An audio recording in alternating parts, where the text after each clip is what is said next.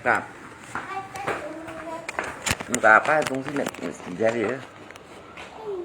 Apa yang apa buah apel itu yang tang itu mau pada thải thải ra pada con trong con này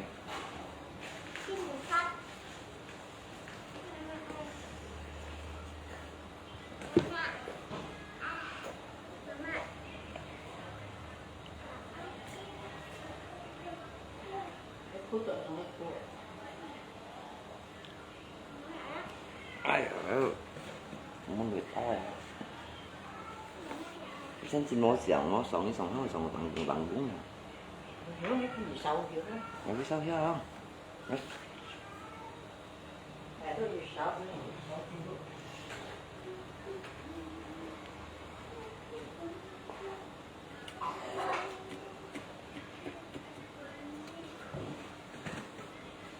Các thằng kia rồi bật đấy.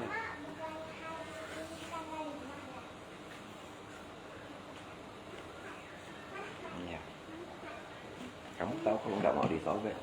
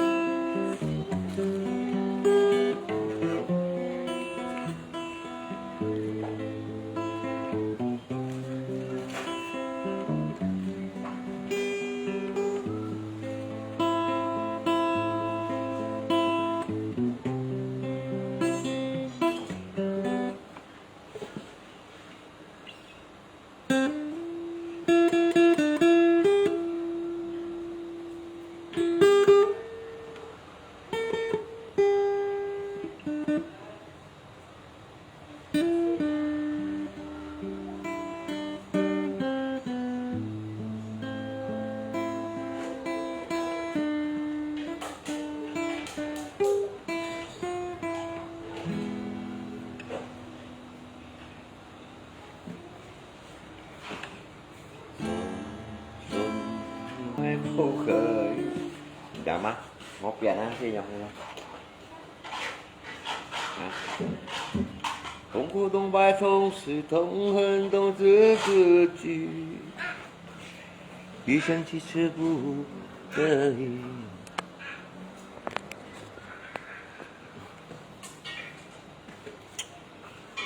biết bài nhì ăn màu dâu này không? Bây giờ chính sĩ ăn màu dâu bài nhì đây à bài nhì bộ ma đó để đi ăn màu dâu là chính sĩ à ham xinh xinh dâu là xinh xinh nhưng cần tặng lẩu mó đó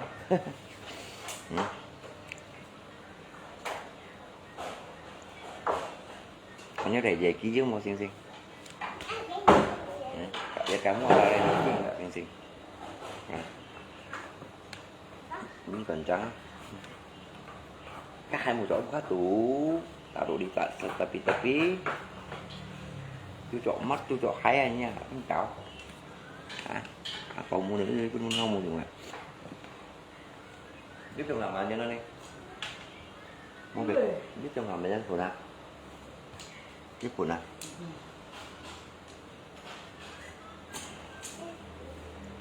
mình tới về sim trong này mà còn phải phụ đủ lát nhá mà chờ dữ là không mà chờ dữ sim cho tầm bảo là một con mua không à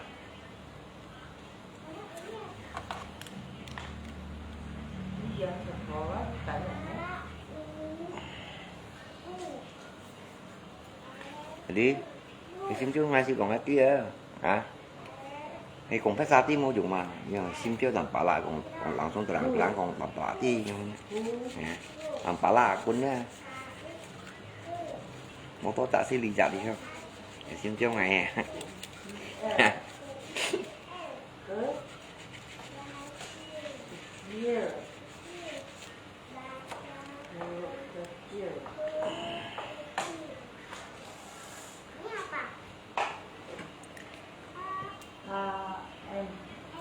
kopi kawan saya kopi chứ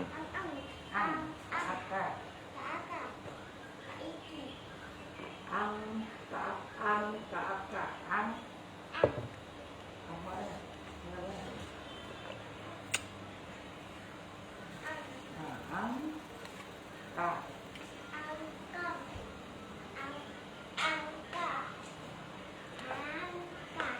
một cái tập restaurant. Lắm cho chú Jack Lý Hồ.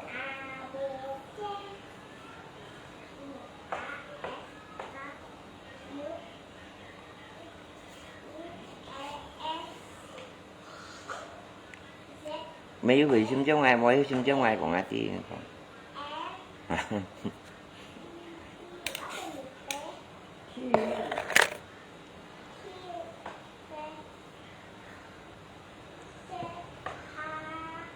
Kawan kita adalah sekalian keompa kawan đi chuồng dâu đó như nơi chủ ra kawan đó keompa nhìn đi chuồng dâu chủ ra gimana dengan cecemu mau piano cece nyong anjong lo tu phá leo mau piano chỉ cá như mấy tia posisi không chuyên là trong cái thì mình xin bảo ngọn gì ở thay nổ ngay đoàn trong đó ngay mua chỗ cũng chọn hả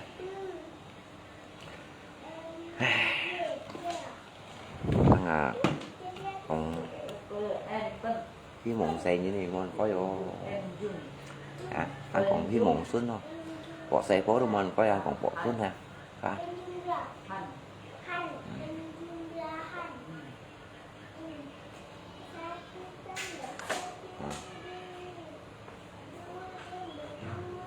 Tak kok alung cin olok kamu rambut panjang seperti orang gila. Mahal tampala kan selesai như orang gila. Các không nhân ngay như nó cũng nhiều câu à, bảo tạ luôn như Simon nhìn nó bảo tạ luôn đó. Như con ai trong orang gila. Ngay pun ta nhìn đâu cũng nhiều câu à. Như đó pun nhìn bởi câu kia bảo tạ luôn. À, bởi bộ sao nào mong nghe miền nào đó. Hay ngay tampala theo nó mới thông những cái nhìn ngay nhìn đầu là những điều cô kia giả khói Facebook đấy giả thằng ghi mai tụi màu lắm vậy nè ra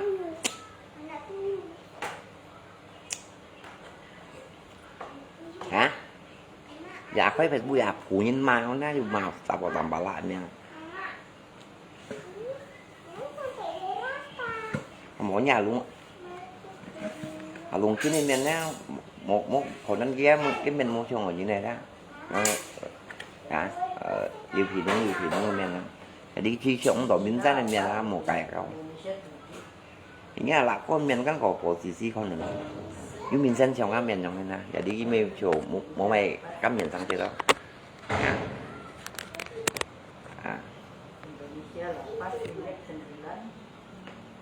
baik kia rambut Ali Peter Pan này mẹ là Ali Peter Pan mà how làm bảo la theo năm không Ali Peter Pan này ngay nhân tài tôi hay nhon theo năm không căn quy như nào muốn phải lại hiểu sao cái này nè nhá theo năm không ở sau vẻ sau trước đây còn lại nhon sau bằng bằng nhon sau này bằng bằng hay hậu còn như nhiều cái nung câu ra họ con này bên giống bánh nó họ con là cao quá nè thì hồ con này miền nhất giống bánh đua hồ con này nhung câu cả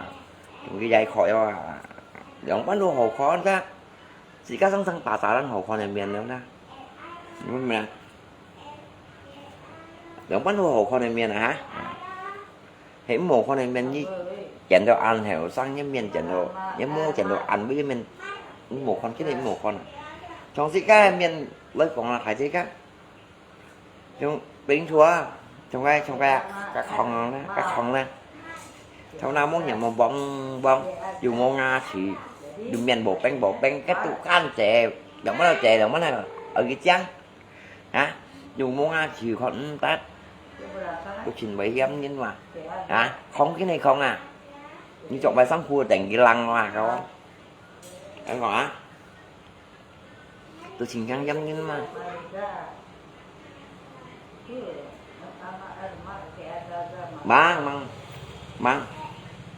mang sexy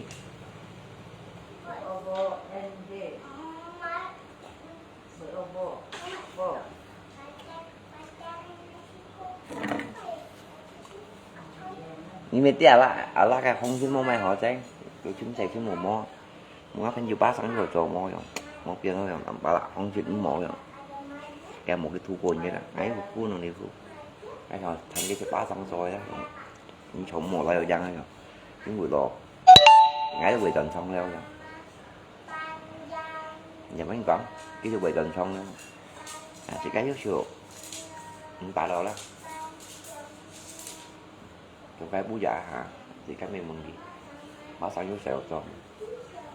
bá sang rồi chẳng không đi chỉ chả phải không mua đi khua cao lắm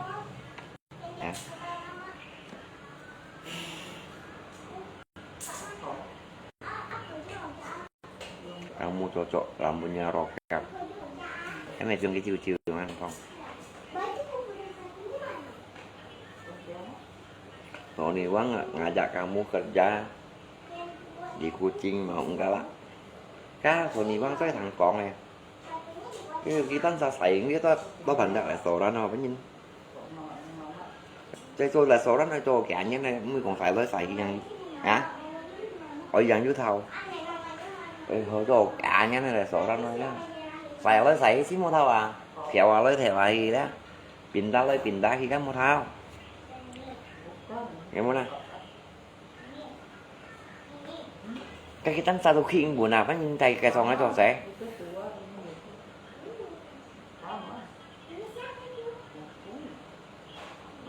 hả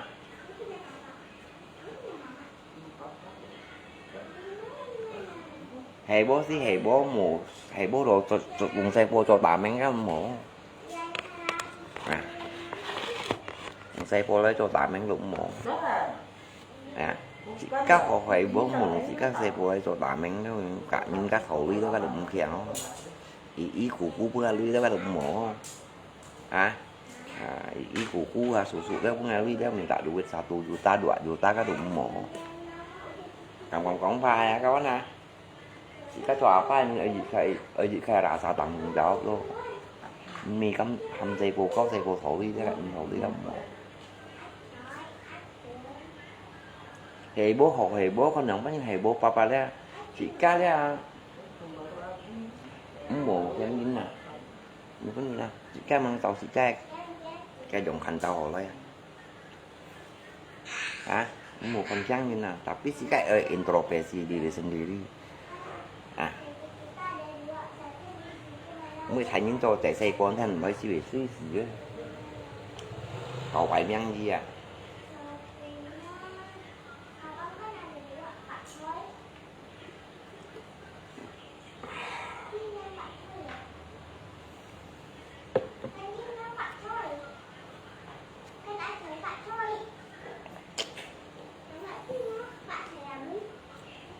mình cái quy màng chứ thường không có còn cho mình nè còn cái cánh mệt tán là không á chỉ còn bạ tay mà tăng là gì đó không suy ngay không chạy ngay tầm bạc xịt đâu để chưa à má được cả nhân thọ saya ngay khi đấy vì ngay vô hiếu không langsung buka harga di Tobi ya ngại thiếu hổ mua đấy vậy hả chi ba giờ nhau như nào hả lính chúa các anh gì mua của tổ dưới đen không có nhìn to xe cái sống xích bầu sầu bị dạ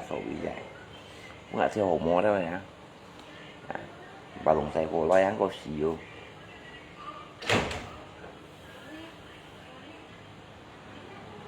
lagi có xe vô còn quay đó cả nhìn thổi đó chín mồ thay vậy cả nhưng không ai tầm bảo là lại đầu chín cú như vậy còn ship nhanh đâu như chị thằng họ tầm bảo là có xe vô không xe vô thổi đó là cả nhìn thổi đó chứ đó hả đi tới ra ship bầu còn hiện may cái suy đi nhìn dùng xe vô cho tạm anh đâu đây hả khi đó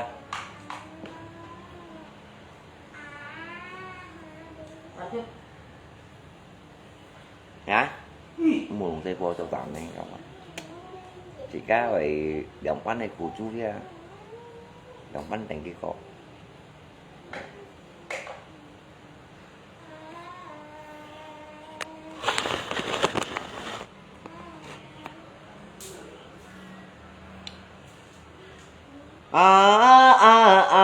sayangku, như chiêu nga cái sayangku, dan ngày tròn hi dính ni, chỉ cả lâu Bali, những mới nốt gì, những mới sống gì, sống lấy sống hi mua gì xí.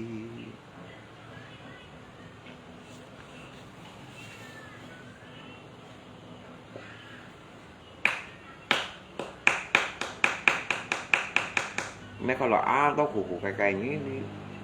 thì khăn còn bị dại với còn đâu trình họ thôi. Tapi posisi dia kayak hang fungsen ya. Apalagi cái trùng phúng phìn đâu mà tolong xỉn nhiều à chè như này bỏ lên cho bà đăng còn cái mà ẩn lá này các bạn hả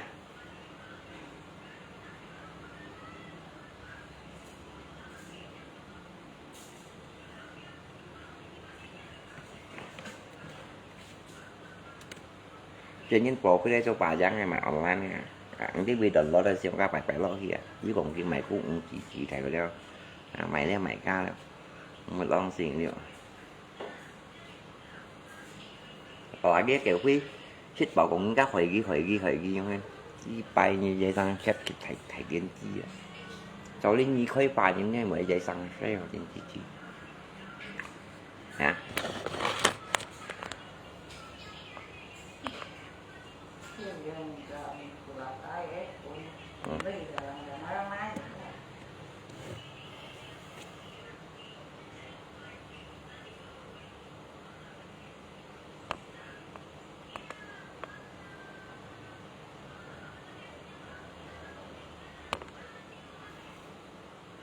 những cái xích bảo đọc thằng mò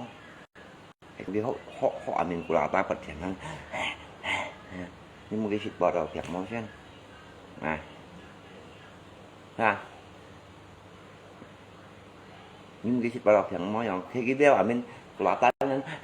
cảm của ta như nó cài qua tôi đây là theo suy thò che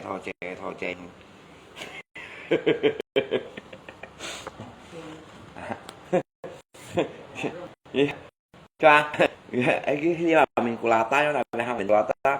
lại bỏ to lại không để ấy nó bị bác còn nó theo nhất tủ xí mà những thò che nó là ta không cái việc dâm không cái bù đi như vậy nghe mấy nhân vật chẳng là bù đi tùy tiền gì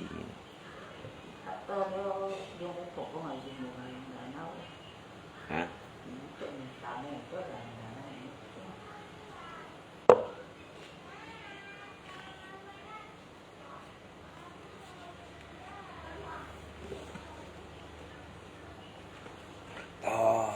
thò ăn haro thò mình hả mình chỉ bay mình là đây em mình là như chú làm bà lão lên như mà sao cầm bệnh nghe như bỏ không hả đây cái đó nhìn bật phiền cái cùng gì đó nhà mấy cái phiền nó mồ gì vậy không dù gì anh chịu gì chứ nào tại đi sổ viện cái bán ăn xong gì chứ nào đúng không hả dưới tên mình cái lùi cả thì trả lại thì chơi sang kiểu dùng thì phát biến xuất chế ở lưới bóng phiền đó anh nhung hả mấy kiểu cái hộ nhân vật phiền đó với ba kiểu nha nhân phải xin xuất nhiên xin bắt đầu phiền cái như thò chạy thò mà ăn ho đâu nè với ba sau đó cả hả mình nhớ sót nhỉ nghe sót như khi về khuẩn đầu lúa anh họ ăn phải xứng xuất nha còn có anh soi sót như này nè mình bật phèn món nào bù đi đâu anh phèn sót nhân si món khoản thân gì á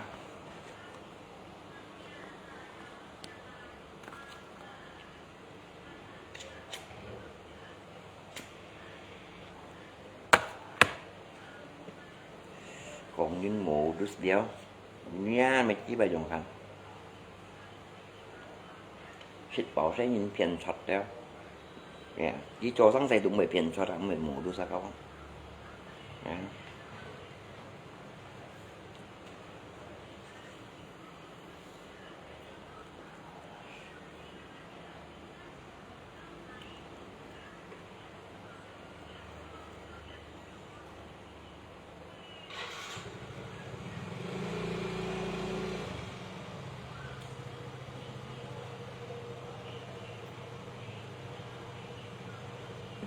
Ra nhìn bật yang một nào liều lơ nhìn nhìn bị mà sai ở bật yang này bunyi bật đeo em muốn bunyi bật ra có bật yang nha em sao chứ mà sao chứ hả với kinh tế mua đi ha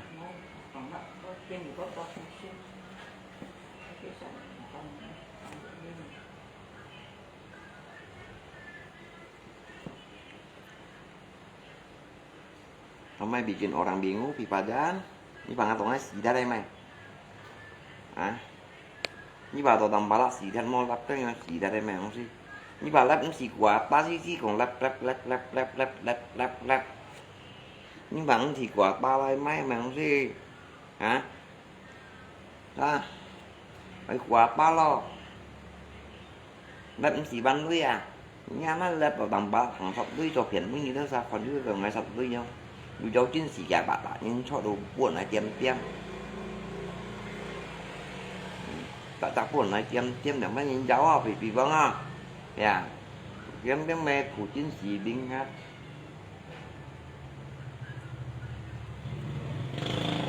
quả tan cầm bẩn suốt anh còn lép hay nè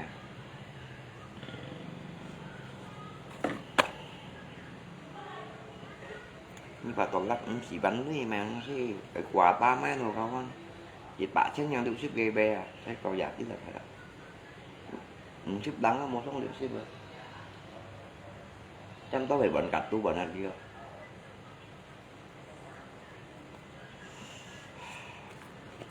ai bận em tri em bận cái tri không ai là dùng ta là chính quy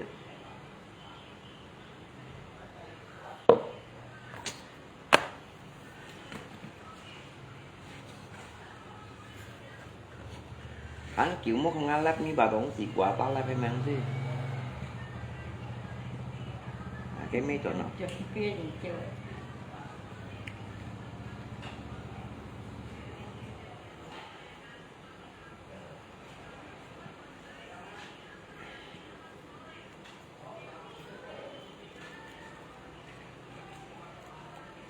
thôi cái trùng cũng thì nó kinh chi không ba trùng cũng thì như mày cái dùng vài lời bị mua ra chi ba mang kêu cộng lên à lại đâu 10 lời à con chỉ bài siêu hi à ấn vậy bài à áo anh à chẳng mua chơi như này mua còn vậy bài thắng xe này bù cho nó mà mua chơi như này còn thiếu ra hả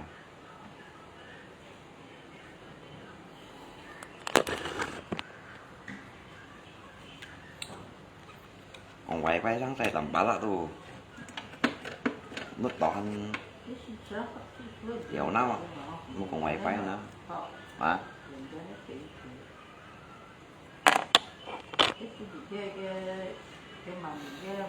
cái mà cả vẫn mãi như vậy chị bị chim bị hấp em ơi cái kiếm mày về cái như vậy là nào như mua muốn nhận bánh nhiều tí nè như mua trẻ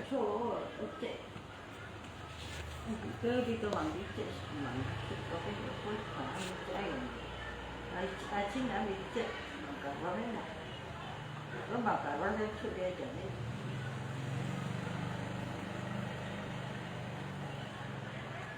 họ sẽ xả rồi cái phần cái mà họ sẽ đi bài chim tầm bả la bạn không bị sệt gắt nha cái chim me đó bị sệt gắt cho mồ chỉ tiếp cao anh chỉ tiếp thanh như đó để đi mua thâu bạn không ta đăng cái nhìn chim tầm bả la hàng đi thôi đi tiếp đi ra rồi chim tầm bả la yếu cái yếu còn tiếp tội xẻ leo mà sao chim me cứ tầm bả la là phải kalau nhưng mày vào tao mình sập vô quy tao mình còn aja một cái đi tập đi bắn tập như nhau không muốn không à những mày tờ son này em mà cái tờ son nha cái tờ son mày cái không còn aja hả tôi á anh nhiêu cá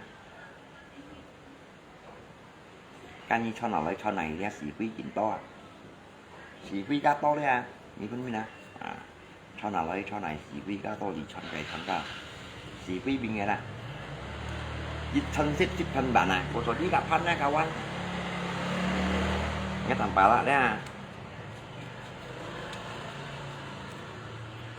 còn những bác nhìn phân này cả nè xỉ quý cá to liều cái hàng tim mày liệt thân đi chợ liệt thân cây chợ kan kalau chúng tầm bà la langsung telang bà la ya sao nhưng mày bây giờ còn này itu aja mổ cây đi tập cây chặt cây tập đi thân đi chợ đâu anh phun nè như thế này anh phun thì không ăn hoài thằng bỏ anh không ăn hoài cái câu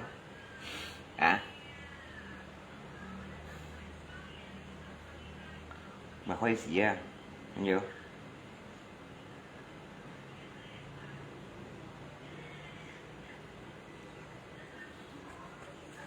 ai hỏi chuyện à nhưng mà còn gì không hề nè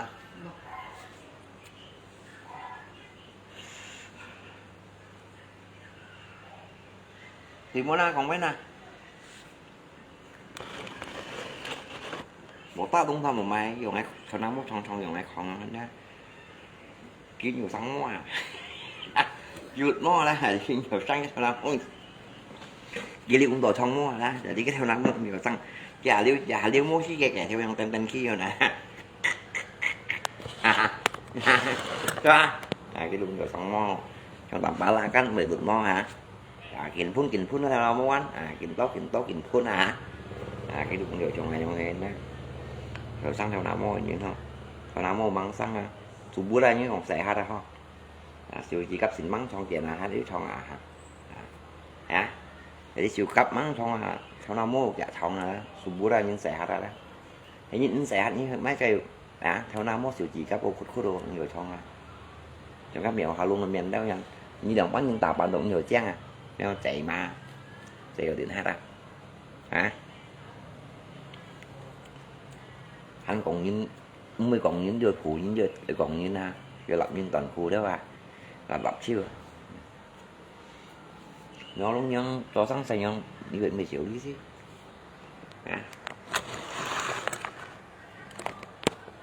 rồi luôn này như vậy mình xử lý vẽ tiến chí của đó rồi cái to từng còn những động cúng vô hay gì không biết dù gì chua đó hay mà sao phải gì nè mà sao tạo lên nè ít quá chưa mới còn phải xả la không còn dù gì chua dữ không hả tụi mày bị quýnh những các cô kiện nhung đó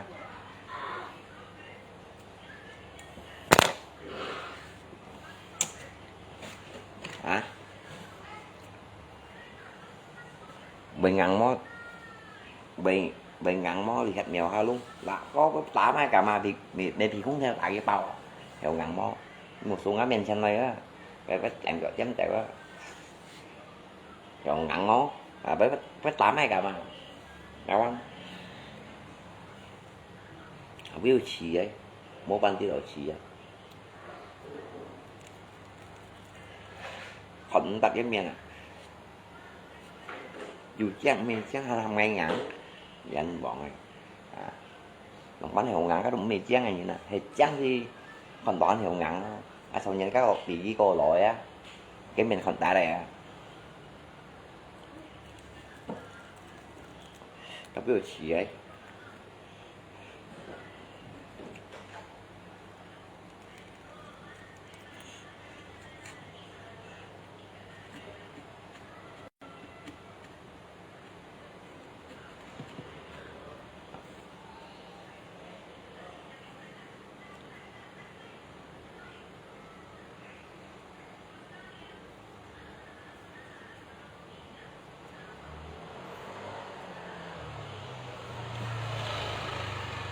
cái mẹ con hồng luôn á post lấy post thì thấy post ngay mà hồng luôn á post như này xoay hồng luôn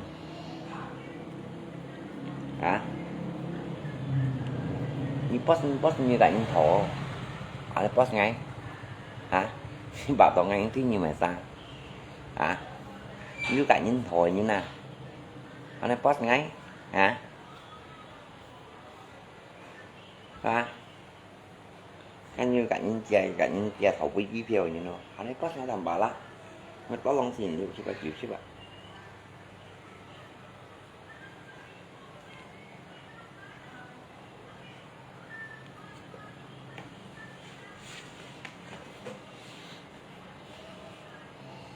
也许放开不容易，也许曾经相爱不可以。同苦同悲同时，同欢同知自己。一生只是不而已，你为我一切的消失。wifi đó, điện kia làm sao đó một miệng mà thôi. 随有伴相来胜利，才发现已是魔术的开始。順順利利，就呢等巴拉啦，博士師咧係最cao，按正工作theo luận một，ngay khi sản xuất để xong cho thanh niên con phận này họ, nè, thanh niên cho mà cái họ, một gì một sinh phát ra đó, à đi sang trong khu mấy cái lũ, nhiều mail, nhiều mà du à. Đó.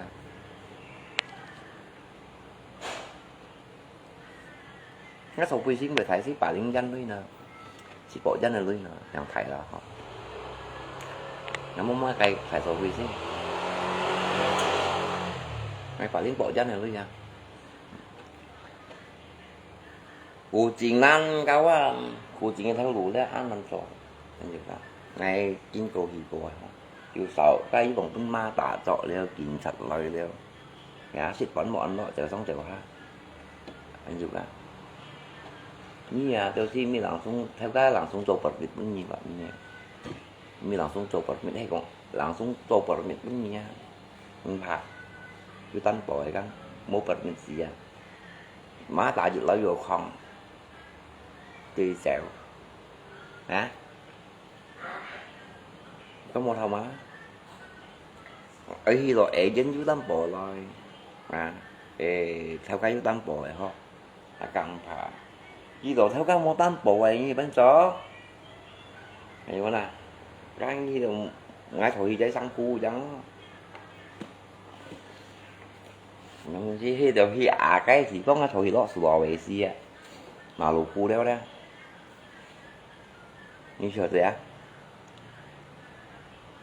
cái về cổ trắng có lọ sủa về gì á mà lù khu đó. Thì bà đó như khi ta phụ chuyện cái khu tôi cũng nhân tả thì cái lò về thì hai bà một chút xin anh ngay nhìn đi thì phong không hả họ phải phải nhìn đi á như chỗ đấy á như nhiều phụ chuyện đấy sao tụi mình thấy cũng thế nè hả mấy nhau sáng xếp theo chiếc bộ thì có trực tiếp à aman nó lại aman này bán gì aman gì cái dịch đeo nó nhà aman mà con bé aman mà cái tên sao tôi các tôi mỹ vi kiểm tra quyền hao rồi theo của chính vi coi theo lấy theo hắn còn mình ghi giá rồi theo đuổi sáng xe chúng mọi nhân ổ chi ba lá gì thì kín cho đồ kín hao à kín chè đàn hao của chuyện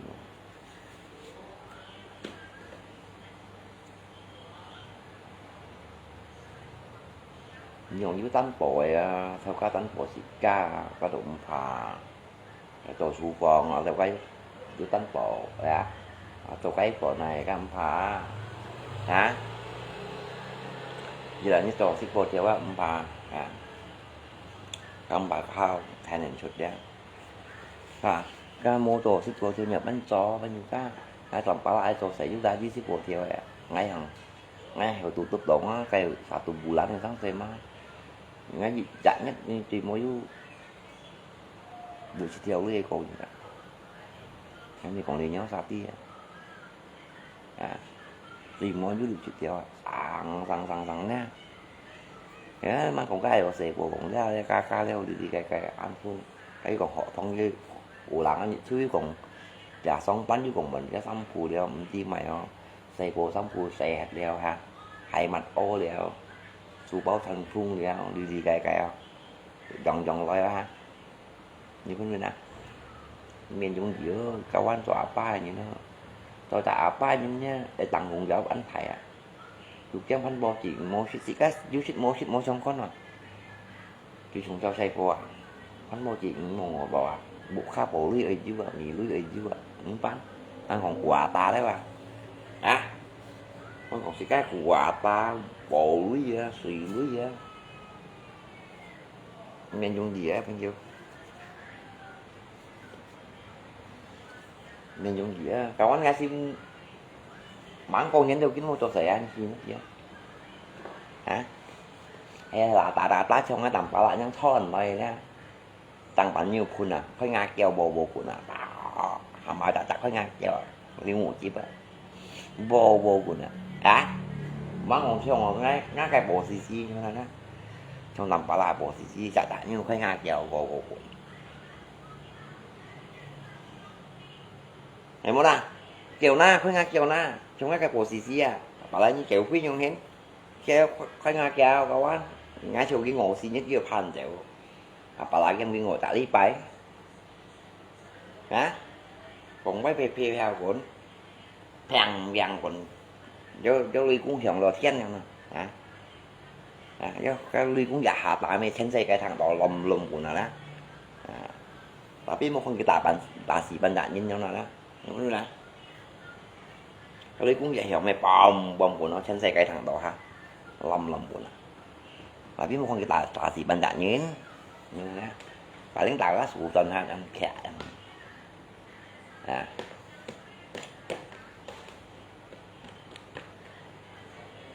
nó loại phim nếu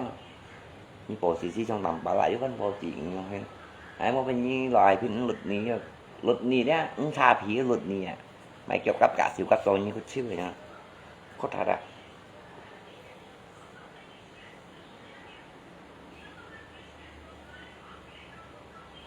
trong một bên không nhỏ luôn si tập bắt chẳng bằng bộ trình phủ giống ai cái bộ trình phủ giống ai cái cả những cái không trình thầy phải vào thì chả phải đâu không lá si thành phố trong lạnh những tầng phủ mà sao khi màu chưa ra không phải kiểu quy đó cái người mà hả thì cái còn thực còn ba đâu không cái tôi tận thấy nhau neo cái chảo anh xí tiếp là gần ta nhìn lạc nhìn phải nhưng là một phải mua hồ xí đó hay cái một phải nhìn mua hồ xí đó rồi một nhìn pun một nhìn sầu đó một nhìn hiểu pun gì đó một nhìn hiểu sầu gì đó nè chuyện trong chị cái đi tao ở mẹ này nó ở trên đi nó chừng bây giờ lấy mình lấy không cái chuyện mẹ nó đâu anh cho anh giống như này nha các anh từ khi đầu đó ra được cụ con thời một phần gì may thế tao chỉ cái ra anh nhóm hai người ra đi sĩ bàn hảo đấy từ khi đầu đó ra được cụ con thời trong sĩ ca sĩ chỉ một phần gì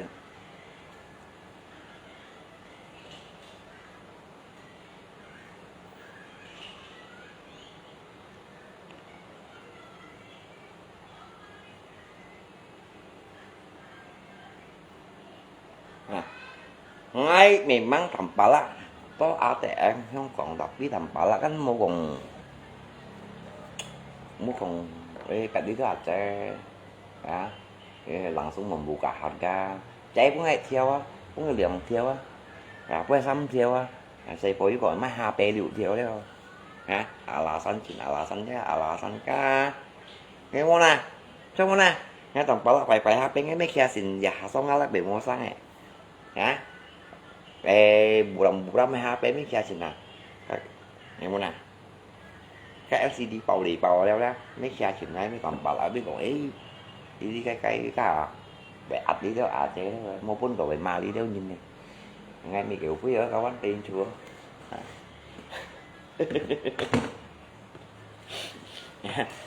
Kiểu cái phim ta là một con tổ biệt mà như này kiểu ngay mấy nó này điều riêng vậy kiểu ngay mấy bị bên thì có nào kiểu ngay mấy là phải to kiểu ngay mấy là quý rồi hả kiểu ngay mấy tầm bả là bị màu chưa chị ba hả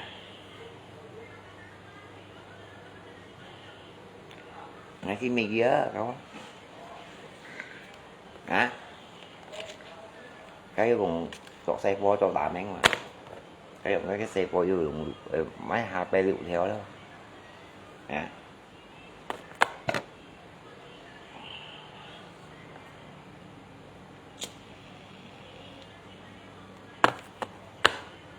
xe vô chẳng đủ số với sử dụng khó HP không như HP siêu lắm lúc chẳng chuyển nữa ấy còn liệu theo anh cầm cái không nhưng mà còn cái nhịp lăng theo HP liệt ba đây liệt ba đã lo nhịp lăng này tí hồi đã khoai này liệt ba đây đó Samsung liệt ba đó Oppo liệt ba đó tiền mới giúp ship coi liệt ba đây cái HP nó là liệt ba đây đấy liệt ba đây không có nào lột này cái vấn đề khoai này kêu trả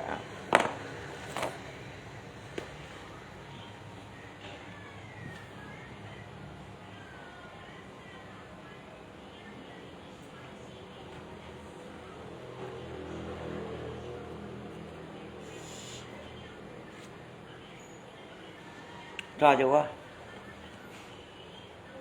nó tầm 3 giây đấy cậu anh chứ ngày mà chị ra tập đi ra ngày mùa trong cái đó ngon lành lại nhé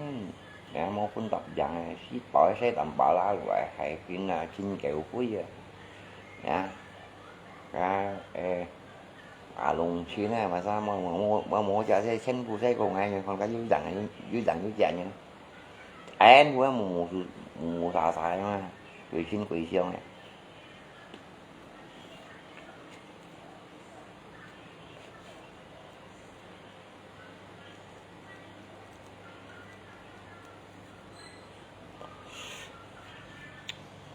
cái tổ này đủ lên mấy东西na thải tùng lệ thải tùng các cái phải bỏ cái thải cái cháu kiểu cái kiểu vậy điện chi à cái xin là thốn nhiệt giận cái lòng ta tôi nhiệt giận này nhá ông nói mẹ hồng liung đấy không cũng tội chưa đấy hồng liung đấy không nhá mày chi ba như tôi cầm post nhưng còn luôn trên cũng chi ngày không cái chỉ nhìn quy đó là bề vật đó là chiều xì lù mang tí cái tán sao cho xì lù man này những chiều những tán sao này chỉ vậy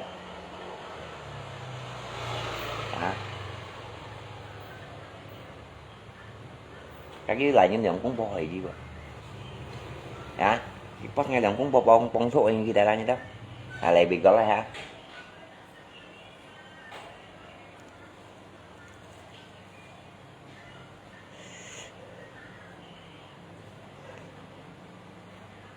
trong cái tiền chi ra như mày chạy sang mày hay xong như còn như trẻมันตันแปรมันchíไปมันตันแปรมันโปรท่าเขียวเขียนไว้คนนี้คนบอก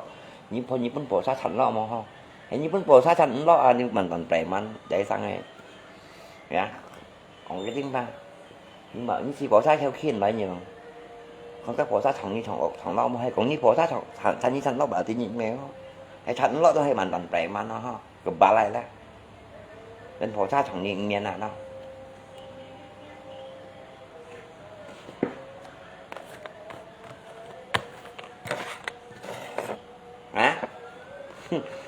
mình thành prem ha như si cả đàn đăng season có trong tài như này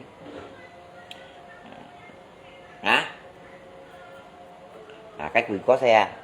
như sang sinh quỷ có xe season có dạ tao xin xài như này con đi làm cá mồ mình thành prem á nè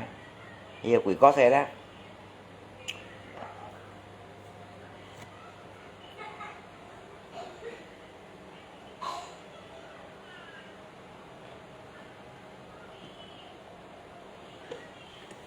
mi chúng ta nhìn ta bật phẳng neo muốn là bù đi chúng ta mèo amin kurata không cái đi thấy câu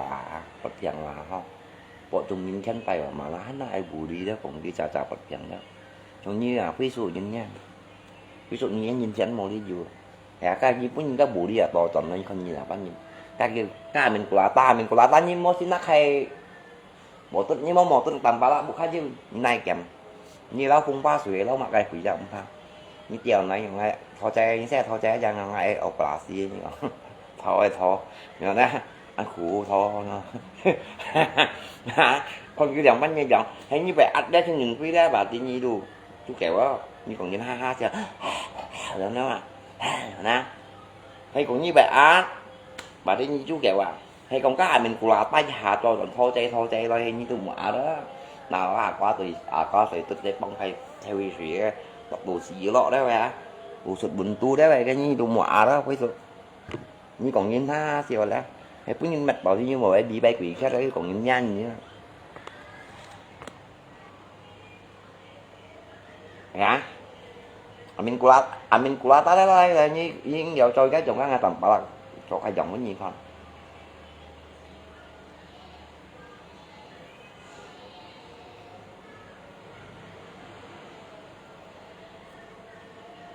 những vật hiện ha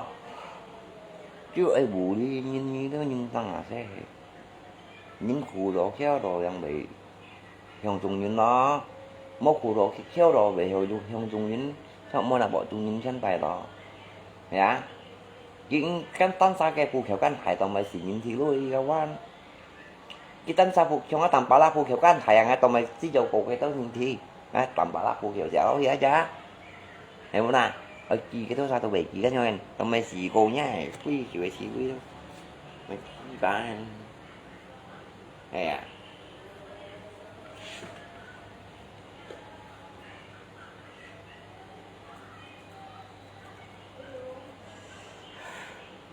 còn gắn còn chịu tai bố vậy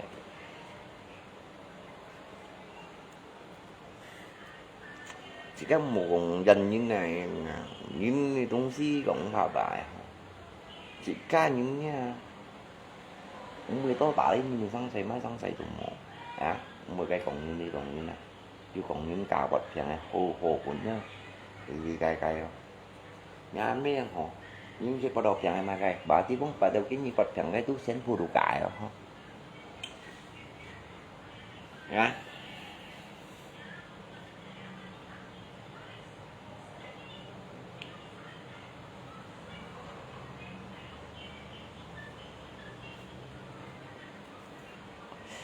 một còn như mình tành trẻ mình đó mình tành trẻ mình á như đó long thì dùng bà tành bờ xi đấy cái phổ sát theo kiện này còn các phổ sát có ra tại cái loại ăn kia cho nó như bệnh men nó hay như bệnh men đúng mấy mình tành trẻ mình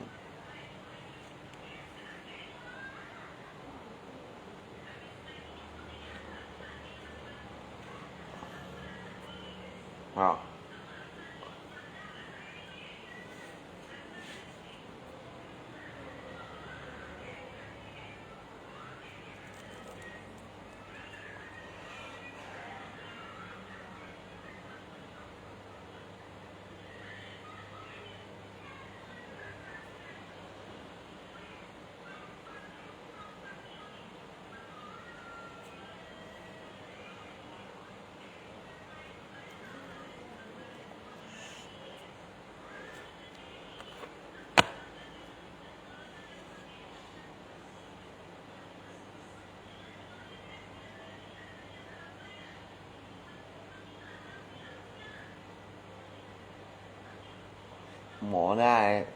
nạo lại như này xuống nó so bù đi đó thì cái nè những khu đồ khéo đồ một bên nhà mấy cái những thọ hay cái cá chỉ muốn khéo đồ một khu đồ cũng được họ nên bộ thành vô cái khen tay bông chỉ các chương như này nhìn là juga ya kayak kalau cái pribadi khu khéo chỉ các thành phần cái khu khéo vậy những cái khu phật sa như này xíu cũng ngay khi họ nói ăn to leo à các anh thấy coi nè anh thấy cô ở cái phụ ta khéo sao nè anh chỉ điểm sang hà đấy cho sang xây đấy anh thấy cô lý chị gái như juga ở tí đi juga bật thành juga nè ngay tầm bà lạc cũng đẹp phải ở tí đi juga mổ tí đi nè ở tí đi juga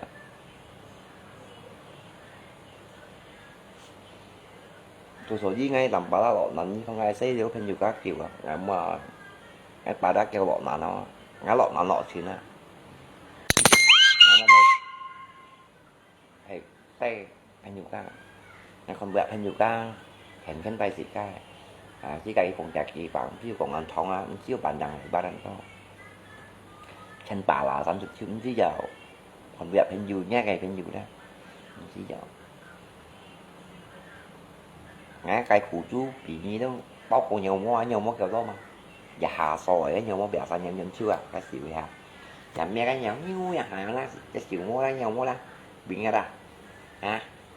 bóc của nhiều mua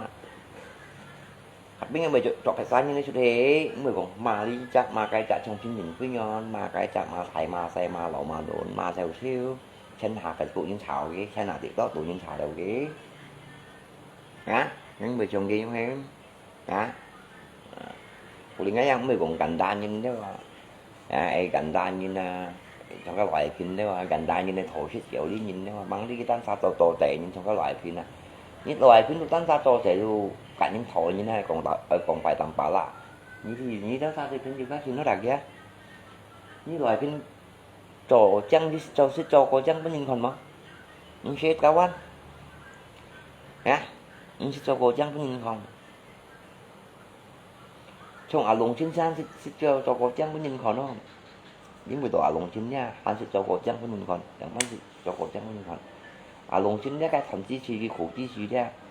chỉ hắn hiểu hai đầu sáng kiểu giống ra cả những cái thành xỉu cả những sạc cũng giống như bộ xí chỉ như loại phim nào đó như cho cô chăng bên còn là chỉ đặt những cho cô chăng này đồng chí bên còn là như này giống như tổng như hay gần đã tầm bà la lắm như tu bộ xí chỉ tu bật phèn cả những thổi như này như còn như chỉ cả những thầu khô như tụi pha xây ngay một đứa cái như tụi tăng sao tụi một đứa phèn phèn chặt cho đây như này phèn chặt cho đây như nó bật phèn mon xuống còn được ăn xuống với tôi dị dòng các kẹo ma luôn này là cái dòng các kẹo ma luôn này lọ cũng mua trong phúc ăn chứ không được còn đều gì bỏ trên phủ con đỏ xịt gì cá xịt nhất rồi điên lần cá gì vậy điên lần lên đây vậy xịt nhất cái mấy điên lần lên đây đó kẹo ma luôn rồi đó dài như cái xe chặt theo cái máy chơi đi cái HP chặt nhiều loại xe chút cái máy xe chút chặt theo chút để chặt nhiều loại này chắn cho kiếm một loại bấy nhiêu loại HP dịch bao thế này phải xí một xí loại phim nhi mày trong này không một điểm cái xem nhìn tổng như trong nhắm nhận trong hồ lại hết như in tộc để xí đi sân đi ra loại phim nào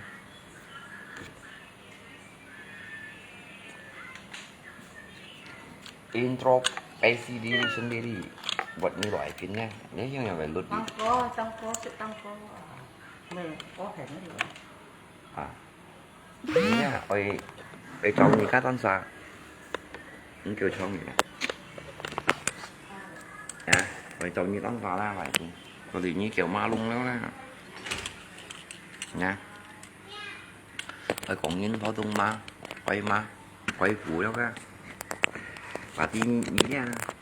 quay theo đó còn có sao léo bọn này nha jadi như chân có sao léo bọn này mà đừng có sao léo bọn nhưng mà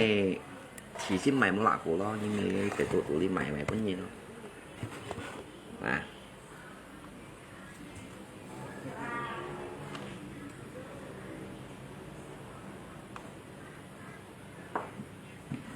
của đây như kiểu ví dụ ra kiểu gì một cái chúng tụng những dòng cũng vô hồi như bộ như kinh sách chúng ta hiện tại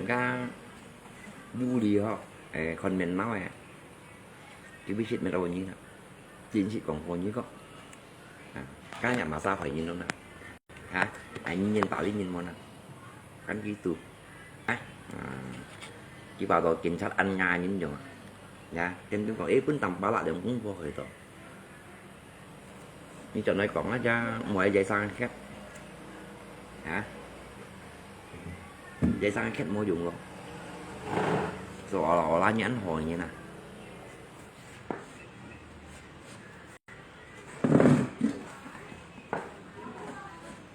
hả cái chị tôi khách sử dụng à đi có dùng luôn như chỗ này còn nó giá thành cái hay làm bảo là hội nhi hay mà sao hội nhi cái nhau hình hả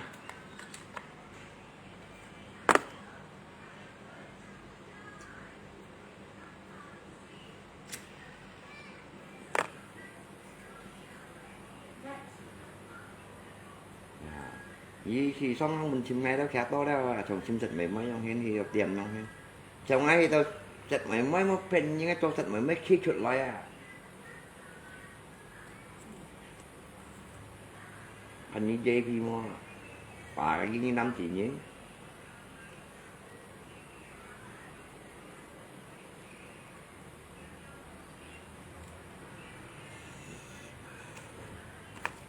hả chú với chị mua lùng chị mua nãy nhá xem mà chèm như đeo lè lăng như đeo dạ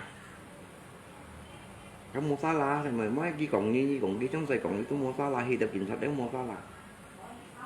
hả chị mua mà gì chị bè phải đâu ra họ bạch phải đâu ra ý tú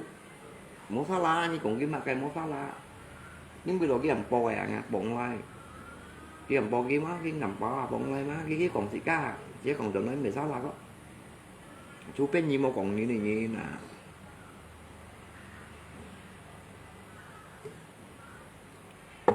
hả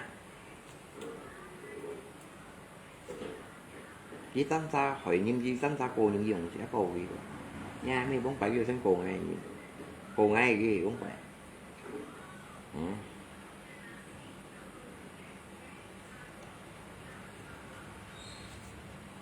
bằng cái canh heo như nè bằng sọt ra đấy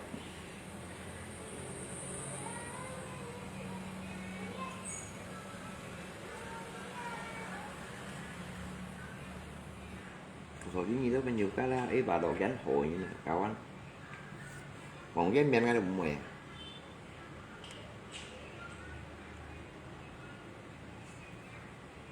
rồi đi như kiểu ma luôn rồi đấy như kiểu ma luôn đấy nhớ đây trên chi điều gì cái mày đồ ăn kiểu đi không à đi về cuộc đủ mày ăn kiểu cho cả ở lại phim đi nhân động thấy con nghiệp vụ nha nó như cái trên chi hồ nó eo gì không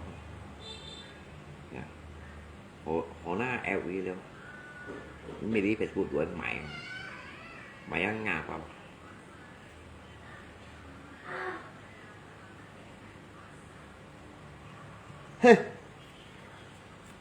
bị chân hả bị luôn mà đi biết mới to lòng xỉn như à giống bạn xem nó cả nhân thó mai bị vụ như còn cái như chín còn quay ra như còn quay đâu cả cô giống như nè hả đã cho theo đuổi như nó như nè ủ dùng nhớ chứ sao những đứa à hả ủ dùng nhớ còn toàn bộ gì à hả toàn lẽ toàn ca cái còn mấy xích bỏ bà mắt cho theo đuổi không ủ dùng nhớ toàn bộ gì à chứ sao những đứa à cũng nhìn không thì mà cắn giết tú ngã thằng nào sợ là lú đi à hả sợ là lú còn hung quá à chi bay hỉ lý đặt phá anh mang sự gì như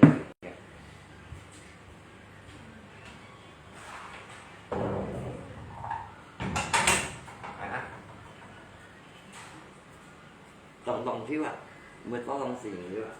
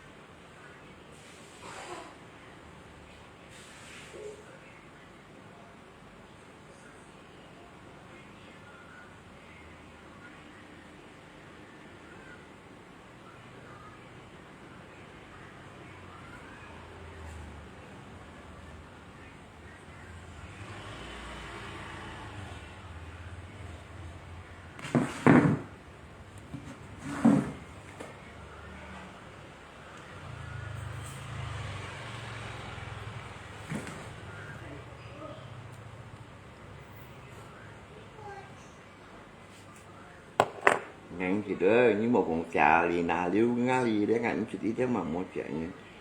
tiếng chú hàng kia dây cao ấy như còn những một tiếng chả lì nà liu chạy ở lì là liu đang ngá lì tiếng chú á ngá phải tụ mô chỉ đi theo một con đập dặn như này không nghe bạn đi hai tầm ba lắm trong bóng phải tầm ba lại chỉ đi theo một con đập chỉ dặn như này không à tiếng chú ở những cái dây cao ấy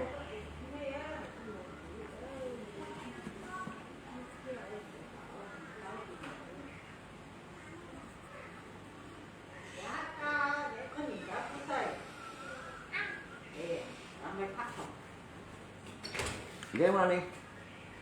nghe cái cam của từng cái kịp bói cho này hoặc lòng có bói cho này tất cả luôn đó một kia nó cho ổ tăng ở đây chứ ổ tăng bởi sao là các anh bị phiền nhín cái ông bị còn trò chết ra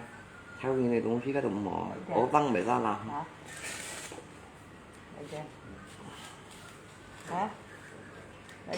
à ngay tầm bà la nhưng còn với đôi chỉ như bà toán xây po hay mà chỉ phải sắm xây po muốn nhìn ma lì ma chứ còn cái còn mấy đâu như bà toán sọ nì khoang à con mèo không ma lì ma chứ còn cả ê cái thọ tiền chùa đấy là tiền chùa à chỉ mấy sọ nì khoang á anh nè muốn nhìn ma lì ma dám mì dám chứ còn gặp mèo không thọ tiền chùa đấy vậy á số già bà ngay tầm bà lạ à thế à cappuccino mà ấy nhưng con với bà ở lại phần đó đúng không yeah sao bây giờ mua lá xẻ cái lần xuống hăng liền kèm à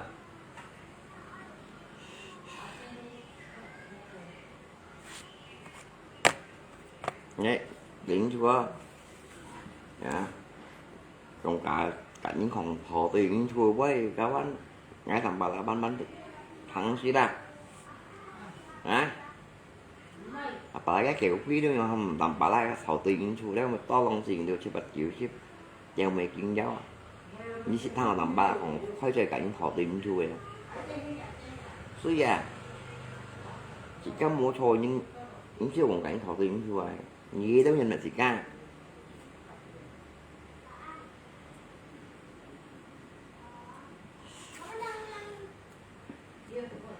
hả cái kẹo ma luôn đó như quăng tiền như vậy còn nhìn cả hả thôi cũng còn đòi ý chứ còn mua còn nhìn nhau nha đi cay cay không xin lọc ê xin khá không chịu dụng mày đồng chị mày đó rồi nha mèo luôn nhưng chị khá không chịu như cái những chi như chuyện tăng sản cái chiều dụng mày chiều đi khi mà xin chiều cho an toàn những bây chiều em nha anh chiều cũng chiều thế như cái tăng sản xoay xì bị cái đó sao cô lộ những tí bệnh những dân thì mồ hồi như loại pin đó là sửa lúc sẽ ngay một phải là cái như trò chơi tăng xe đấy một sửa mặt đều tôi cũng có nhìn phần thân thì như thế này gần đã làm bảo lại loại phim nhá như tôi xem cạnh nhìn thò như nó hả hả thò nhắc cái bật chẳng ấy hả như sẽ nhìn màu đốt như bật chẳng anh nhắc chẳng á cho như một phần xì dưới xuống đấy vẫn dùng những còn ngay gì chẳng là may sự mà cái cho hả loại phí như các em nhỏ luôn dịch giọng này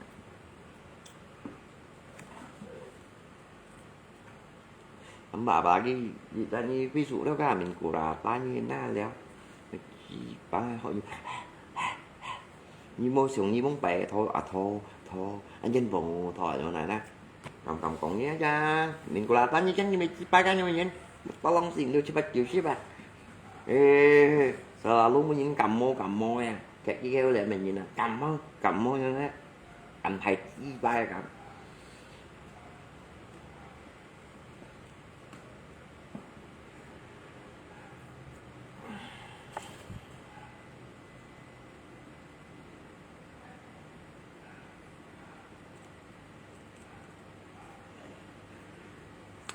như tôi này đồ đi ăn chứ cái tập bà ba nhà à bà ba em ăn nhà thì chỗ sang xe à những siêu tập bị bà cho nên lo à Nhi còn Nhi còn aja còn ni durian kan masih jo tapi tak ada nih hina. Nhi cincin ngà như thế nào mình.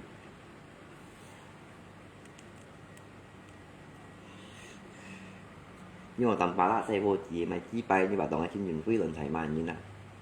Đó.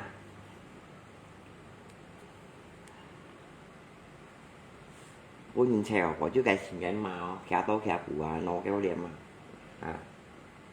Nó cái tán sao chạy ra đây chỉ bay. Như kéo làm khá gì. Thế mà như có tay cái kéo làm hồng kỳ khá giá cho mới chạy ra rồi. Dạ. Các sĩ bị báo theo đang khổ các bạn.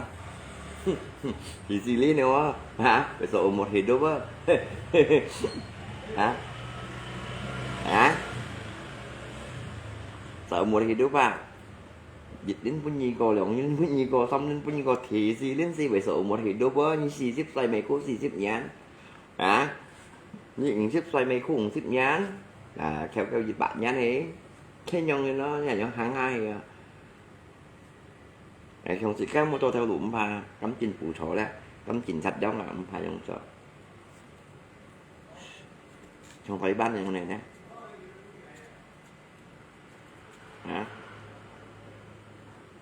phải bán những gì mà mỗi chỗ theo lụa đó bỏ lại quá mỗi những này đang đi cho đó cái miền xem gì tao theo nhìn东西theo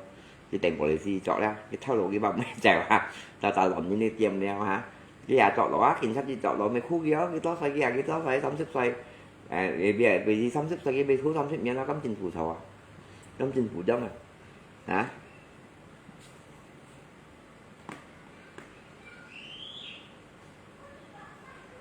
hệ chúng cắt gì thì xong đến bao nhiêu có thì xin đến bạn thì xong đến thì đến xí bắn lại xí bị không bị dạ thì chậm đúng xí chậm đấy chậm ca không gọi là lộ tiền đi màn to dịch bao chân quy dụ dịch bao chân quy dụ làm bao chân này các bạn nè chậm cái ở bác bao chân bộ tỷ sản tận đi màn to dạ chậm tận nói thì mới liệu bàn cùng tận nó đi dịch bao chân liệu bàn à không à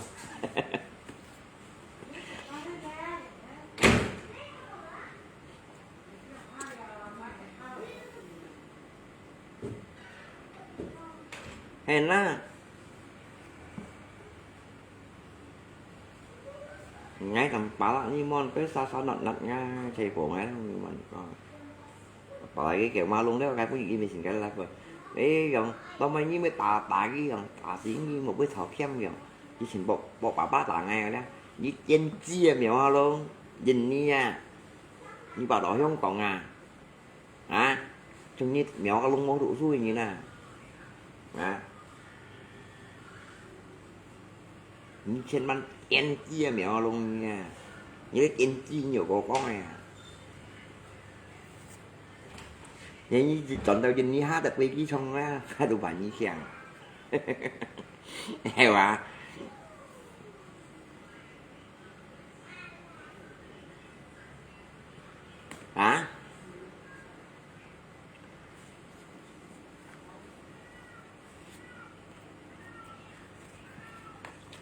hãy chi ba một bạn cả lăng nhưng biết phải tốt thì ngay đường cũng phôi kia nhằm cái chuyện nói còn một cái dây xăng xe môi trường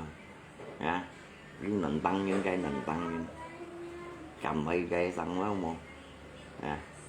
nhớ lấy danh chí được mày này họ có con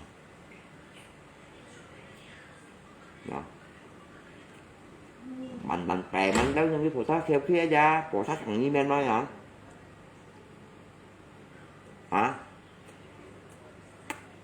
không biết xòe nói không phổ sát theo ra còn phổ sát lấy cú hay còn chỉ bị men nói hay bị men từ bạn bè mình tầm bà lạc sợ chăng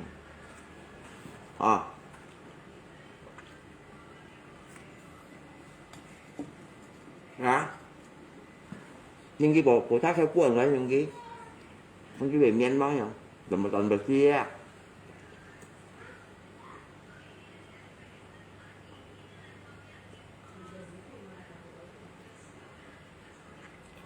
rằng ổ bút hào thông những mình cái quyền bị cà bè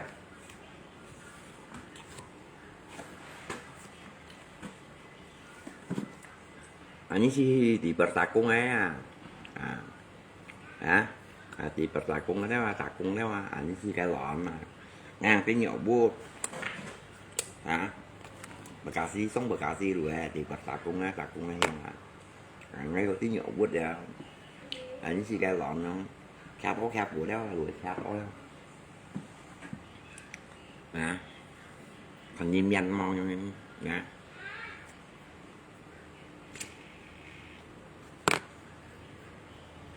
cho ô những nào biết chỉ có sao biết lợn biết còn trắng như này trắng thâu bộ chủ đeo thâu gặp chạy nhìn đâu thế ô những gì anh mua khí dù trắng nhìn mà đó trắng nhìn tuy mà em còn nào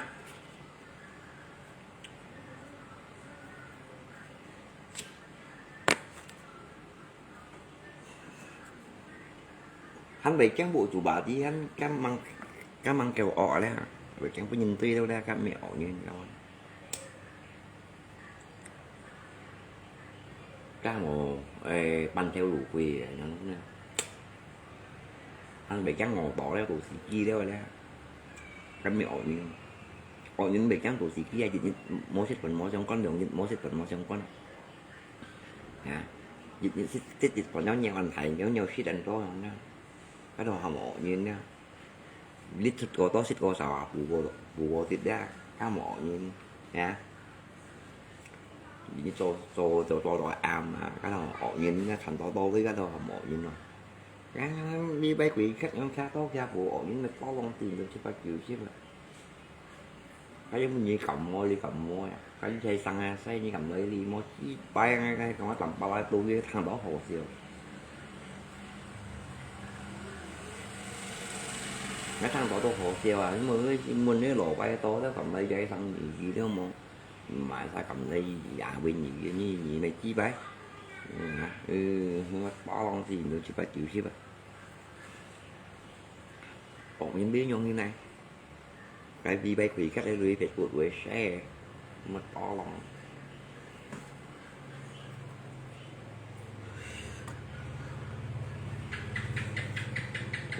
những khi giờ anh đi về buổi đuổi xe mong anh cái về buổi đuổi xe cái thầy chi phải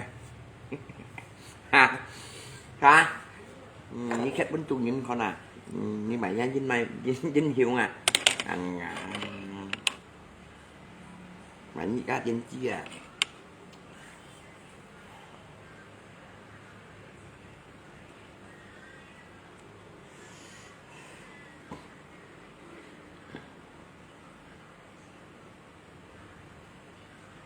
trên chi loại bên đó pun nhìn mấy rồi sang kỳ bạc trên trước đây phải cái cảnh đặt như trên chi rồi ai ủ trên chi này ngoài phía nói phía mặt bao lòng xì nhiều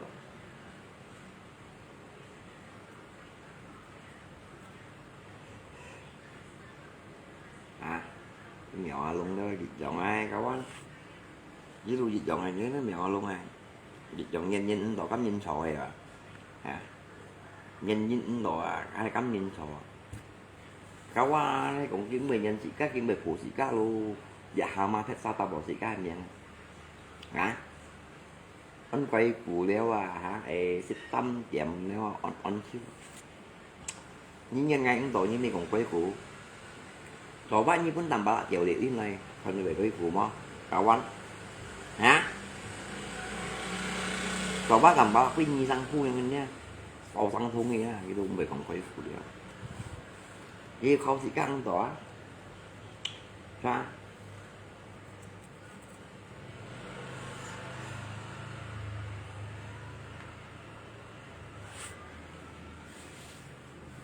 chỉ mua sành có gì cá sẽ về sành ngồi đi mày mắng cái tên chi có dạ đó đi kỳ với cùng những cá hồi gì đừng cũng phô hồi gì trong trên bún như là cái du đi răng xe còn mình nào em mắng nhắc gì mà đầu đi nhẹ tả lý cái răng xe cầm gì gì mua khá tốt đó phải sạch gì đâu đi cây đó cái mà ta phải như thế nào như ta sao nhỉ lấy ra như mình bạc bộ lý sĩ thì sao phải ngay không đi hàng ngay chỉ để cái xăng xe Dia mengingat kayak kasus, mengingat kayak kaitan tidak bermasalah sama dia. Nhưng mình polisi aja, cocok. Ini. Kalau mình kiểm soát ra đó. Nhưng mình đi đó trùng nhìn mô dụng là nhưng cả đi đó trùng nhìn còn một cái tiền kỹ năng kiếm mi kiểm soát ra, kiếm mi tặng anh ấy để cả số sẽ xong rồi.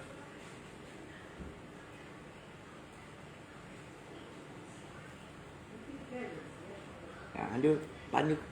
tay thật khá bôi sập ngay sau hai vụ đó. Hả?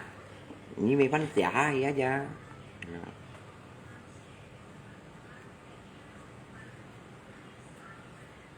Cầm cảm bánh tay xả. Tay phải ai gì á cha.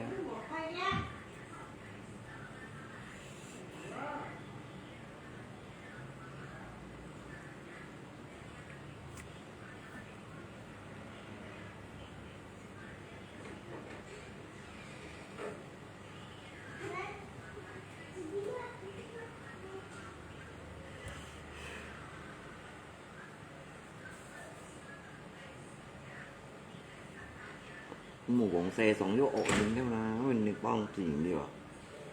Bây giờ cô nào ổ nhìn mua trong như này bên chỗ các ổ nhìn gì thiếu đi à. Ổ nhìn nha. Gì thiếu đi cái mua lần thầy nói là rồi thì chính cái mê còn là bông những cái mê mỏng à. Nhái mấy khi dành cô trong nhà nhưng nhà ngoài bông như ngày nghèo thì cũng chưa. Cái theo thành chịu cái tả ra. Thế là chỉ còn hai như nó. Như khi dành cô trong mình nhìn trong nhà thì dành cô trong nhà nhìn nhau. Cái eo xỉ với nhìn bụt đó cái bộ cái tạ luôn tạ lại tay kìa này mua nè cái này như season có trong trò sách season có trong men nhìn nông sinh ngày là bên bông sát cao anh thích gì mà nó màu đi bể làm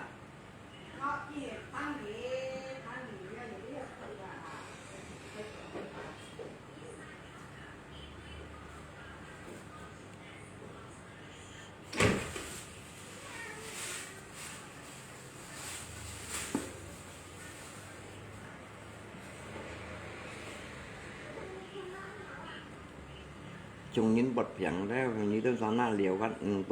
tôi cái khu đó chẳng phải dòng trùng nhìn cả trùng nhìn thật những mày cũng như tiêm tiêm nó ra một có chi phá lá gì các anh kèm nó nha sao chỉ có một phần chỉ pun kia đọa kiếm nó ra buat dia semoga cepat sembuh jangan tanpa lah ha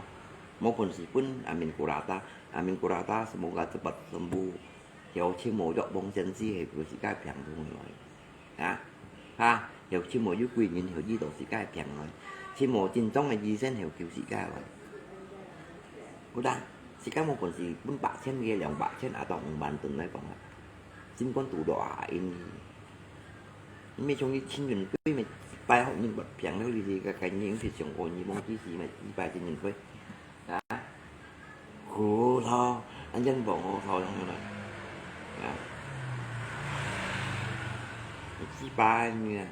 cái bún nhìn họ bỏ như nào cái như này để xin con thùng à khi kia đó cái bún nổ bài to quát tổ đó bún nổ băng nha tổ đó là thò của nhau ha như về xin con về thùng món à về ăn món à vậy kan mà cá nhá nhìn bật phẳng xin món này nha lo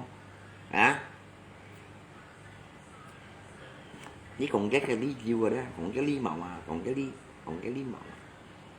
thế cái bệnh mới tẩy mà nha lui cái còn con như cái cũng phải dặn nhìn giá hạ có ngày mua cả nhìn thì vui rồi hả tùy em bao nhiêu kan itu kan Pak Ta kayak ya nah, berarti kan kayak kemampuan mungkin kayak hanya các pun nổi xuống nghỉ dêu khi mấy trong bà lòng ta lưới dùng bó itu mona các những châu giang tả son giang bởi khăn cái tán sao bởi khơi đạp bạ ngay tán sao với phù khéo ý mà cái ngay tao mẹ để cô phép xa sự hỏng này thì với các còn ra này lo ngay tán sao bởi khơi đạp bạ ngay tán sao với phù khéo ý mà cái ngay tán sao hiểu còn quen các cô hiểu thu bánh xì nhá ngay tao mày dịch xỉu cổ dịch xỉu cả cũng nhìn đây lời còn mèo thầu cũng nhầm lỗ đâu đi cái ý cái ngay mấy cạnh như lép đi ngay gần tôi như lép đi ngay bông chỉ như ít tú bạc tai mà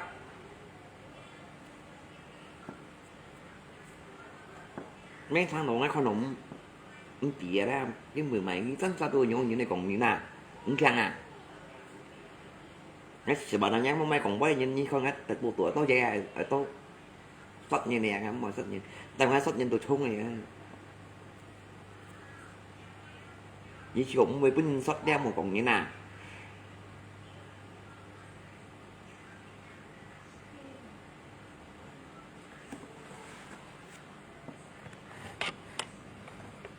chỉ cái sao rồi pun chỉ pun những udah pun những nào đeo mới còn hết nha ya buat apa sih cái còn đi còn đây còn đi còn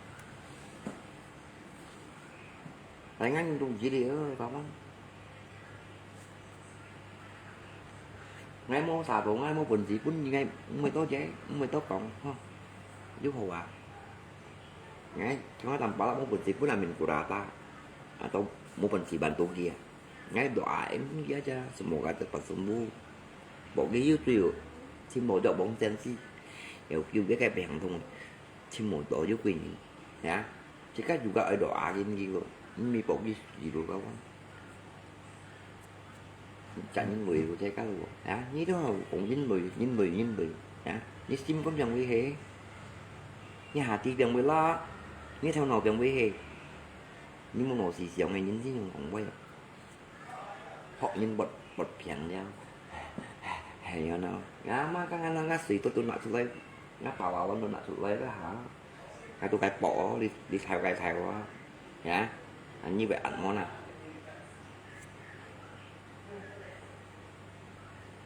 có như vậy ảnh ghép phải đến một còn như này một cái nhìn so tội cũng theo chơi xa cây tập cây còn người gì mô mẹ nhìn nhau mô bù đi nhìn nhau anh hồ xí mình nhìn nhau à mà hỏi gì leo dạ à mà hỏi gì cu hỏi gì bỏ gì bỏ trên nó cát đâu như nhìn nhá xì phi vậy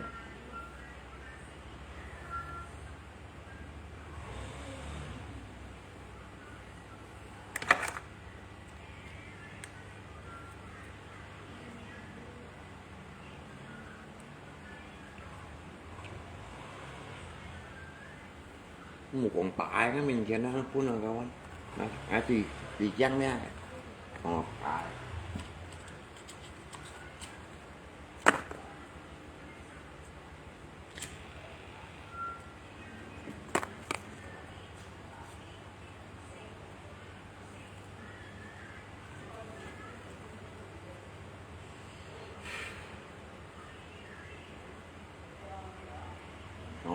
hai chị kia này mình ngay nhún là một giờ này anh chứ bắt kéo lên mặt thì đây nó nồi và chắc mai kéo cá bụng nhìn đó nè không bỏ anh cứ chạy nhau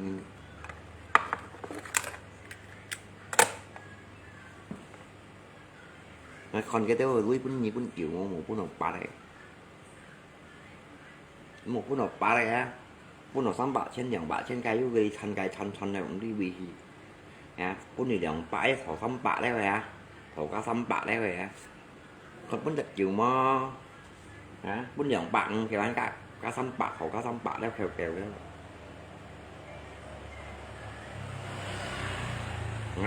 ngay cho lại chỉ nhìn nhông ngay sửa ăn xỉu đi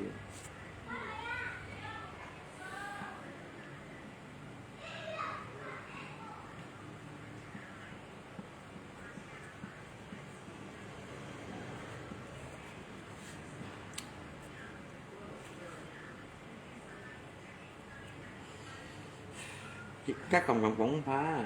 ngay cũng mấy thôi chứ đi đó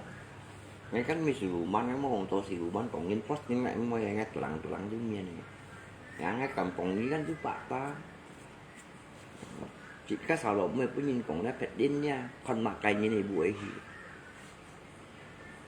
hả thế mới còn nhìn có nồi nhìn mới còn nhìn mới thọ cũng nhầm lo cái lượng quan trọng mới còn là các là một ít class yêu xin con cũng nhìn yêu xin con to bằng như này à mi cái đi Facebook tụi mày coi thiếu ngò vậy bà mặt đi Facebook bukan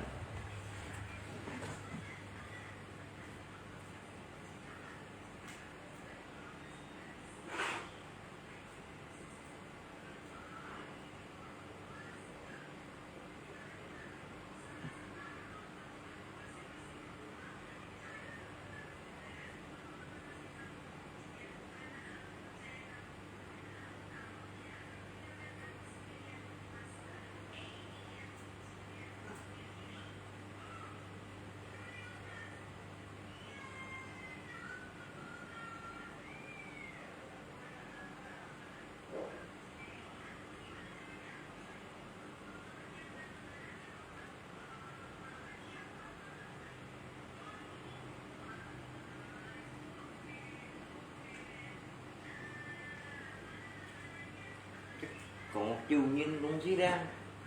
nhưng các còn một pun nhìn cả chiều như này đấy nó xí oli pet tuổi xe mua dụng và tí nhi pet tuổi xe pun nổi nhìn là tao pun xe cổ xí đã chơi còn cái gì đấy ý thức tiền à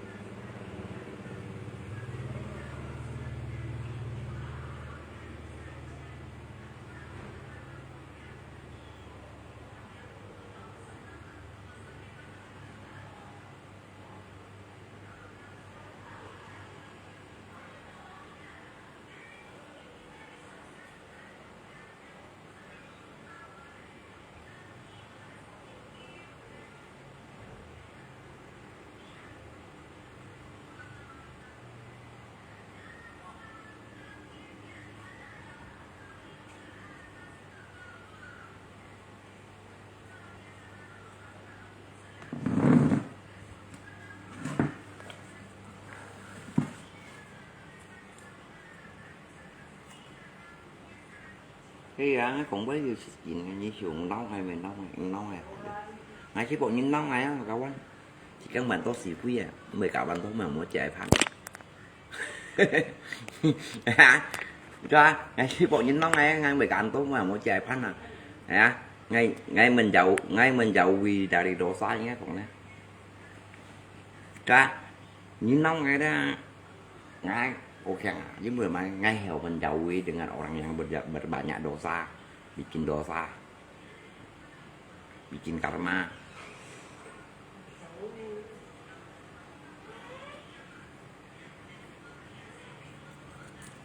cái bộ nhìn nóng này nhìn nóng này đấy ngay hiểu cả ngay hiểu trong dành gì chứ người tụi mày ngay cũng bị cạn tốt hết ô xì oi nè cái cổng nhìn đi cổng nhìn cái mệt xì quy cái mệt xì quy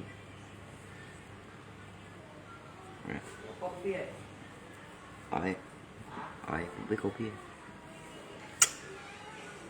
không có nè anh bị con trắng đi đâu không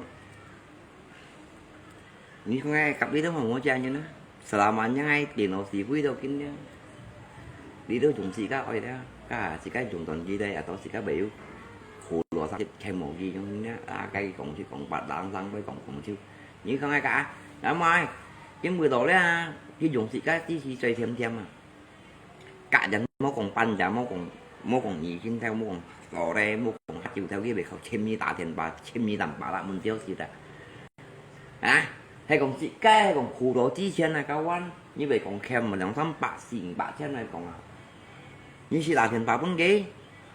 cái còn những tim mày lăng thắng với anh ta phì ít túc bạc tài cô cho những cái tầm bạc lại eo chứ mà mua chơi quý chứ mà mua chạy như chị ta lăng tấn xí nhau còn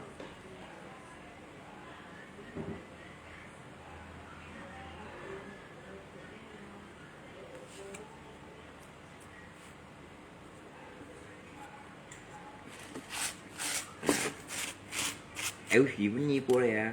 biến nghe ra có như trong audio Facebook rồi á trong bà đấy rồi tần như chị còn khủ ấy cao quá như chị toàn xí lại gì cái cảm chầm tay với như cầm sâu với như chưa bị thùng xì ra đâu mà cả nhà thì các cho những nhá mùa cho những tạm này nha cho những tạm này cho những thùng theo cái gì là kita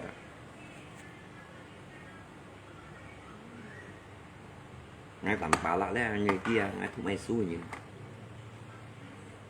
mùa cho những thùng theo cái đã cha nhá em ngay cổ cha nhá em ngay thành tranh đâu nè mở anh ra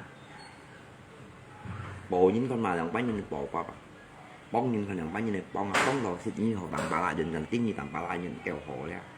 là cầm phà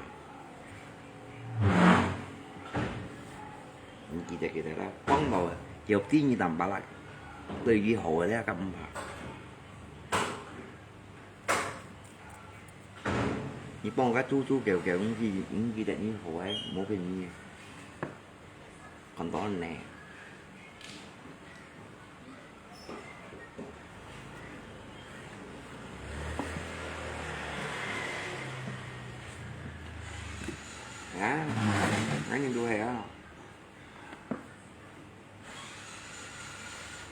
hai con quay kia đi hai con vi chạy những tùy những một con nó đảm bảo dâm tiêm ngạnh xăng được bảo ăn gì tệ ngày 10 xăng rồi 10 xăng giả xăng rồi các ăn tiền à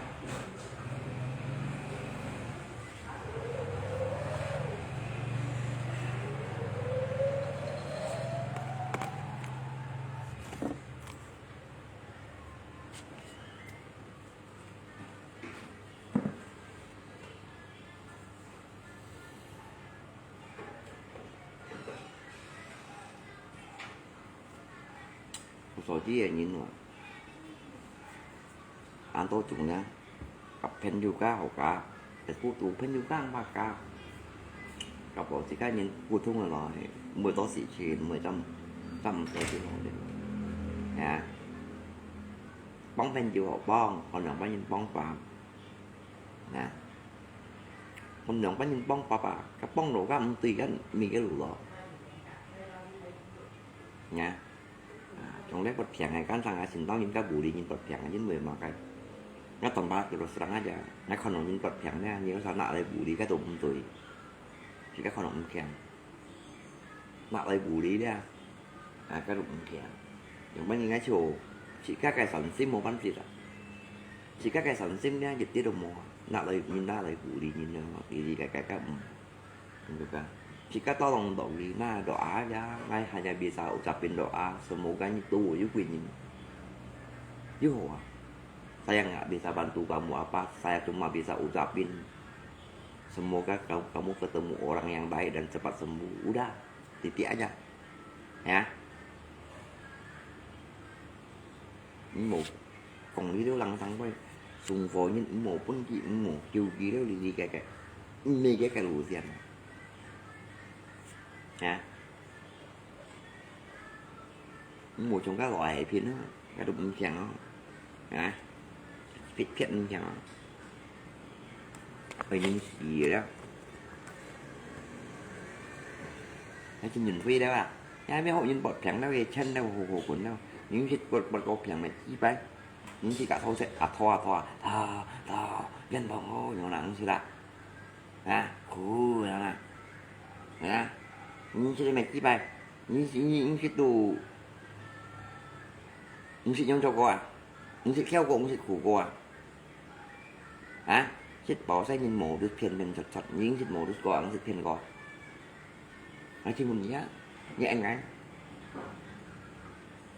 dạo thì nó khô tới đây mà một triệu nhìn mà ngày mới sang là hạ sang ngày rồi phu đầu số ngày còn đi khách kiểu măng mà vậy khách ngày làm bà lại đó làm cũng có phải như đó ngày mới phải sang trên như chiều ngày hồi như miêu tròn cả liền mạnh tâm đi ngã bán chờ cô bác sang chờ cô ăn cho mấy khách đến chia gì sắc cậu gần nhiệt phương trước nè ra đi nền tăng những cái nền tăng như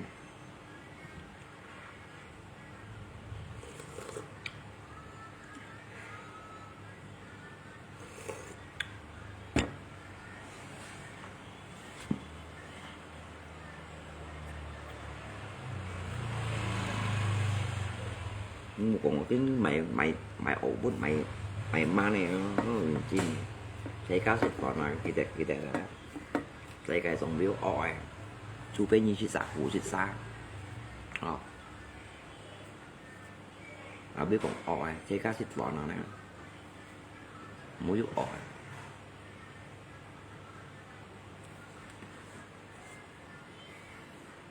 ổ bút nhìn môi lần nói kita nè một bút như là động pet ấy phun động pet phun nhá người si dần có trong cạnh những thầu đi cái yêu khổng mô phần xít ở kiểu đeo khoai ngà chỉ kiểu về một chiều các ổ bút ổ chi bay các bề tám ấy hả ổ những đúng về các tù gì kia hả bóng tù gì giả bóng đầu con cái đó hầm ổ buôn hả bóng tù gì giả bóng đầu con đó bóng tù gì sẽ đang học bóng tù gì bấy mà hả bóng ngân tù gì lấy ra hầm ổ buôn hả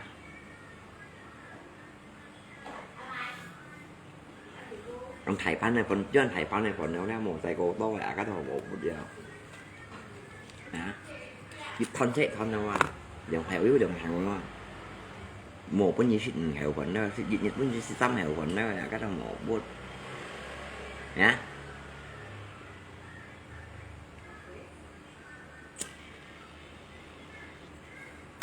cái này nhìn chứ ai uống nhìn chứ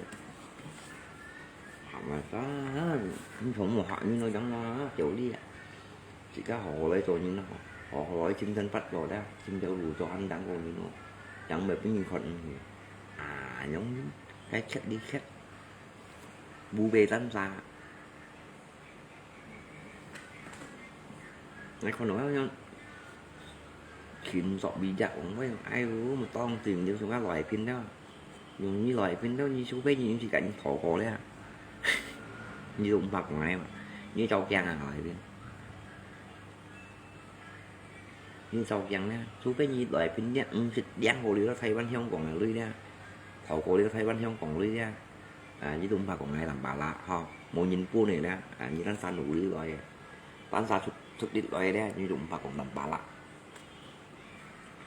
như kita cái đó đã xì loại viên trùng phun viên nè số cái gì cũng nặng có lấy đâu không còn thấy bán này mày đi ra như tủ xí xịt trong cổ ra như tụng phạt của ngài như tăng xa trò loại trong đó tàu này đủ điên đeo cái đồng xịt cái nhà hình hả xịt nặng leo không còn thấy bán này mày nhà lui hả mua mình đi đâu xung xì các ông phà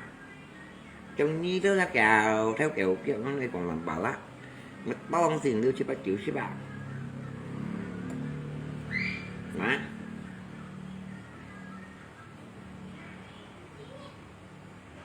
anh ấy post nhìn xin cái còn bị dạ bởi em mất to lắm chỉ to tàu chẳng là gì nó phải gì đó bán sao tôi bộ nhìn không còn thấy bán nào tê của này như thế còn như nào còn nhìn bộ đưa ra các bạn như muốn nào trâu chẳng ngoài biết như si trâu chẳng là gì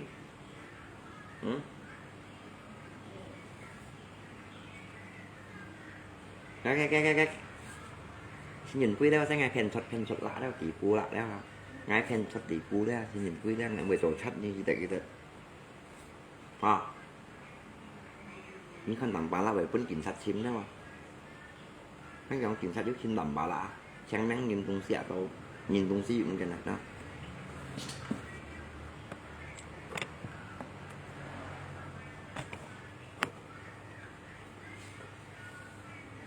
hả rồi mà cái đó sao thân thực bộ tụ muốn sẽ nghe tầm bà cho thắt thôi thắt lạ mua phải mổ được tí cũng có mổ được tí cũng mổ con cái giờ dạ một con cái giật dại nhá một con cái là cả mà này anh nhá trong nghĩ đó thì bu nhân gì mày chỉ bay có siêu sự lại phải tụt đuổi mày phì khu mày theo nào mông mày xỉu gặp nguyên dạ có siêu sự lại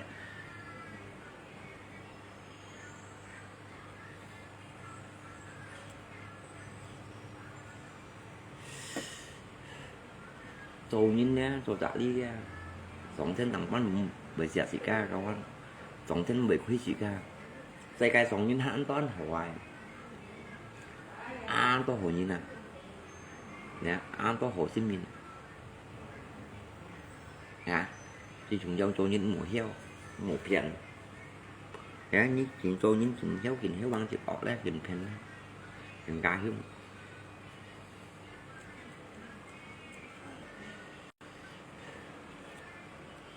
kopi là kopi một kia nó làm bà lạ mua xích vẫn xích ra kopi để ông quê thì nhịp quê đó nè dịch quê thì nhịp quê ra kopi phò thì phút thì nhịp quê gì đó anh tê phăng rồi ngay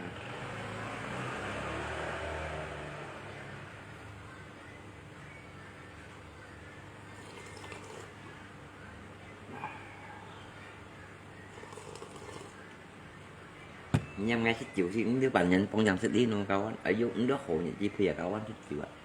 anh hộ nhận chi á hộ nhận chi á tụi phí cao anh thích chịu bằng quay mô tô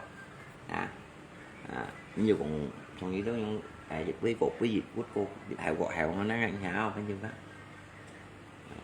dịch hào gọt hào nó pan với nhận nó biết ngay mình sẽ đẹp thiên nhiên mong mỏi gì mỗi chú xem chịu rồi xin xem chịu ra tùy thiên nhiên cả là tình đến nó phải chịu đó nó được tăng tự ở đó như còn nó phải không ra không phải nào nó một bóng một mày nhiều chứ đâu tao xin ta là một bóng một mày không xin tụi nhau suốt ngày cũng nó sao cũng tự xem chịu cái này hỏi cả xem chỉ mình lại hỏi chìm chịu quá rồi bà lại sẽ làm từ đâu chỉ kim cô ra sẽ xem thì kiểu chính xin là các con ta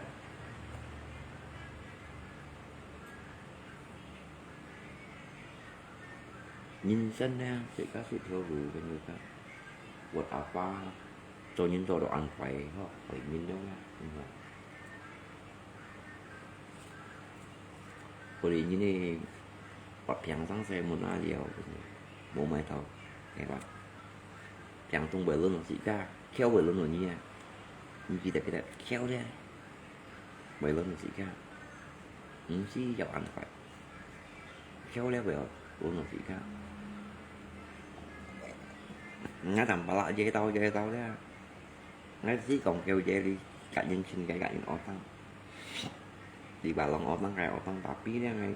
tôi nhìn nha ngay ở người chỗ hiểu bằng chịu tội kem miếng sầu miếng bà tắp rằng mạnh với mua còn mua ai mua sầu những nơi tốt chân nhìn sẽ cái sầu mua còn mua sầu những nơi to sầu lại còn bạn mẹ lui chen mẹ lui đường chen mẹ lui mua còn mua sầu những nơi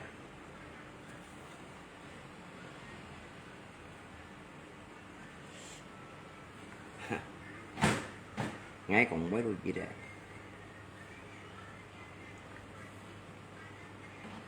hả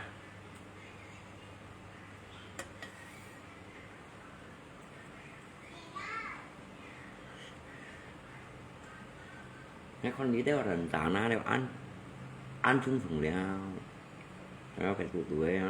cả chả lại tay khách gì cả đó cái chúng mà chi bái cái miền sim gì như nè hả không có nè mình sim gì như nè ngô hòe bao nhiêu các biết mày tung xí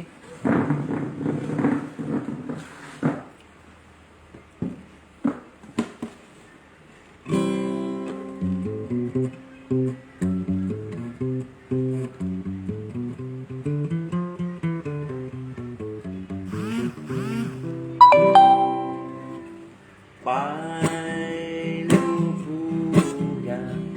tâm phu số bụi theo chút đi leo lọc thái xuôi dù theo há thô suy như tàu đi công lăng quỳ theo ngà đông pet chồng ngà lùi xin con an thùng đông đất biển cùng tiếng ngã kêu ta ba léo cùng đi tìm thuốc xếp chỉ tàu với liu mù gì ngã lối trong chiều mùa ban đêm tài mỏi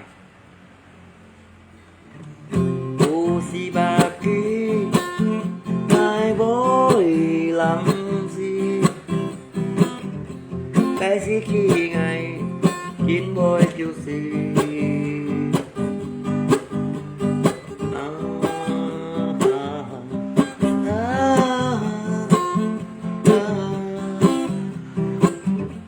chín dứt ta xoay xì chín ba loài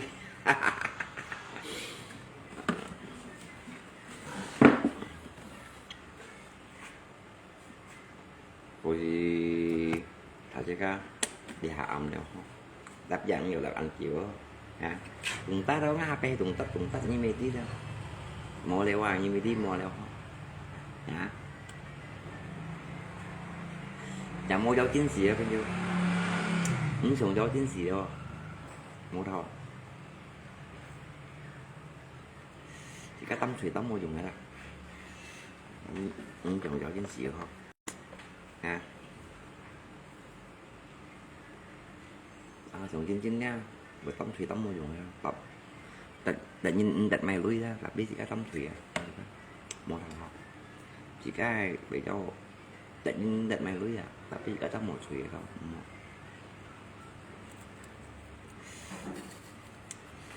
ya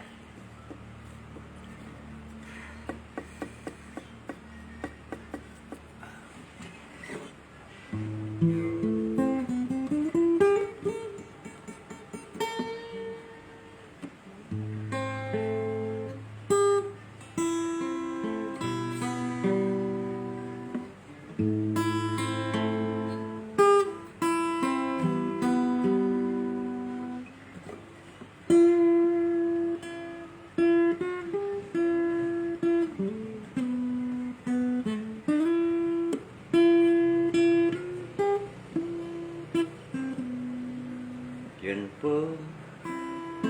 dạo yên với thiên bằng nari chung le woman lep TikTok ya sampai di sini dulu ya kau bikin kayak menyumun kau punya open lagi macam pai macam yang nhìn dọc bên chỉ nhông khu ai vậy thằng nào nhìn họ cái khu bên nha nhìn đây khu bên nha nhìn tả lên nhìn gì trên cái dưới cùng những cái mệt gì nhé cái mùa xuân đó cái bề khen nhìn đi nha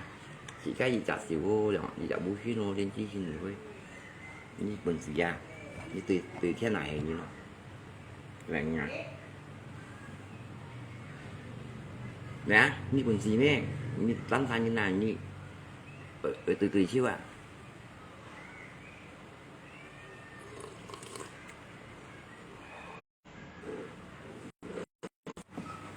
chỉ các châu nung cao đó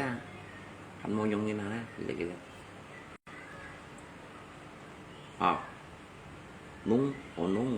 nung chỉ có tăng trong một trong con nhìn bật phẳng muốn nó tạo đi nhìn bật phẳng là sáng xe đấy cha muốn nó lại bù đi nó lại tả đi nhìn cùng cả bật phẳng đó các họ nhìn bật phẳng đó nha to này mùa chẳng tung đúng phí trung phung về luôn được chỉ ra những cái chỉ xí các nhà mình trung phung về luôn được chỉ ra bật phẳng về luôn được chỉ ra mặc cái con phẳng theo nổ phẳng về luôn rồi đi tập biết chỉ ra mùa ăn phải nhớ ăn phải như bọn của thiên châu cụ gì cả đã bị trong tay do thụ tỉnh ha còn thế nào bánh châu cụ nhé cái tay bài bày gì à xin con hiếu tỉnh hát à giống bánh này châu cụ sống thế nào bánh này học chặt gì cả em còn có nào phải nhiều cả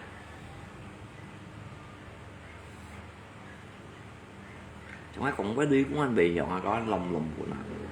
bùm của nó lý của anh bị theo kèo sẽ còn nhiều cái ly lý cũng tham đồ anh bị theo kèo dòng chuyện nào lồng của nó biết ngay thằng tỏ vô hiồng canh chúng mang ly còn gì mấy cái phép thằng kia cũng tí bị băng cách cụ tài hiồng đồ mô hiồng đi cũng tao bạch còn tao mầm bào ya atau bang sana sungai Duria bang Sapai yang độ phía xã cọ leo các anh ti từ mang đi cái mô hiểu ngay trong còn với đi cũng là bể theo kèo này hàng trên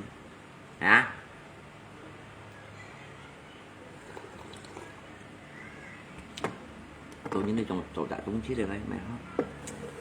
một cái ô chi ba lá nhìn nhưng còn hốc đặt hậu xin mình coi hình được ta 你講我直頭頭殼，我生天痛，打啲劑就乜回事啊？啊，cái cây đấy ăn thua à? Làm bánh heo tết hả? Heo tết đậu phú. Làm món nào?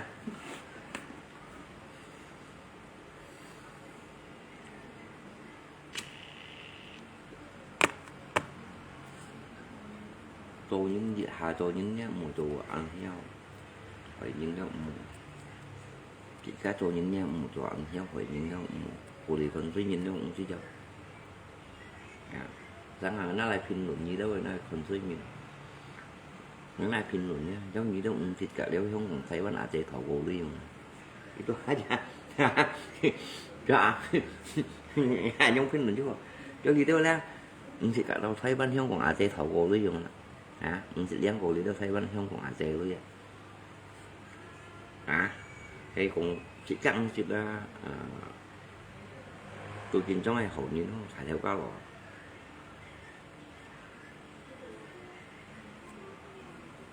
hả phải theo cao rồi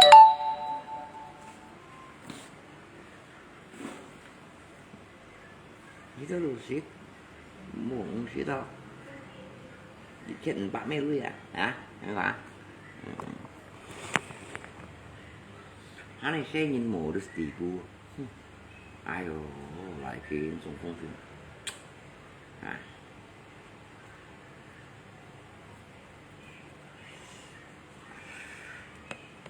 à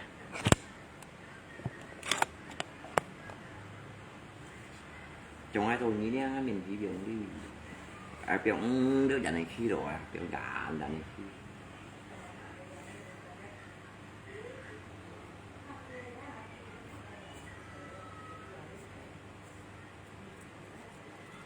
chỉ các còn với kia thì có những người cũng trắng nhìn thẳng nhá nó còn với gì chít phát còn này tụng 10 cái cổ theo cái còn nếu ra đi còn đi xanh nhá mọi ngay làng mình chỉ ngay tà lăng còn này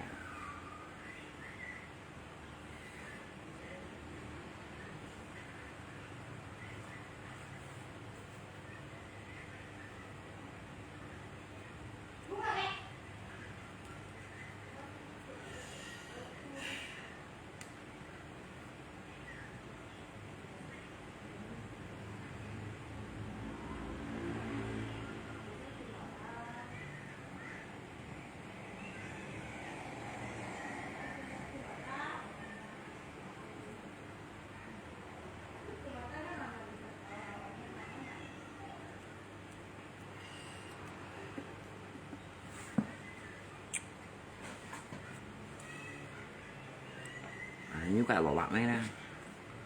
ấy ra ai còn gì có tôi chịu con thuê 10 rồi không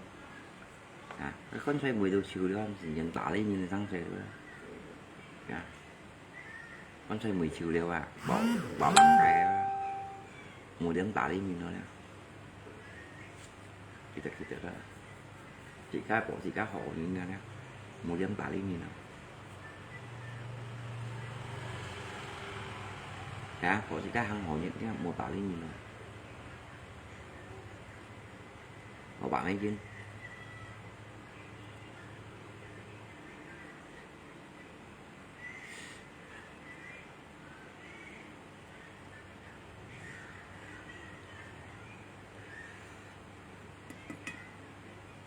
vì gì nhìn đâu đó một tấm tạo lên nhìn là chưa con thuê 10 rồi hả cái trăm chiêu 10 rồi chiêu sẽ nó rồi trăm chiêu so đó nó nhìn 10 như phí cũng chiêu trăm chiêu 10 đó mà như chiêu gì để nó đó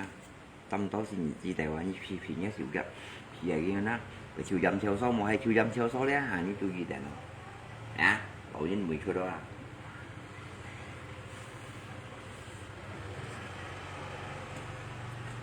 hả một đêm tả lý nhìn cộng như này cộng như mô phật tận à không tả lý nhìn cộng như nha mô phật tận hả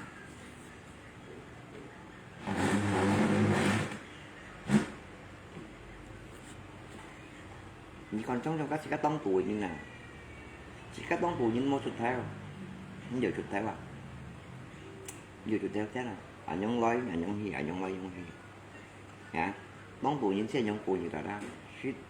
có dụng bù như chứ họ các mi sầu những tôi những sầu à mong bù những là tăng bằng là bà là mi sầu đồ những tôi những sầu đó là bà cái đó sai cái sống cũng mới sầu những thứ gì điều ra mong bù những đứa sụt theo mình nhông lấy nhông hi nhông suýt rồi nhông lấy nhông hi nhông dùng nhông suýt chứ không là một cái thao và ghi về dáng xếp theo cho tổ đi số xếp mì đeo à số xếp năm theo số xếp mì đeo anh nhung nhá nếu không chỉ ra tụi mà chạy như con nhà thì dáng xếp theo mà sẽ gặp nhiều các khoai xếp mò khoai kiểu xếp mấy còn xếp đó nhá cái giả số vẫn bọn nào phù chẳng hạn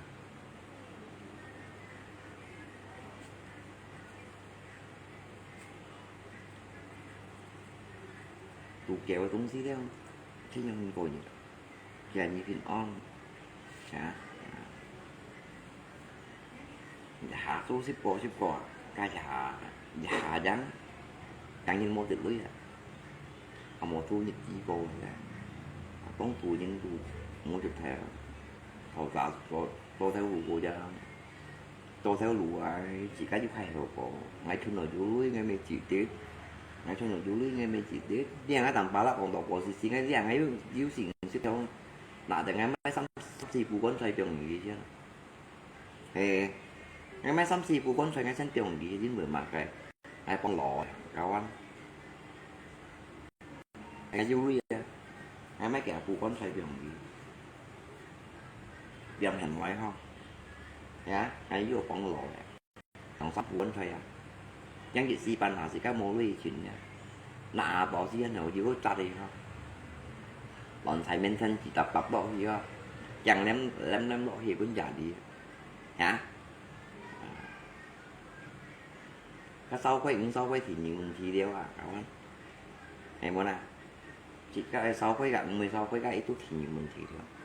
chỉ cái mấy con chỉ các cái chuyện nó hay chuyện như mầm cua à tụng bà bỏ thì mình thông gió thì mình thông cái chuyện mố mầm cua ấy à mấy bên của sáu lù rằng hả à nhóm tôi trộn được bánh giỏi là bánh hầm cái cà chỉ chạy không à nhóm tôi trộn được bánh giỏi đồng bánh này cà chỉ cũng nhân dòng đến cà dòng đến à chỉ cái mấy con khổ xì đó á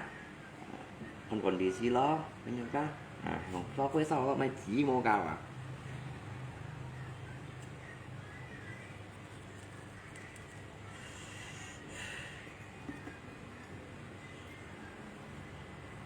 nếu một gì khai gì chân nhân sinh đi東西條路上啊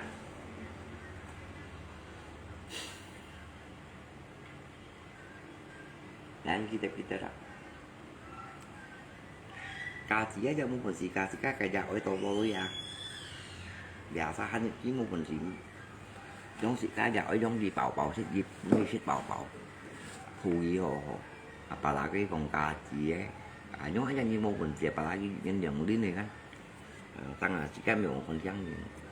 một số gì cái chuyện làm du lịch ra thì tiền sang phụ con xoay liều rồi thì tiền phụ con xoay là liều rồi họ các bè quậy东西người họ vẫn xí ra hả người họ vẫn xí ra cả đến chỉ cái dịch nhân theo âm dịch nhân về bà đến cung điều ngọc kim bao cùng chi vì bàn cái chỉ cái con xoay họ chỉ cái măng xì máy phiền bay đó máy phiền bay đó dịch nhân theo âm dịch nhân sản phẩm liều xếp như đó sao giờ đều thầy nhân thầy cho ra báo cùng chi vì chỉ cái con xoay thì kim pha bà tùy đó thì con xoay không ở đây nhìn này coi nhìn mấy tí không để nấu ăn món cổ xin là chỉ ra mấy đằng xin bàn 병 đằng đấy nhà bộ chủ sĩ các cái miệng bộ sống miệng thịt cọt trong miệng tăng thịt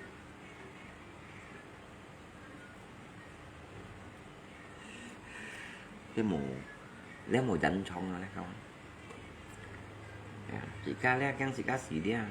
như cái việc cái như thật ra như mấy trăm con xoay lại không hết giống nhau bố xin tôi thải hey em muốn cái gì mẹ sao bật này 你刚刚như gì như刚như gì như mấy trăm con xoay ngay tự nhiên về gì à hả mấy trăm con xoay những cái như gì đó thì các mấy trăm con xoay thì các cái bùa sinh thì tôi có thầy tôi phải đó ngay tự nhiên về hả cái tí lo ngay mấy con xoay mấy trăm rồi hả lấy si dân xong thì cái miệng đó dân xong thì cái miệng á giống chim phai giống không chịu gọi tapi mới nhà này báo cái cạnh như tả lý con xoay xa tả lý nhé con xoay cái mì cạnh như chỉ cái mì cao đạo lì xì bún đi không bao hải xe lấy còn ho với nha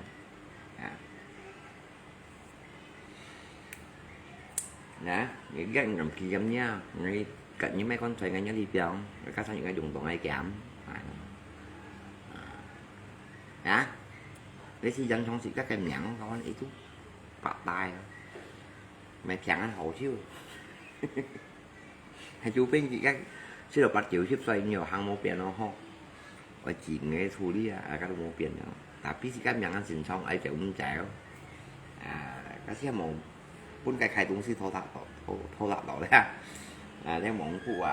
nếu mình sức còn bạc xoay đấy chút biển xa rồi chứ người mà cái chỉ mang xì chỉ xì đeo cái xe máy con xoay trong cái bù xin máy chẳng này để ra cái biển gọ thay vì rồi nhìn về xíu còn bạ xoay đấy trong bóng tay nhìn nha cả cái xe máy con xoay máy biển rồi còn heo xíu còn bạ xoay cái con xoay chụp trong cái gọ theo cái mới biển hành đâu cái báo cùng thiêu thì bằng gì bị chặt đâu muốn là dưới xe đó phải gọ theo vì buat đi thông miệng dành xong cái miệng ha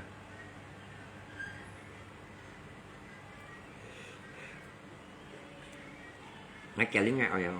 ngày tán xả du ly ngày tán xả du ly ngày mấy sang khu biển một cào chỉ ca ứng tư tệ rồi không ứng tí chẳng si chạy về sáng á bè giả thật gì ngao là phô bể ti còn ăn chỉ các con thầy mày vẫn nhìn phun xả ra yang akan palak posisi sono mau ya anh ấy về giả thật tin nào kawan cha chỉ các con xoay con mụn mệt với nhìn vung xà xây vô xe về mua dùng xíu nữa trộm như nào chị cũng xe về mua dùng xíu đấy trộm như nào được không nào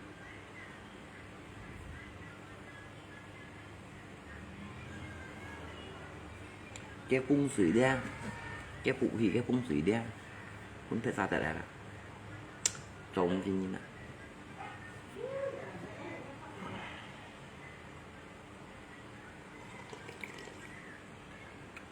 món lẽ xe cổ léo ra này cáu tài bản không đều ghi rồi chị ca nào xuân thì chị ca lộn cái chị bắn chị ca xả lỗ đấy không được cái nhìn phun xả xe cổ đấy tùy xuống rồi xuân thì vui này cáu tài na xe cổ chị tùy xuống dầu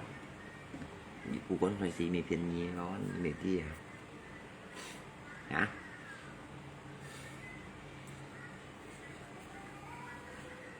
Trần Thị Trắng Trần Thị Gò Hổ đấy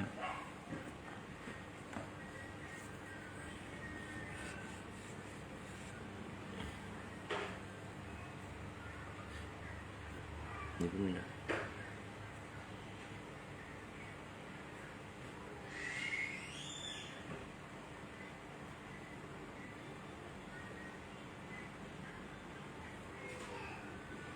cô số duy nhìn rồi có gì đấy họ cho hỏi mình coi cái khâu nhìn hỏi mình coi thì như vậy còn quật bóng chẳng quật nhiều hỏi ra cái như các vị trí nhá mẹ phụ quân phải to thì ông ba mấy rồi sao được ông tăng sĩ cái bù xin ăn thẻ cả mấy nhân nha chỉ cái đủ bà phùng siêu kim pha bản vì chạy lì xì tập đó thì tự tập cũng bó phải đã tạo cái con xoay rồi muốn chạy lì xì cái tạo lý chỉ ra cái con xoay này thì mình cái lòng họ cái kia mùa xì cái tổ xì đó hả cái gì ấn trên chỉ cá tan sao à tổng còn chỉ cá tan sao nè chỉ cá mang xì tí xí mấy chẳng mấy bị phụ con xoay mấy biển à tao điểm phụ biển gì chứ hả sao tao hay như hành gì phải đó chỉ cá về bắt đầu biển đó hiểu họ à về bắt đầu mà cái biển á hiểu họ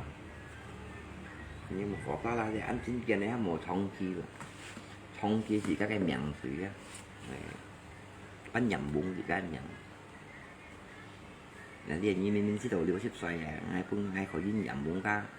30 nhân xin làเป็นkiểu xếp xoay thì nó hả ngay khỏi dính nhầm bún cá 8 nhân xin là sẽ liều xếp bắt xoay à mình sẽ đầu liều xếp xoay em nhận sự gắn mòn trong ngày còn đó họ hả mấy thằng phụ con xoay biển thì là cái nguyên nhân này ở kim pha cùng siêu bàn thì dạ cũng có thể tập bản định nhá thì các về lỗi những các hoạt động dạng này như xì răng phú không những na xì cái na xì gỗ đấy trong anh những phần đó đấy na xì chỉ những phần đó đấy thì tôi hiểu họ với các dạng nhá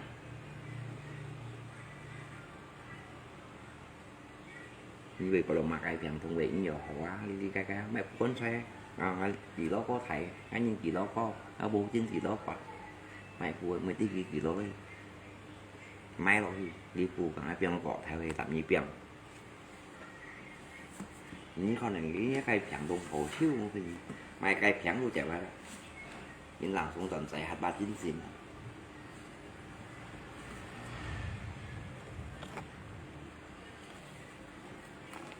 nó sẽ ăn chín kia này nữa không để sao cái sao bẻ cái đó bạn vậy là cũng rồi không ăn ngô bụng như này họ dùng cái gia kiện kịp đó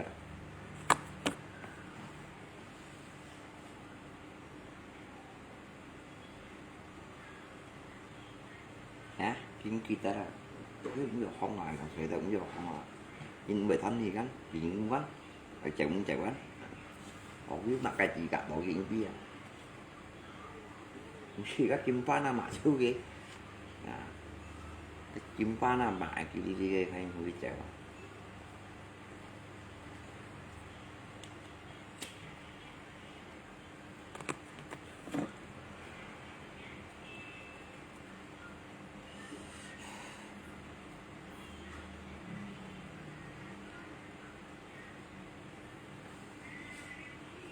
nếu chỉ là gấu nè vì ở chứ những cái nếu sao rồi những cái còn quật dạng nếu đi cái bị diện tội đó bị chẳng thùng chịu bỏ đeo hả mất dạo cái mấy cô ấy trong nghĩ chứ để đi thì cái chẳng thùng ra nhưng mà chẹo ngon có à ở ngon có những các khen tôi bỏ hành thì cái thì đúng không trong hành thì cái gì chịu tôi xếp tăng này còn chẳng mất nhiều chẳng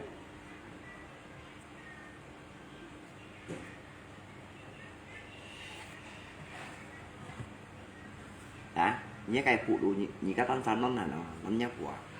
nó như các con sao phụ gì đó nó là nó nhá để làm một thông khi chậm nhớ cái thông khi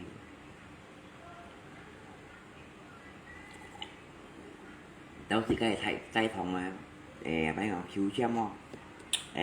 cả cái thổ và nhận suy xích cá trả nhân không gì đều tay thông nhá bỏ xuống thêm đồ mua xong nó nấu mua ngay phân kiểu vô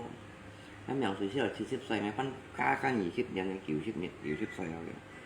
nó chỉ xuống bằng thầy gì ngay bằng phần siêu rồi nó sạch đến bằng phần siêu hả cá trái thông này cái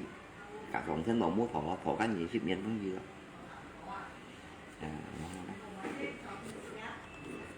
mình siêu xin bày xin nó ha tay thông siêu xin bày xin nó chỉ chống dòng cá thì cái mẹ con xoáy ba kim ba cùng chịu ba loại mày chẳng thùng ngay chỗ về họ đang một sao là họ đấy chẳng thùng bằng sông họ chưa mà di sinh đại độ tôi đang gì dưa hả các thằng như lò một piano thì như lò như một piano các anh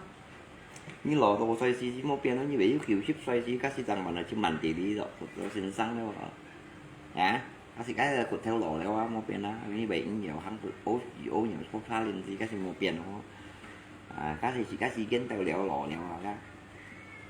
thì ông cái là như còn cò chọn này có sáng sẽ cắt xí mấy vậy là biếng gì nè tập đi biếng mày con xoay ngay cả những mẹ cô con xoay ngay đây tập đi biếng mấy mấy nhân bà vốn trả lý sĩ thải xe đây còn không làm cái trả lý con xoay biểu xin có như này cả sò gì đó và mình có xin phải không biểu gì không đâu thôi phải thấy rồi như cái mini hàng gì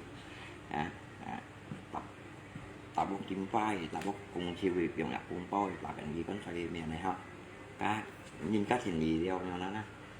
để dụ như này đeo hay tầm bà laไม่เสียดายhay là tầm bà la hay cá sang nhiệt gìยังไงผลจ้ะ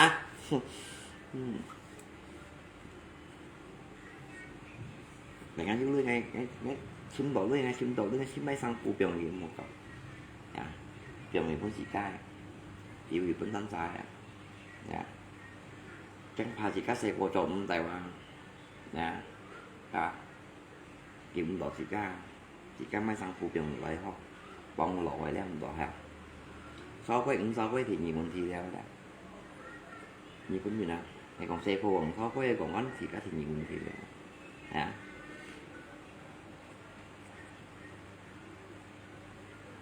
trộn tao mày so với phù gần hả kéo xe khô một phần xì cà thì muốn thông cả xì cá đấy mà xì cá mày lộ so với đó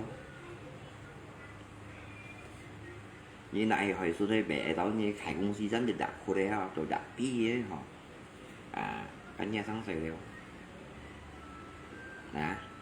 như tay trận đấy cái tay trận bụng hay phải muốn xin tiền gì cả tao phải muốn có tiền gì cả nhà sáng sớm đó nhẹ hiểu muốn có các cũng theo tiền gì cả nhà sáng sớm đều tao phải muốn xin tiền gì cả nhà sáng sớm tao xin thành đi bảy nhà sáng sớm đều là các cũng nhà sáng sớm như thì thầy muốn như xin thanh đây phải như mấy xỉu giống bộ lắm xỉu lộ những cái giống bộ giống thầy 47 nhưng bé xỉu xin chủ phải không nó chị mua này mày á cái lô cái hông lô cái mèo cái cột theo lô chị mua này hồi tuổi bé chị mua này mày cái tài dẫn bù khá chưa chị mày sau đó để chị phải xin chủ phải ở mày nhai cái việc này nó xỉu giống bộ nếu một xíu gì cũng hay xin chủ phải đó xíu gì các cái gì cũng hay xin chủ phải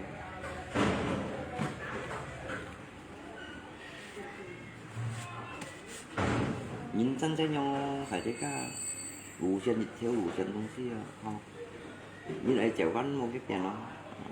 thì còn chỉ có chiều cũng có nhìn xì giá đó hả mấy cụ xăng cụ con xoay tiền vậy chứ để thông chỉ cái miệng giống như cái trái thông sẽ cái miệng chỉ là tí đó xoay cái này nó đau chịu không cũng ngày cá xịt các dạng nhà nó cặn như nó cá xịt những cái những xịt như nó những ngọn mèo thêm dữ tên rồi thêm dữ tên nha thêm dữ tên rồi thêm tên bộ cái miệng thì có cá xong nó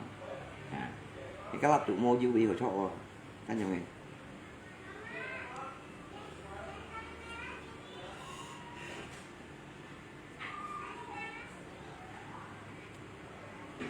những muốn xuống trên cái chia như bậc dạng như nè mình chỉ mấy con xoay tiền này cái còn như họ nó bản chân họ đây ông không họ đây là gì sinh gì cũng họ đấy gì cũng họ mà mấy phụ con xoay tiền này kia mấy chiều mày co nó mày giả cá thì họ đó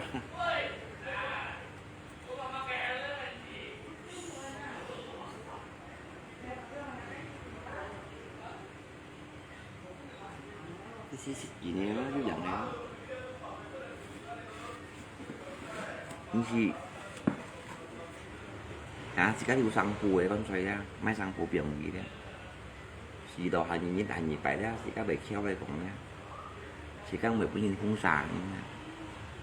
của đi thêm sáng bắn dịch điện bắn quỷ đó thêm đồng quỷ đó những mẹ là quỷ bắn nhân chén mỗi chi đó thì mô quỷ mô sao mô quỷ chi phút nó không cái gọi may này đâu không biết bạn to đi đây cái không vì máy thì phán cho máy này không Một quỷ một dạ xanh này thì phun rồi. Thì dưới dạ xanh này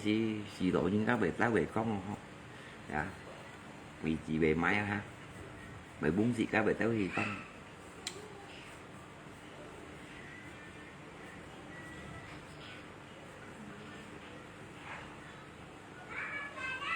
Ngay tiếng chúa không anh. Còn này đủ đi ăn ngay mẹ cho như đâu. À. Nhưng mà nó chín dần phi còn hạ cái còn tụ sĩ chi đeo mấy phần 4 ngày đeo hay mày không gì. Họ để ông tắm bạc trên này cả hả. Nhưng mà tụi ấy quý xuôi mà chi bay. Hả? Như vậy xẻ tôi cái là bà xẻ ra chín dần phi. Như khi về xa là như là bà xẻ. Chắc làm bà la chân tôi đè là tôi đi đồng bao liền. Cappuccino có nói cappuccino.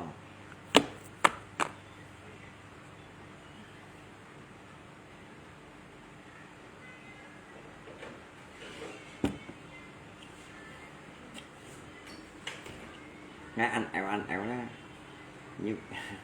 Như bảo tao trên điện phi ấy còn tổ sĩ chi đeo chứ thỏ đồng bạc trên may còn nó chứ cá sắm bạc đeo hả dù con hỉ gà đeo cá sắm bạc ấy ăn hồ cho theo luôn mấy chú ở trong khi này ngay ở hồi thỏ đồng bạc con cá sắm bạc đeo nè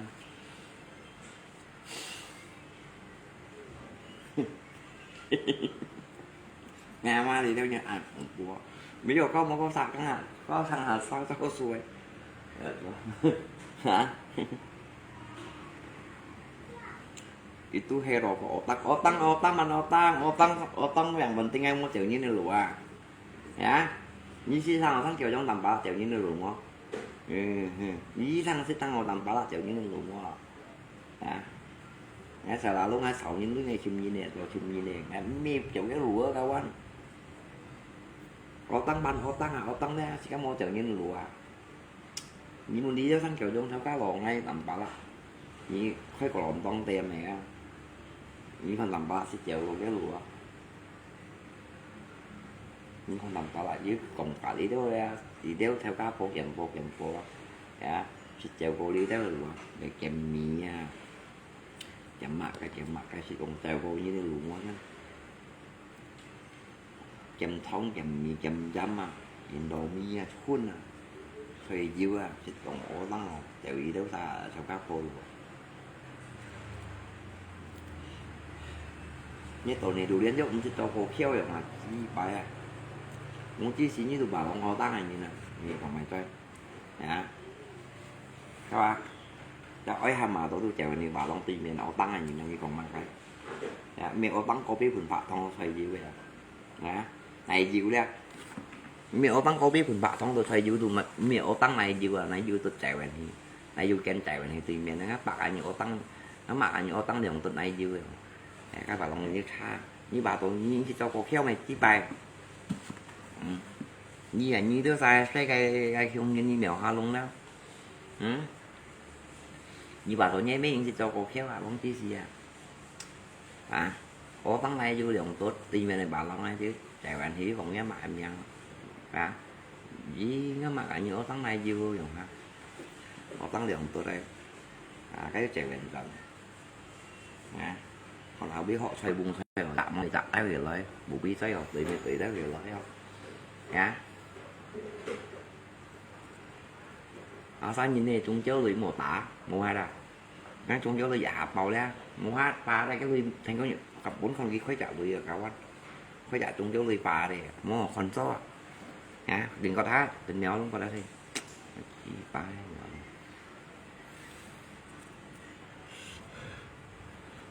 anh còn suy như này không tổng ấy cung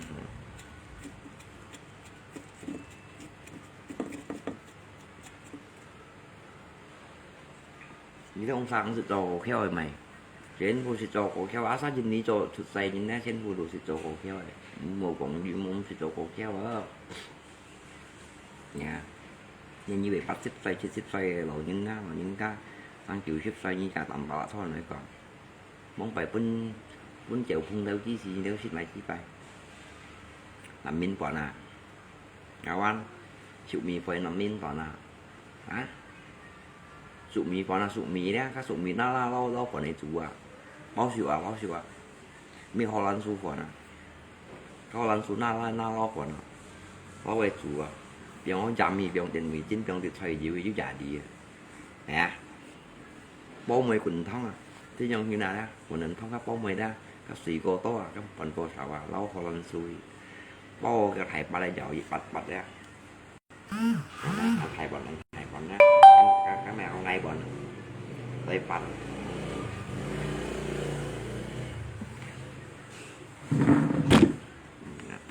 ngã bà làm bà lại cái bà đấy ngã tầm bà lại cái ngã cung à đó ngã cung phù hiệu nằm miếng này như nào không phải chỉ tiêu nằm miếng nha ngã cung à phù hiệu nằm miếng này trong nằm miếng này ngã bà tôi cắn dầu dịch bệnh nha nó nằm miếng xí đều nằm miếng còn à một bên á giờ hạ tụ kêu thải lúng còn á kêu thải bao mì á tụ của nó khi nhau thì nó như mấy tí xả đại nhà đâu à cái thầy kêu thải bắt tụ ở đó ra chơi cá chiếu nhông chèm nằm miếng còn à nè một số gì đó con chỉ cái đi à về tôi nó làm bà lại về mua cho xe khổ khổ miệng sang thì nó cũng phải ngáp bà xin cho khổ khổ ngáp cũng ngáp khổ ra yêu cho khổ chu không à yêu cho khổ sang xe ra yêu vẫn yêu cho khổ chu yêu kêu cô nó nằm bên chu nằm bên còn cũng nằm bên xí ra chợ cùng thay qua à chợ còn làm tí gì á thì chúng ta cũng là xin cao mua chưa có nhìn bằng trên này đâu cái này có nằm bên hết lắm có nằm bên hết thì khi là toàn chúng cái là bằng cách trong son nó à chèo cũng đâu có bằng cách trong son nó chèo cũng đâu đấy bằng cách trong son này để đi ngay cũng chỉ theo đấy đi xuống xin giá thêm nhiều thì nhiều tiêu son mà bán tí đấy mua trần bò cái chỉ theo với tay chèo là tay chèo xí dưới đó thì được dưới đó nãy quên theo mẹ đó còn nó cũng là dịch xanh này thật đăng cái thật đăng này lại hả dịch xanh này nó cũng là này chỉ là cô trong hàng biết muốn cái nằm bên này hết đâu có sao tu mua muốn xì theo này à tu dưới có sao mày cho xì theo mày họ lo thế đó mày dịch chỗ sẽ có thông nhân hết đâu phải chỗ cái bạc cầm cũng đó thông nhân hết đâu mua lý ra cái cho xì theo ta có sao tu ngay có sao xem theo một có ra hết nè hả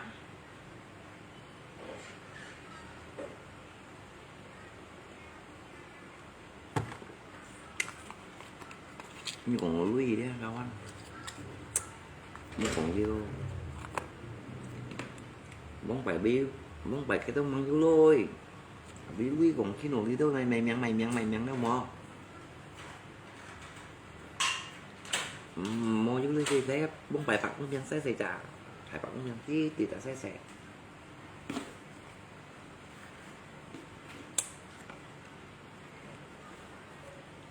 một đi hạ hiến nổi đi hạ cái giảm mạnh trong bằng cái gì giảm mạnh nhỉ bóng bài khi đâm cậu thật tha là mình cậu lẩu cắn tha này bền phá chả hả bóng bài khi đâm lẩu cắn tha này bắn phá chả các anh cái tha theo cái tập hẹn này mua bắn phá chả nhưng mấy tí cậu tha biết kiểm gì đi là cậu tha khi tỏ biết cậu tha là sao nè cái thật cắn táp này dưới nổ bò đây cái thật cắn dưới nổ bò cổ đi cái mình sẽ nên tha phải đó lẩu cắn tha phải á các bắn phá chả không phải anh mang du hắn cá mèo cách một tổ cá robin trên này cậu ai một cá robin này giống cá robin ra cho cậu sẽ kiếm gì đó nhưng cậu mình sẽ một tổ cá cái thịt thùng tung rồi cái mình sẽ này theo ấy dạ không ngắn ý thịt thùng à chứ mình sẽ theo cậu với sổ của cái chỉ nên cái hàng ngay cũng mua đâu vì cái nhỏ lượng một tổ cá cái bẹt tôi chén bù đủ sủi ngay chỉ nên cậu cái một tổ cá một cá tuổi lọn lọn cũng một tổ cá tuổi cậu à cái xăm thu thay một tổ cá Chúng các Nhật Bản nhìn bẻ sao giả hào lấy dần tay này nè, cái một cái.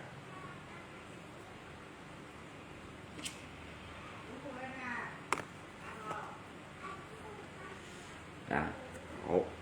Hồ Lan xỉu á hả? Hồ Lan xỉu. À, Hồ Lan xỉu kìa. Hồ Lan xỉu một cái.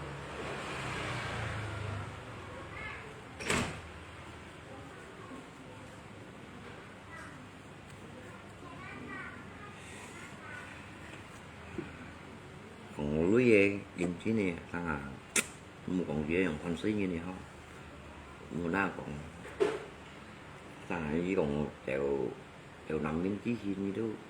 nhưng thì cụ cô mày sao chứ là với cho được cái chuyện kỳ xuân nha rồi cô chú răng thịt cái chuyện thì chồng cổ cái ba cái cung à cái chè cũng thay à bởi chợ cổ cung theo cái nhìn mua xích nằm bên bò này nè ha rồi xích cô nằm bên bò này nhìn mua như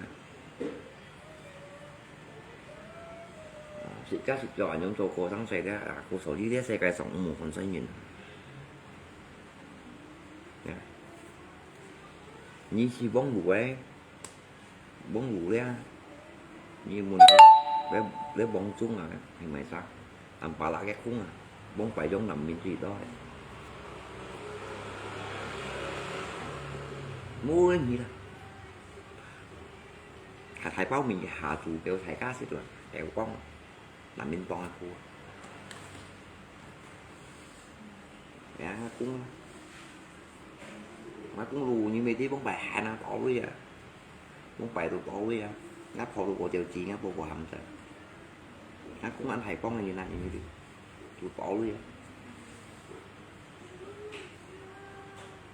nó đi khai những chén tôi tặng một tổ cay á nó đi khai những tôi chén tôi tặng một tổ cay á sáng kiểu giống đi họ sẽ họ tặng một tổ cay với gì đấy khi ngã cây đã thủ lý bị ở với miền đây của tổ chính ngã đi khai những thọ tốt hiểu xa theo này cái gì ngã cũng này xỉu sống xỉu nguy xuân hai dòng ngã cũng này xỉu nguy xuân hai cũng ngã của thải bạ nó thải bạ con à hai cũng kia xe cô nó bạ theo đây trên vua mà liều hay sát theo mà tao lá sát theo vậy em mới ngã xong đây mà hỏi đó nhưng mà theo ngã mới ngã đấy nè như đâu mà hỏi đó nè một tổ cái nào theo mới ngã nè như đâu mà hỏi thế nữa ngã đi bắn gì mì cả lên để em mình như tổ này đủ điên một tổ cái như cho này ngã trên thịt chẳng này à hả như tổ này đủ điên đeo quay gai hải lụ đấy hai này ngã trên thịt chẳng này à em muốn à thịt hát à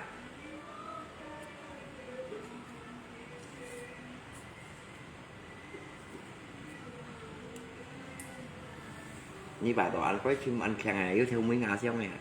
rồi mệt theo mấy ngày đó như bà tổ anh có à khi mà trong em mày cả gì à theo nga giống hiểu mấy ngà giống hiểu này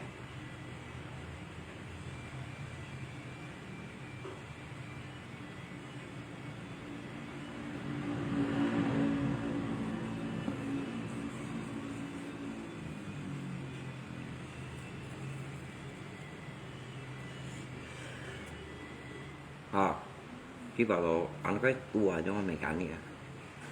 như xí đó mua chè bèn cho tặng ngoài à cái dùng như lấy cá phải không đó tí mày lời vào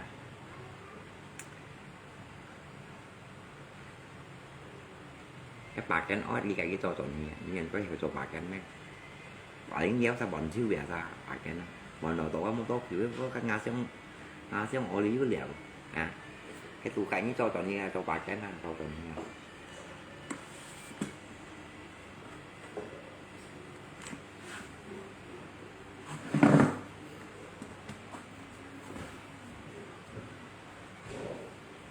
chứ bà tổ nhớ lại cô trong quyết dụ giờ nó chỉ bày bao giờ này nhìn may ra cái gì tính còn nó vì bà cho nó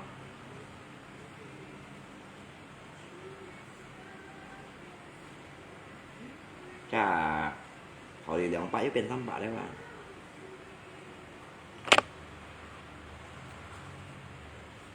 Bukit paling đi hay mà xin gì lại à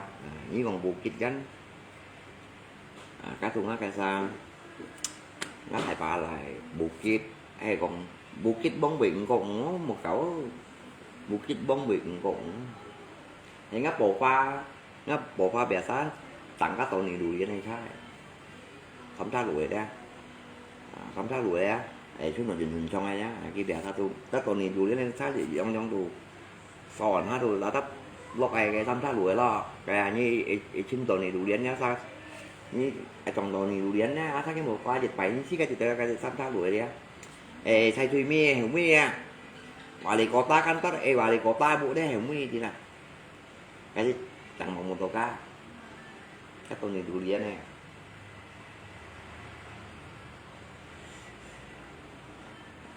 cái ngá bông bị có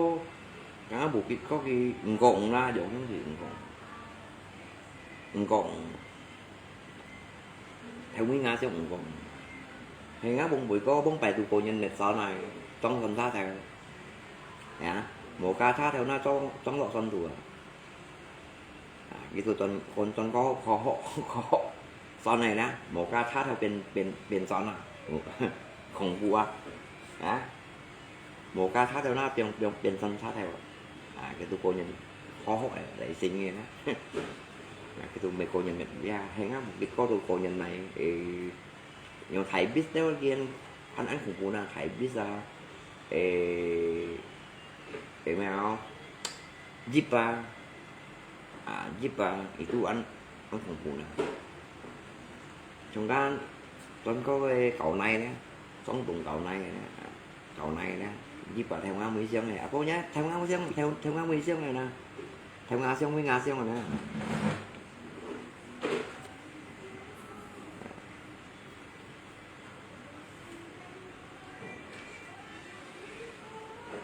các chân vụ ngã thải bạ thụ liếp phụ hai đấy ngã sụa ngã sụt tụi má bà xím chăng còn mồ ngã bà xím chăng còn mồ vì mình có nhìn còn để đi kia ngã bà chăng là bệnh cái ra ngã bà tụi cho con cho khó vì cái tán sát phụ khó vào một dài cái nhìn khó mà một dài nhưng một tổ cá thá theo một cái thá theo đó kia hiểu ngã bà thèm lát đéo đá thì nói cái tán xa đây xím chăng mồ để đi cái không thì mồ còn đi ngã bà không gì đi những cầm còn ngáp bà cái xin trang tiền giá nó thải ba những cầm còn đi nó sụt đeo đó nó xây sụt đeo trên bụng cầm còn ra những cầm còn đi má bên đồ ngáp bà gì tại xin trang tiếp theo nhưng có những còn này như cũng như đó của kia mới cái hung thì ra cũng là như cũng như đó nhận ra đó của đi gắn ngáp khô đó mua mày chỗ là ngáp bà đó ra gắn ngáp khô đó mua mày chỗ là vì cha tan tạo xì này như thế này ngáp cũng là nhìn cô mới tỉnh nào thì ngáp phô đủ muốn bảy cái đó ta còn hay nhá phô thì tầm bảo là một phiền gì nhá phô là cũng tỉnh máu rồi bởi con suy như này nhá phô hay nhá cũng rụng vậy nha nhá cũng nghe rụng vậy vào hay nhá phô thì tỉnh máu không ngáp phô bởi bộ ngáp phô còn suy nhìn ngáp phô còn suy nhìn á hay ngáp cũng rụng vậy ngáp cũng ra rụng ngáp phô còn tỉnh máu là hay ngáp cũng nhìn lại anh thầy phong còn fan cao ở đó là phụ nhìn á ghi mô thì gì kia còn chiều khéo như ghi mô thì gì kia vì bốn bài hai này như nó lỗi như nó chứ hai này như nó còn lỗi anh xin cho này nhưng mày sang xài fan cao nhưng mày sang xài cọ theo tung cũng như này cái lọc vô tí tội cái lọc vô bề mà bằng phô bề mà đấy quá dạ nhớ khúc mình nhìn một cái còn anh thầy phong cái khu đó là cái bề cọ theo tung cũng như là một cái lọc vô tí tội cái lọc vô bề mà bề cái phô mà đó anh ngắt khúc mình nhìn anh thầy phong thế như các cụ đó cái được gì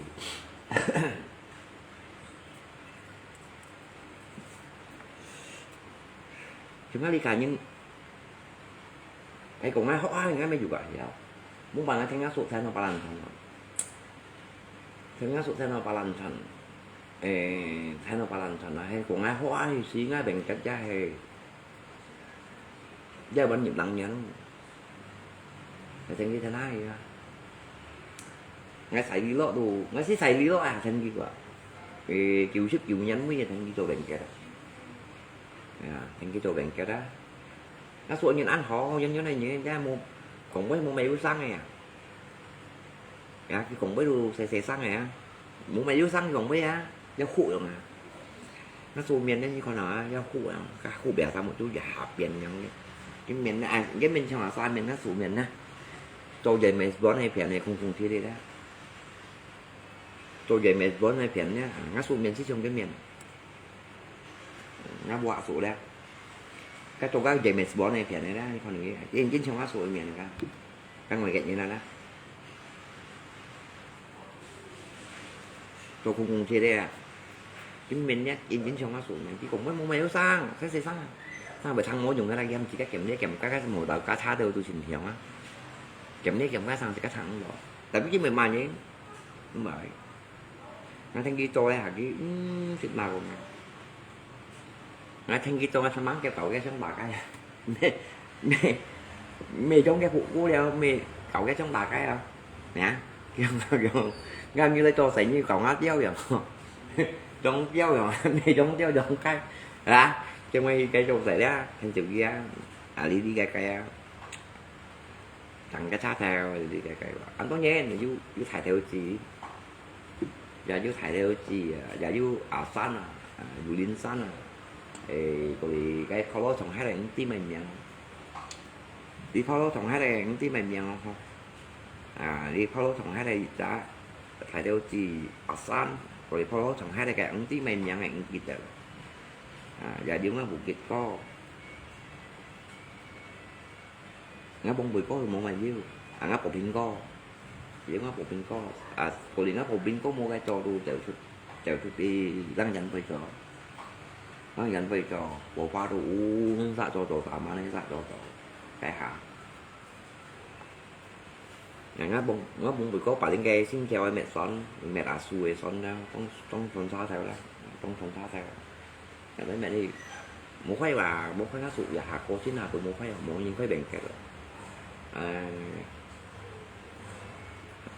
tại mình là Indonesia cái chiều hột kiểu là chứ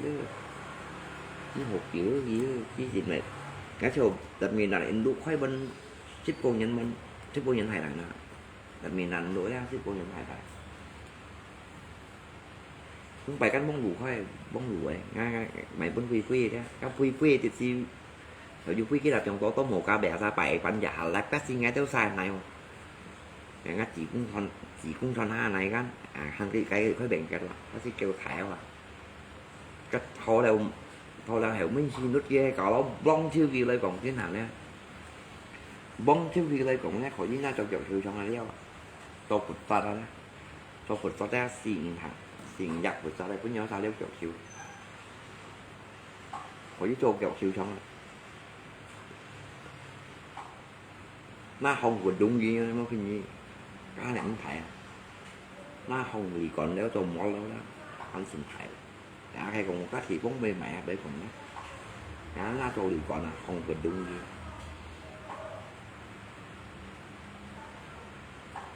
anh thả chẳng với gì như là những khi mấy cái này như một con chị em mang số cháu á một con em trong hai con giả không một con chị em nó thì một không chị em nhiều em nó nói cái được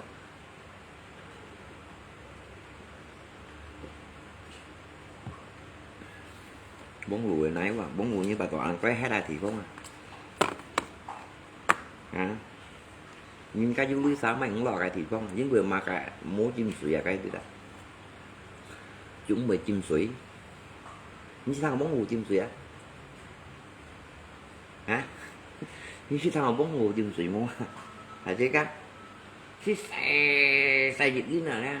xe dịch đến bóng lùi chim sủi đi nhưng bị xa là đấy hắn chịu ship không biết chịu ship nhìn nhận là hả ship chịu những gì biết chịu ship gì chịu ship lắm mà ship chim đến sủi đấy tùy ship mình ship mồ đeo đầu tiên cái là chịu ship lắm nha đó hả nó ngàn thụ SD hả ngàn thụ SD hả ship chụp đến sủi đi và chụp đến sủi các oli về phố siêu dịch vụ này cái thằng bệnh cái này quá cái oli phố siêu dịch vụ thằng oli hả chỉ sẵn có dùng thằng oli sẽ lên đi chim sủi oli sẽ thu đồ bên vốn phải ăn vô dynasty bên nha vốn người oli sẽ đến sống bạch điêu số sống bạch điêu số dịch lên ngay cái đá kia đã đón lùi vốn phải ngang quả xe rồi bên tội lên Kasih akasa leo akon ke pak sponsor ya. Một bài akon ke pak leo. Ngắt thầy pak mua đu. Ngắt thầy pak cô xin cỏ đồ. Chứ chỗ bên leo rồi đó. Xong bật liêu sủ leo rồi đó. Ngắt thầy pak cô xin cỏ đồ. Ngắt thầy pak cô xin cỏ đeo. Chứ chỗ bên mà chứ xong bật liêu sủ leo rồi. Hắn kì ta kì thế. Cái xong bật liêu sủ. Thì nhà nó không phải xong bật liêu sủ. Cô bé nào mới phú giờ bốn bài cô xanh mini bini mini dạ mini anh chú cái tạm mèo bóng mèo chịu gì anh chú nhưng mà anh to bộ nha Việt Nam cung anh dynasty bên này loader bên này dynasty loader pha túc quay nè bộ nha ở trong lại tấm dòng đi bán này nè ở trong ini kayak pantal yang á mẹ lấy tránh nhau cái như không có cái đầu thay bán này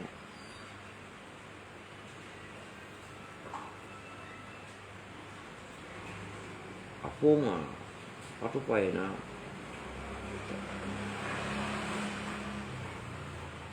vậy thì bún chỉ ăn chịu anh nghe thấy nghe sụ thế này thì ra chỉnh khủng bố đúng không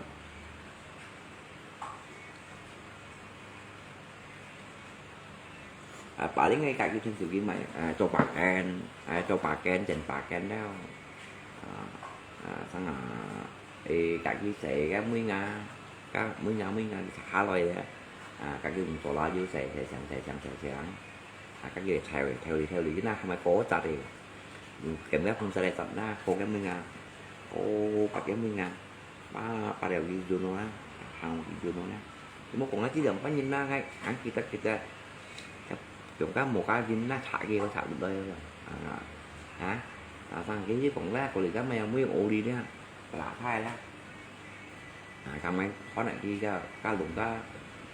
bọn co quả xin này đi thải chim nha con ổ đi đeo này ra lau ổ đi chín nữa ổ đi đó lau ổ đi chín nữa nhưng mấy tí kêu trong là ổ đi các ổ đi kêu trong mẹ ổ đi lau ổ đi chín bọn như kỳ to cái ổ đi chín như kỳ to nó lâu coi chuyện một ngày cái tốt này đọc lạ sao nó sụ đi khả nó hãy biết đi xin tăng sao đó xin cầu ăn xin tăng này nè thôi tốt chẳng có cái phá túc quầy nè phá lá dân quầy để xin tăng này xin tăng sao đó xin tăng con tiền á xin cầu ăn thôi tốt chẳng có cái sao nè thôi tốt chẳng có phải biết nữa chỉ ngã sụp bò xin đầu chín đủ tụ ăn phàu đấy mà người đâu mềm ăn chín chích du anh du lấy bom tụi mình ngắt cối ăn rồi leo ngắt thì nó buộc thịt cối ăn rồi leo xèo kẹo đó hay mi xèo kẹo ngắt buộc thịt có xèo tim mày nó chịu liệu xếp xoay vô ngắt buộc thịt co anh ngắt bông vị có đồ xèo kẹo ngắt bông vị có đồ xèo kẹo đó cái bông vị cố gắng nó lộ cắn bánh đó xoay đâu mình đâu những tí hề mua ai không cắn lộ cắn bánh đó xoay đâu bông vị cắn lộ cắn lá bánh đó xoay đâu ăn trong hè đâu mình sao là anh chơi bao nhiêu nhung tăng hà tu đỏ ra anh chứ nhưng mà có đâu cũng phải thứ hàm ăn hộ cái thứ sao hàm ăn hộ biểu tỉnh nó có cũng vậy người tỉnh nó có cái đó che bù má nó trong ác cũng đi bắn nha vậy là cái trong ác phô một gấu cổ nắn ngầu trong ác phô đồ cổ nắn ngầu phô đồ kéo sao cũng đấy cái quả cặp khe làm bảo là anh tỉnh nào rồi cái phô giờ sao kéo sao bập thì nó bốn phải ngắt cũng là của xì nhau dưới xì lộ thanh này nè kéo sao bị bập thì nhá khó là thành những tỉnh mau hả chim nhát cũng nhộng bánh những chim nhát sụ đéo nhát thô muốn bay kẹo tài nó rồi bọng tài nó rồi hay chim nhát cũng liệu chim nhát ba liệu đó rồi chim nhát sụ liệu đó cái tớ xa gai kẹo này nó rồi nhát thô rồi phải tỉnh nói nó khó tỉnh đâu không nhát cũng lụng bởi nhát cũng mua xì chín này nhát cũng đã tìm trong mua xì chín này món răng tay này là nhát cũng nhát cái nhìn ăn pha đây chứ mày xong xài xì cá về cả nhà cũng còn chứ mày của chỗ nhà cũng ra về cái nhà bị bảo long tận gì thì ta ta hăng này mẹ ta hăng lụa hăng này thì đấy bảo long rồi cái bảo long còn cái gì cả luôn giờ nó cũng là còn nó cũng một cuộc gì á cái về nhà bị bảo long thì cái ngầu phô tí tỏ cái phô tí tỏ nó phô nhẫn định đâu cái về hành cái nhân quả vi tình ngay rồi cái bị thứ nào đi bên trên nhiều ca không đó phụ vậy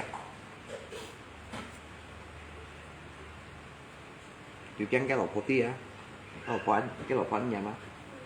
lọc của lạnh nó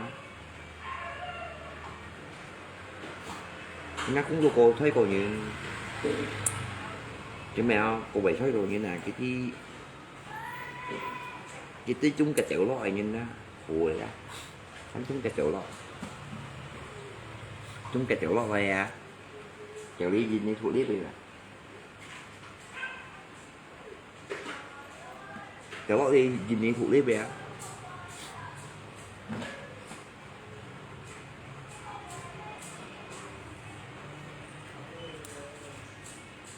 hắn á vô chặt đi thầy áp bạ rồi thì chỉ thầy áp cũng ra tôi thấy còn chiêu thấy còn chiêu ra thầy đi những cái bị sắn bộ nó ngay giống còn á hạ tôi mua nhiều gì vậy những cái anh thấy màu nha ngay chỉ xin nhân nhị cho nó nha tụi má mua hai chiếc vì mua những tài sĩ ca nha những cái thầy bạ những cái anh thấy không ngay chỉ thầy áp bạ thì bông vì cái phải vô thầy bạn còn thầy cu đeo đó những cái anh thấy mòn xăng mùa những cái anh xăng mùa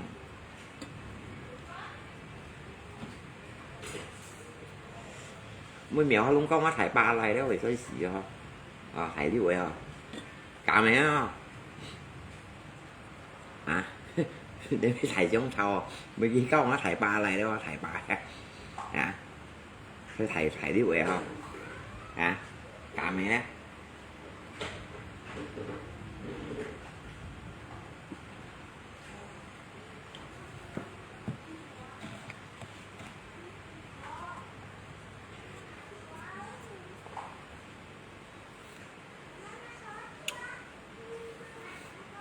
Leong Pajintan, Leong Chin sedang menonton.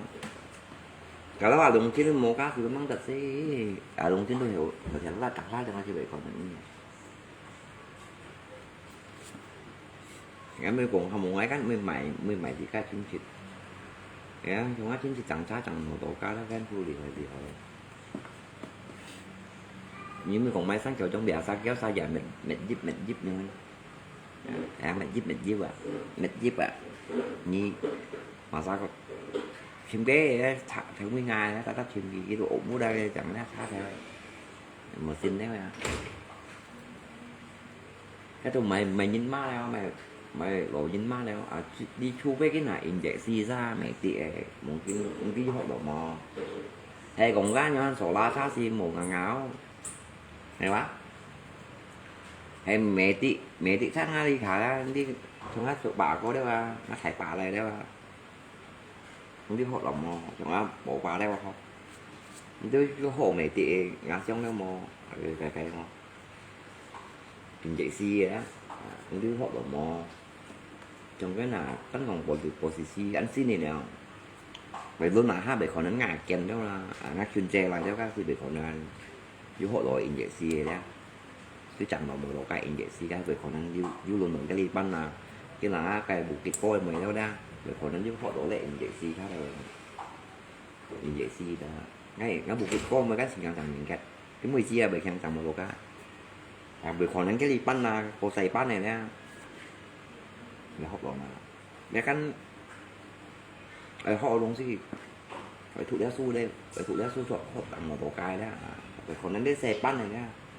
phải tặng rồi in dễ si sao đâu còn năng để còn năng nào đó để nó thải ba lạiกันฉันพูดtặng mở xí này á bà kiện mở xí này mở xí này cái ngã xuống ăn chan thành lúa ngã xuống ấy thành lúa chỉ mua cháu có cái thành lúa cái cha thành lúa cái án lên bùi thế các thao bốn cổ thành cái phạt kim du hàng mô hàng cái này đi thế cá cha một tổ cá nhiều tí đó à nhưng một tổ cá sọt đánh tại người cha nhân chỉnh hàng gen kia một tổ cá sọt đánh tại à nếu như một tổ cá sọt đánh tại như mình cũng nhớ tham mô đi nếu một cá sọt đánh tại à tại đi cổ xì đen nó cái bù xì sao vậy nè sọt đánh tại không cá cha hải hoàng hiểu chưa sọt tổ cá một tổ cá lẽ thì ông giống như vậy và tất căn bản những cái cộng dân cả bù là to đó dù quý cũng mồ đâu dù quý là sắp hay mà cái đó thì còn bốn lấy tung là tung nhón với một ca sao bên cả nhé cách lạ tha thay bà lạ khay nữa là tôi chứ mồ cái phát lại nhá sai thằng lại nhá sai thằng đó lại nhá sai thằng đó cái bộ xí nó thực chất là coi gì chậm coi lấy cầu gì đó cầu thà đổ những bộ xí sao vậy đấy thì cả như bọn nó đó chứ đang làm mình bộ xí là cái số xí nhá sao hay còn chú và tính nhá sao tốt lắm rồi nó không vô nó sụt nó bẻ ra câu lăn câu lì câu cái thôi nhưng một càng kêu lít đâu ra bộ nhà hàng lá thái nó nhá thái cũng kêu mang lại còn nhầm cái sẽ tính cái chiều quy đen nhưng cái sẽ tính thì đó nó cái như sao không có vụ gì có nhưng nó thăng kêu mang rồi như sẽ tính như chọn hiểu cũng gì nhưng không gì nó sát sổ lá vậy á sổ lá thái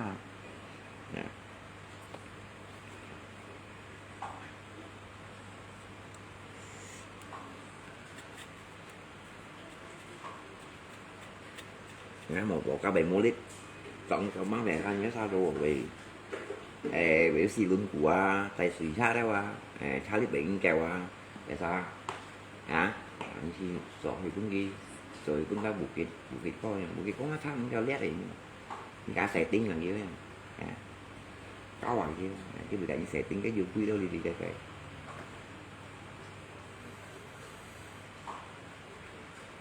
kéo cái thái lặn xuống đét đó thì chim tóc này có khá nhiều thằng ngủ đó như một chuyện chia cũng bạn nó lò thịnh sọ cái dòng ai xăm bà thì bị hạ gì à nó lò thịnh sọ mấy dòng ai xăm bà mấy dòng ai xăm bà lò lai à cái thịnh diêu sao ai xăm bà em đang có một cái có rồi dạo nhá má kêu cái dịp giống một bộ cá sấu đầu thịt như cái này xin dùng bật trong thầy kia thương đấy mà muốn mút mình đều hả những thằng á là thành sót nhá má sống la cái bài cái bát rồi rồi mà xin nước vô sót chuyện này như vậy dạ rồi thành sót sống la rồi thành lá tôi sẽ thầy thịt mình xong á so chuyện này kia như tao rồi thành sót một đồ cá như xin thủ với hắn rồi chẳng thầy đi cầm sót đây thế kia chỗ sao không rồi đó cái như cái nắn tuần thấy dòng gần lãnh thuê cái buổi gần lãnh thuê cho thầy lùi nắn tuần theo thầy anh chỗ đó sau anh số thầy anh chỗ đó hay là thầy lùi dưới tận thấy sau anh chào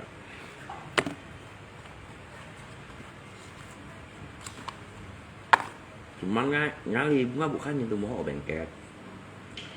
ngay thanh kia họ không chụp bằng kinh nó tụi mình mua nhung nhung bánh nhân anh tí đụng nhiều là nhung không ngay thả đi thả cái tu ăn nhiều đó cái thả đi thả cái ăn nhiều anh chọn một tổ cá linh nếu có hai gì cả trong còn này thì nó hả chọn một tổ cá linh nếu nhá các tôi chọn còn nhiều các anh quay xong rồi không vì cái sọc thực tế là cái ăn nhiều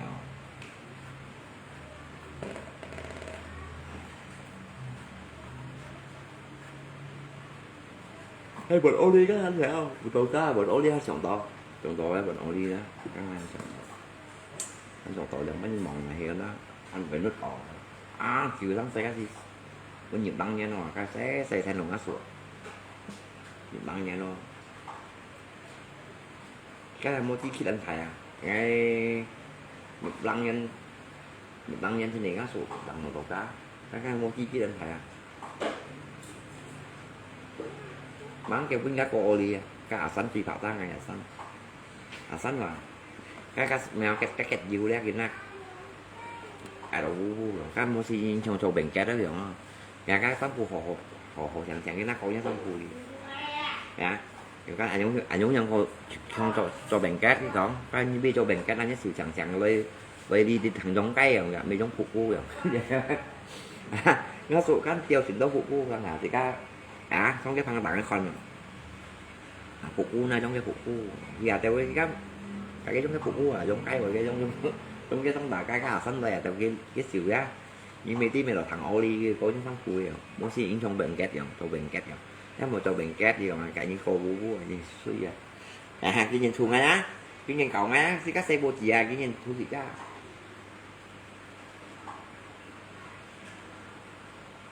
cái mối tốt dụ thật nhá nó phủ qua cây rồi nó phủ qua tụi xuống cách nhìn phá sát xe vào cái đó nó phủ qua có lộ sẽ cầm một con kia diễn bị xuống cách nhìn phá sát xe của chị diễn bị đó cái phút khi con sắn cô Oli ngay cái sắn về thốt rồi sắn về cũng đã bỏ vào con thốt rồi như phá sát kêu mang nhập cái sắn của như cái chút Oli như một của chút đây rồi và sắn còn bốn ngáp bỏ qua không còn bỏ sắn được bốn ngáp bỏ qua con thốt như vậy ăn phá sát xe rồi mấy con như gà đến rồi lên lụng cái sắn này lụng cái sắn vừa bong nha xỉu ra rồi như một vài bùa chút đây rồi bốn ngáp bỏ qua có dẻo không phải kia đó sắn có bộ có dẻo nó bộ có con này á cái kia mày mang sắn sao là sắn nhân cầu như nào luôn cái sự vui như mấy tí sang xảy bị tha theo cái sẹo lô phi đi cái sẹo nga xong nó cái sự thằng sò la vô bu trong bài nhá sao mày chút rồi hả được cũng bộ có thuật nhiều nó phá xá kêu mắng nè cái tiếng chiều anh cái nhung nhà sống thôi á anh tôi 10 chỗ mua gì á chỉ có 60 chỗ anh phá sát như này không cái ngay tôi mua tròn ngay tôi mua thành sụt rồi mua thành sụt tròn ngay tôi chạy về bắn cát rồi chạy về bắn cát thành ngã cú đấy còn đi còn là quần chạy chạy về quần chạy rồi đi còn là thân quần chạy rồi đi còn quần chạy cho hòa trong tháng đéo làm đéo nha cũng nghe không trong tháng đéo trong chi đéo cái phố trong tháng này á trong tháng này thì các chú chèo rồi toàn tháng chèo dòng chèo toàn tháng chèo trong thanh niên xuất hồi tôi thanh các xuất hồi chỉ có giao xuất hồi ra đâu anh như tí ngay thế nào phải xuất hồi không ngay mũi già ra chèo bài sao này sỏi chèo bài sao nhá chèo bài gắn cặp với sụt chèo bài ra mũi già xong tuổi ra thành với sụt rồi là trên nhiều cũng nghe cả này quý sủa mi trên nhìn quý sủa là trên nhiều cũng là này quý sủa đấy này còn thấy những chuyện hơi mơ được hơi đấy rồi cái cả kêu bà mà chú cày kêu bạo càng lại này kêu bạo đó anh chú biết bà cày kêu bà nó thấy những chuyện ấy không kiểu như vậy hin son món xíu ấy khi bà còn con bảy hin son nhưng chuyện ấy thành cái chuyện ấy đó ông cái đường có những eo dầu cái kiến nhận eo lên mà có những eo ngay chú cậy thắng phân sủi vô xịn sáng cày lâu nhất mà cày kêu bạo cả với sủa cái kia có hình cho thế cả ngay tôi phân theo cho ngay phân theo cho thì làm sao tôi thì tôi chỉ cái theo thắng phân sủi theo cái mà thắng tôi cho thành tung tàu ngay kia ta nó muốn bạn cái tạo xe thì chỉ nếu xe qua sẽ có thanh kia chuột rồi má thanh kia phải tuổi phăng nó sinh cho có tổ ra hay lượng điểm lăng sắm điểm tù thì sao cụ kia chuột phải thanh kia gì thanh kia chuột phải muốn phải cái cụ giả anh to cụ ai đâu anh má mẹ ngáp bảo với tí ngay nhận bánh như nào ngay bà đặt ngay dầu cái đéo xa ký nhận trên cái lộ những cách chuột hồi đâu bánh như nào thành cái sai kỷ niệm nhé đẹp như Phật là lăn cho làm bông cái khi chị mới quý ghi rồi cái là cái lăn cái cổ lông có hạt cổ bóc rồi quần đỏ cái khi chị mới quý rồi thì các cái quý on nó tay này on cái nhé bạn ra cái vùng cổ những nhé bạn nhé bên đằng nha khi mới ví dụ các cái theo theo khéo gá son nọ một cái son bay khéo gá son gì theo hàng gì theo thầy bạn lăn kiểu à bạn lăn khổ sao lăn khổ à ba là nhiều sao là ón mèo ón khay lỏng bao cho bù cung á là cái sào cá cung á người thầy thì ba lần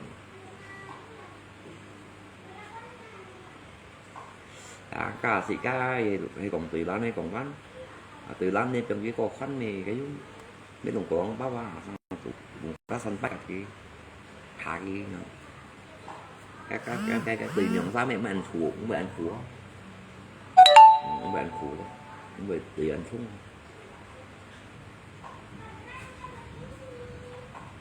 thằng cái tốt ra tùy nhận thì khoái xề xa hay còn cá thấu hoa thằng đồ thầy xa khoái xề xa được là xề xa leo thầy cái nào cái này tùy miệng ăn tùy cá thấu hoa sau này miệng nghe mới khoái xề xa một chỉ cá các bạn ăn chung à chỉ cá siêu lạnh này hàng gắn cái thầu cũng được khoái xề xa và dòng pha nhân đây cũng không pha nhân á siêu mà gạt chúng ta chuyện này cái bà đồ chọn sẵn cái khoái xề xa mà dòng pha siêu chuyển nó phải tiếp tục phân tổ của siêu chuyển anh mong siêu chó thằng nào sẽ siêu chào eo à siêu chào eo siêu từ cái xăm siêu ga từ cái cây mèo miệng bay sang hẳn kêu đi ra thì cái trên sao cái bà đồ thân sự tại cũng cái miệng bay á đâu cái miệng bay với từ bác phân tủ đi phân khó bằng nào cái dạng trong cái xăm thì cái quan tùy hẳn chú khoai à chín xa chú hàng hả tùy cái khoai cái lần á từ cái khoai cái là cái con siêu dòng tem hả có xong dòng tem hả của chú con thôi dạng à cái con siêu sản bông siêu tụng mới sang thì các té cũng thì đụng các cầu xin đều gì không này đụng cầu thúng đá kêu đều gì không sang là sẽ các dạng kia ta đều xỉu chỉ về cầu bầu hết rồi con cá sọt gạt cái bà bồi như mê tí kêu xỉu gì chứ tí này nhé anh như mắng kêu cũng kêu mắng tùy hết nhé đây xỉu chỉ hắn vô cầu cá sọt này nha cầu cá miệng con này ha cũng cầu thúng như cầu ngay câu cụ đồ ăn bao một hình gì cái gì sang cái này lòng ba lọng một tổ thể đi đâu còn làm pha xong hai trâu rồi phụ em một con nhân tiệt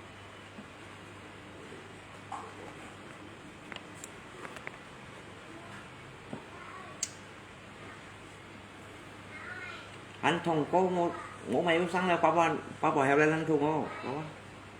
đi khoai xăng kiểu giống này tập chưa chứ có tay nhỏ chân nè có tay lại đó như vậy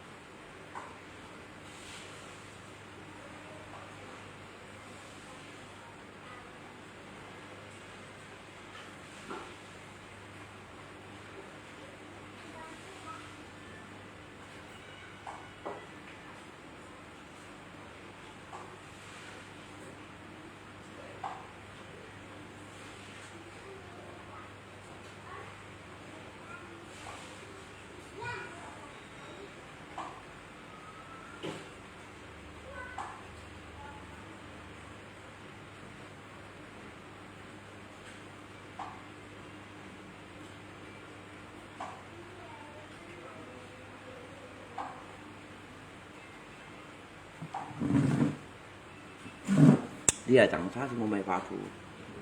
vì điều chân thủ vì điều ra ơi đi khơi sang kiểu giống này vì điều ra ấy đi khơi sang kiểu giống này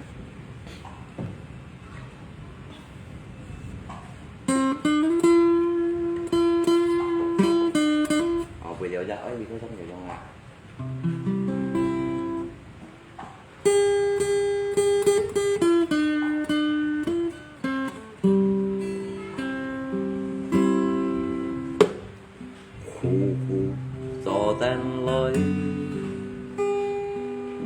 điều tông cái cha ơi một suy ngày về liều chút lối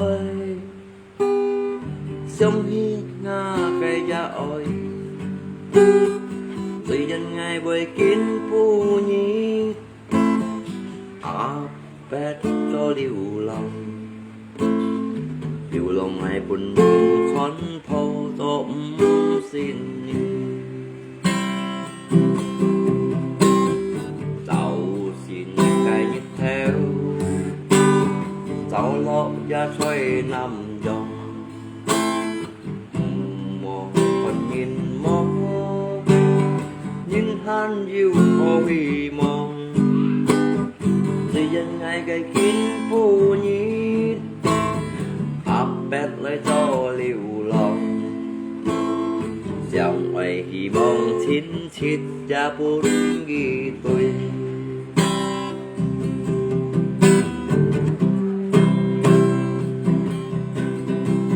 ngày muối nhít ngày buông xeo xeo mày cho cũng theo kiểu rằng tôi nhìn xem thế cả sẽ xong đi dầu kêu pin on cá xuân ly nhìn họ bị phung dù kỹ sĩ ghi bói tròn phù rằng tôi nhìn xem thế cả sẽ xong đi dầu kêu pin on cá xuân ly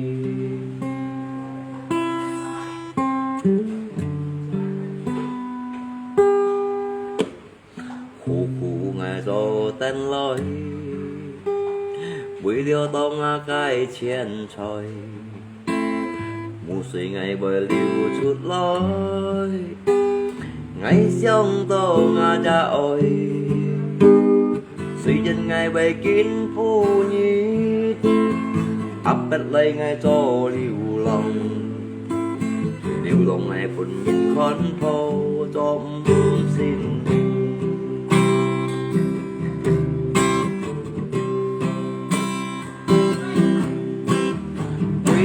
ngày buông xeo xeo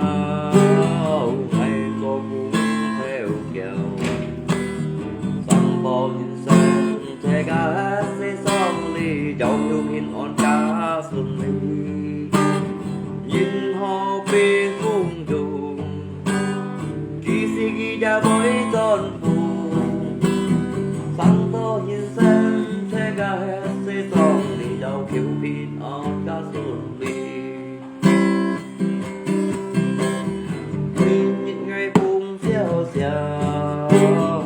ngày cho cũng theo kiểu rằng tôi nhìn xem thế cả sẽ xong đi dẫu kêu pin on cá xuân ly nhìn họ bị phung dù kỳ sĩ ghi bói tròn phù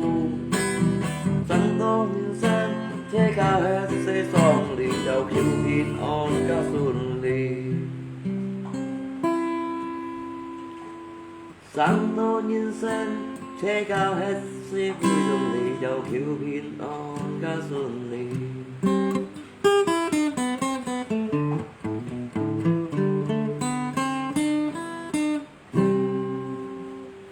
đánh một chiêu được không anh? Nghe cho anh mang nè, cháu là chui và là chui dịch theo gọi theo ngâm cái kèm đèn bao dẹp bông này tại đó xe cày á đe khi chỉnh tội theo thành con rồi chỉ bị mua đó nó mùa lát Facebook nó giả lát Facebook đấy nó chân về thầy lát Facebook cả là bị tỏ ra mà phim nha chân ra khổ thai nè về thầy hay nghe mua lát tiền nha chân ra khổ gì đèn bao ra khổ gì người quan to ăn cá rồi cho khổ thai nó lát Facebook nó chân quả ba tùy xuống này quả ba chân nó tùy xuống này mong còn xíu rồi á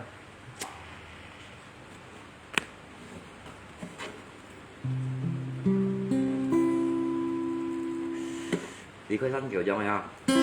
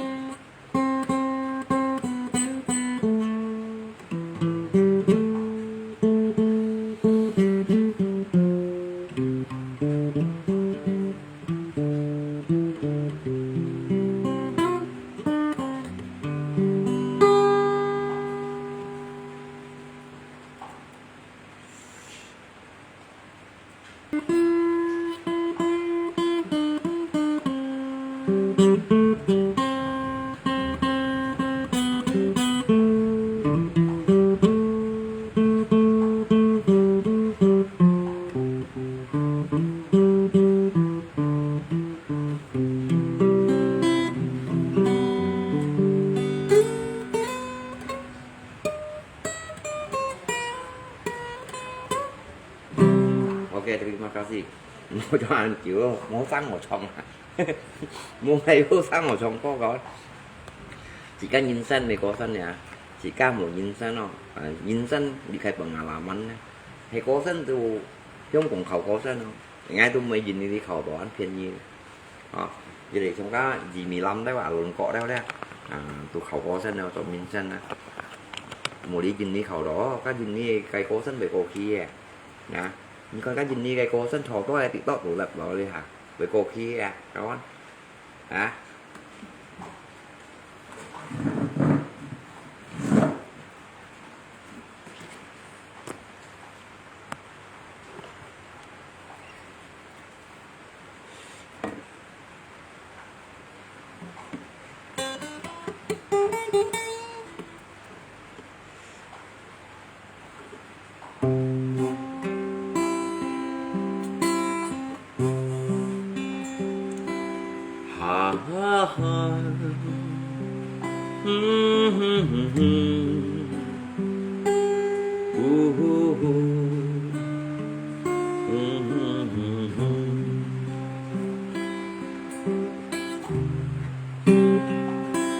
Kiến cu cha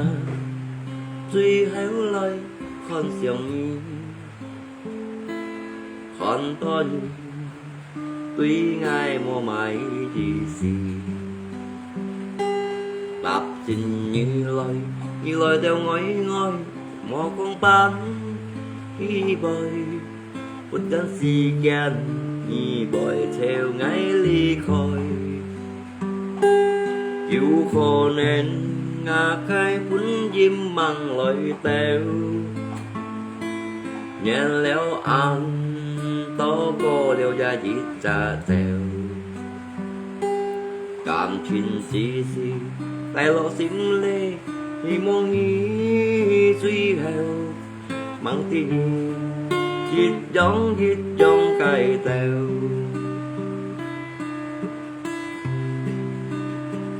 nhìn con thon chín khoan chim cầu nhìn léo cha ta áo mới tùy ngày mô kết cô nhìn con buồn chim khi bơi to nhẹ liều ăn to cô dịch giá kim nhông tớ suy dần lại chi sẽ sống ăn to dân phá gạo to heo xa nhà cây xe bò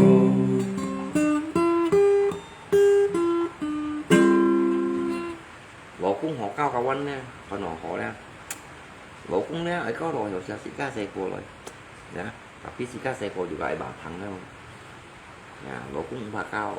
nè có rồi họ sẽ xịt cá xe cô rồi nhiều cá hả mấy cái anh xịt cá xe cô như có anh có sợ bộ cũng tình cái lăng hả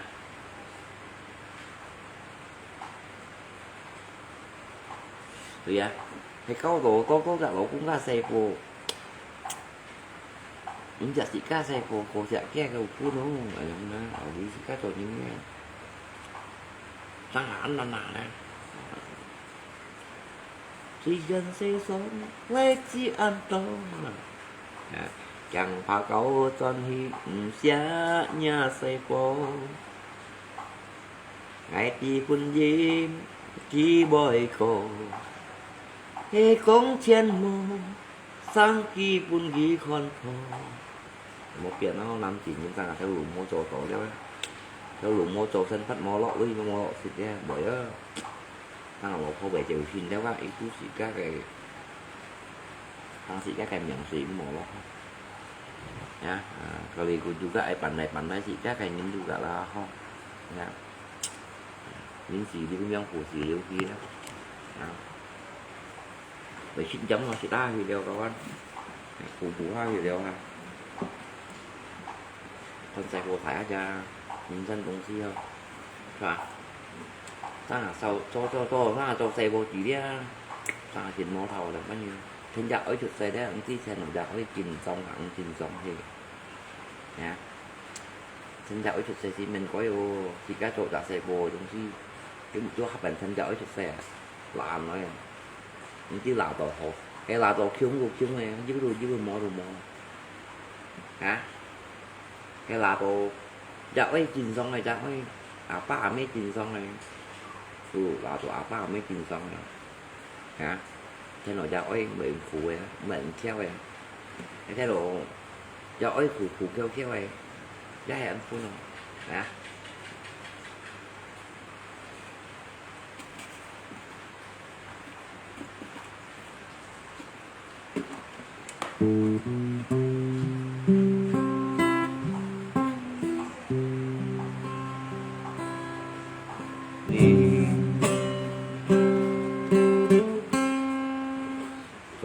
Ra những sân suy phùng phù hè mai ít si ban hà lão ca thiên buồn thôi quỷ liêu chiến thời biếng hết nhà ly theo oi sáng hà oi tên nhị tròn ngay tên lối nga mu suy nhiều chút lối trong công lý kỳ bói quý liêu trên trời quý liêu ở những mẹ ăn con ok terima kasih makin live ý ngư đừng rằng nói đây này chị mà live ra phải chạy cả ăn có về áo lọ dưới về áo lọ dưới TikTok lọ dưới Facebook lọ jadi ăn có bật sẵn lọ này để coi là mình sẽ cắt cái Facebook á jadi juga yuk ADD ADD ngang cho thêm juga anh chị mà lát về theo đi với chị vì chỉ nó chịu điểm pa nó họ quả cổng chưa vô quả cổng chị nhá kita ra ấy có cái nhà bằng giả cô nhá bằng giả có mà chỉ bay nhưng vật chẳng không mùi ấy chỉ ba la nhìn đâu mùa liêu nhưng cả vật chẳng đâu gì cái thì chỉ vật chẳng cái là mi gọi mà sai chẳng thùng mới dạy như là pin on sừng đi hả mới dạy như này ai bật sai ai pin on sừng đi ai tổng bật to đi bật chẳng mi như nói không mùa liêu nhưng không chẳng thùng mi gì cả oi cái chân nó chỉ cả một cái biển mà sang tí chọn tí dùng này mà sang mình nhận pin on này ví dụ nhân dân này nhận pin on nhận khải lọ nhận con gì nhỉ tapi ơi hiểu sự chi về món có rồi tên cá sang nhận hiểu sự cái tàn gì chẳng lấy vụ cá lại lo củ đét chạy xong nè tôi hiểu sự liêu không cái tôi học một gì các cái hiểu sự liêu hiểu sự là như thế và hỏi ban hiểu sự á gì cá gì之前那老虎打了砰của nó mọi用少了cái tần gì đó đó tần gì rất cao cái bạch dính bánh chẳng lấy bụng pha lẽ cái tôi như dùng xỉu đéo cái xin trong dùng xỉu đéo kẹo gì cũng không thấy đâu đấy say vô bề cho tao bún gì các đồ tao trộn tao đéo các phụ xin trong gì các cái dùng xỉu vô xong bề cả gì các cái thèm ná các tôi xì các cái say cây tùy khai loại tùy con gì cái nhật chi đều phóng thiên cái nhật chi đều quỹ thiên hay nhật chi đó một các cái hiểu xíu hay cùng tôi tại những hắn sang tạo sắp hắn bề xíu gì hắn bề kiểu siêu hắn bề thung khù trả giúp con gì trả giúp siêu trả giúp khai lo giúp cả hình được cái xong nói xích còn tả bập còn phù gì hàng cái trong cô hắn hiểu khai lo hay còn ở hiểu xíu nữa thì ở tỉnh sĩ các cái kiểu thì cũng hiểu sống trên các đồ tin đó hiểu xíu bởi sáng nó tần gì lời đeo sáng nó bao xong lấy cái sĩ các chém sáng nó lâu củ bắn sùng xong này cả sĩ các khảo các đồ hiểu xíu đeo đấy dùn dần sĩ các cái hiểu xíu đeo hiểu phụ đeo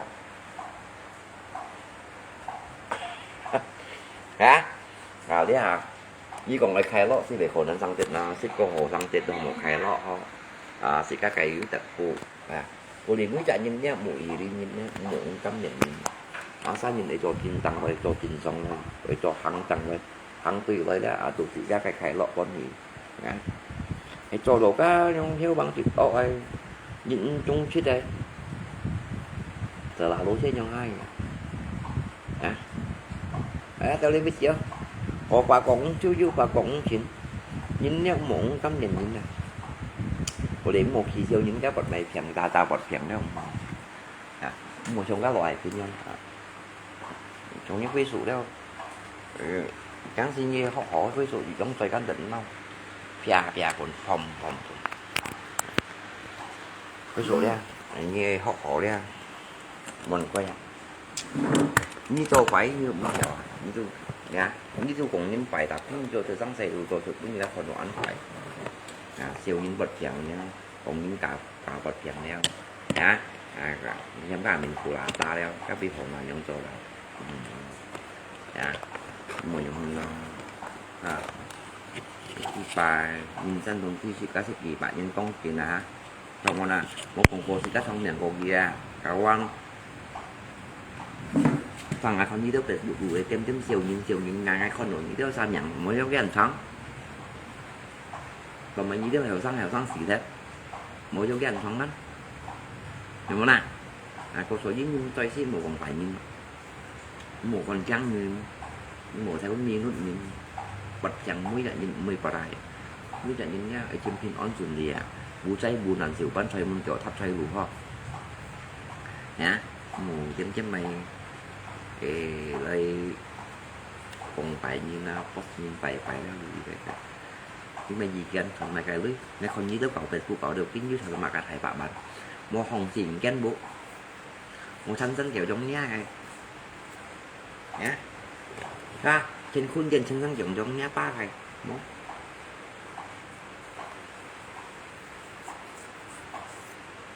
để mà nào mi cái cả những da cũng như cả những da cũng cả những chiếc cung những là phần suy nghĩ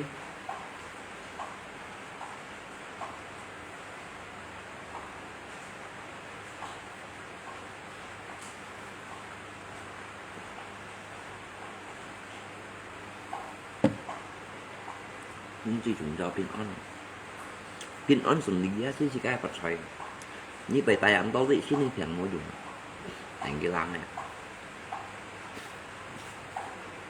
em muốn à chỉ các bài xin nên tiền này của một chân dân thì các cái dân thì ăn thôi chỉ các cái bu xin nhá thành cái lăng này gạt té hạt thì từ gần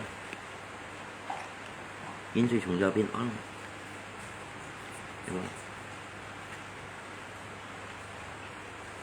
cái thằng ba la có cảnh nấu na còn chả kỳ quả ra về ước trình vùng của thành dù các đã cũng phụ lại nhưng dù đoạn này còn với cái tung chích tung chích gì các còn với ra quả đại nha nhưng chỉ dùng cho pin on cái còn chỉ các tối đồ cá thì cũng khai lọ cân một thầu cá thì cũng khai lọ một thầu tối đi tổ ra thì cái cá thì cũng khai lọ theo những kỳ phai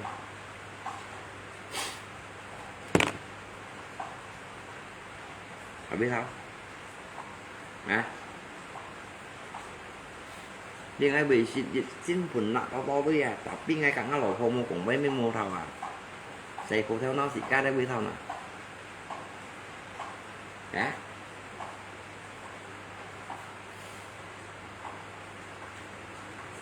cái còn nè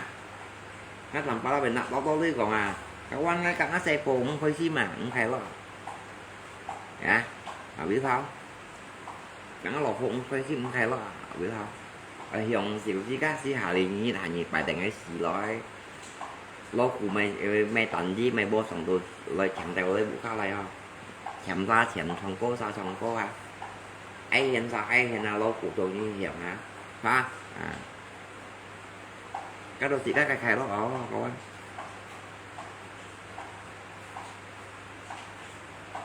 giờ xe cây sống như bà tỏ ăn có xí độc bạc rồi nè bởi cả những trò ship dịch bắt ship dịch kiểu ship dịch xoay hầm một gì các cái tật phụ lô ngay bởi trò bắt ship dịch xoay liệu ship xoay đấy là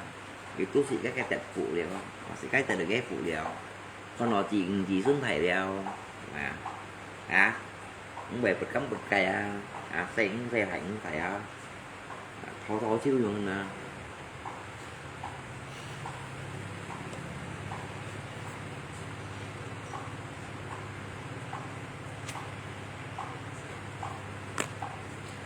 giờ các bạn đang kêu trộn cho đồ liệu ship dịch ra ship dịch xoay ba ship dịch xoay ra một xí các tẹt của hả một khai lót là tại đầu chặt của nó xí các xe phố giúp xí xí các yếu chặt chặt của gì rồi xe phố hiệu quả xí các cho thải sang nhận đây còn á không một xí các chặt chặt phụ đều rồi đó chặt chặt cây phụ gì đều nhá nhỏ hiện xíu xí ship bạc hồ xoay xí bể mòn coi chỉ xuân sật sật hả mà thấy chiêu gì ha các set đầu thằng các set đầu xăm xếp xoay xí gì mà anh tới tụ đội hả anh còn món nào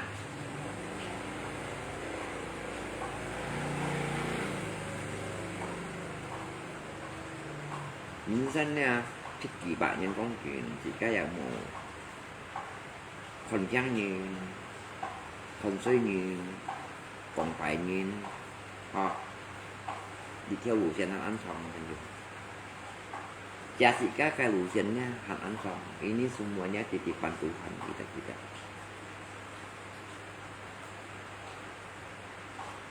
cái này thuê Palestine hết đó đấy à Ukraine thì không hết đó đấy Iran hết đó đấy nhưng mà dịch bả chính các nè vừa đúng như hết thì có dịch thun bom nào suy tại nhà có má cái như chẳng chứ má cái mò ra hả trên sang thun bom này nè sang có lùm nè mày xin cá tay như vậy à như sống bóng với lắc đi là xe cây cũng pin à đi chăn cây chăn đi chăn cây chăn như sống bóng với phải chơi cá đi theo bi đó ăn tối đi mẹ thật tay cũng chạy như sống bay kia đấy em phải suy những cái thùng vào tành đó đấy để muốn đánh á hả phải hắn đồ hắn thôi à đi chăn cây chăn à thùng vào cái này hiểm bộ khá tủ còn mấy chăng gì muốn bay thải lúa xím hăng mấy chăng gì nè như ọt vi thì ra sống bóng vi lo và quan đế xe cài sống pin nha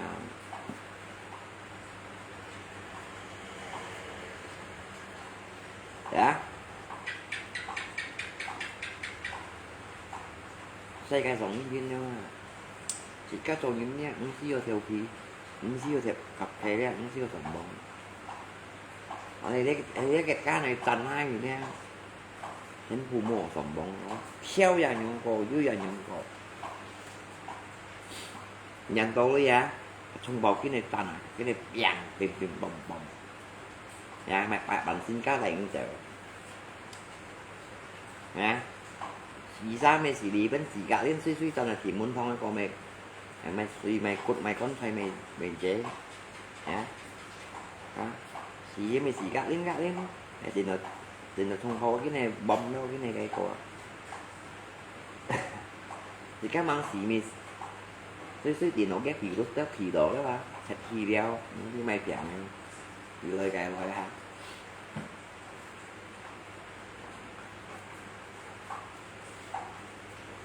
rồi số gì như nào ra chơi các cái nhiều cái sao vô khi vô chọn vô dùng phần chỉ cái thì nó chỉ có đẹp phụ lo không nha chứ nhìn mấy cuốn chỉ ca tôi dùng ý tôi xong chỉ có đẹp phụ đều để cuốn như cũng chọn cho xong rồi chỉ có đẹp phụ đều nha chỉ đẹp đây Phật thay đúng gì mình coi anh này cho Phật thay dùng sim mà dùng sim này cho những môn theo sim này cho là bán hiệu Phật thôi chỉ cái duy theo sim này cho tapi môn dùng quần chấm giá cảnh kỳ lăng hả như với mình á dưới anh nhau theo nò tapi như môn dùng này đi rồi như cảnh kỳ lăng như anh mới còn lấy môn khai đi á chủ dưới cảnh kỳ lăng như với mình á si các anh mới còn trên môn thì đi bàn nào mà chịu dụng xăm cao à tapi si các môn khai quần chân như cảnh kỳ lăng si giá mau đi ra hay Julia yang dulu itu mau dia mau khai đi ra kawan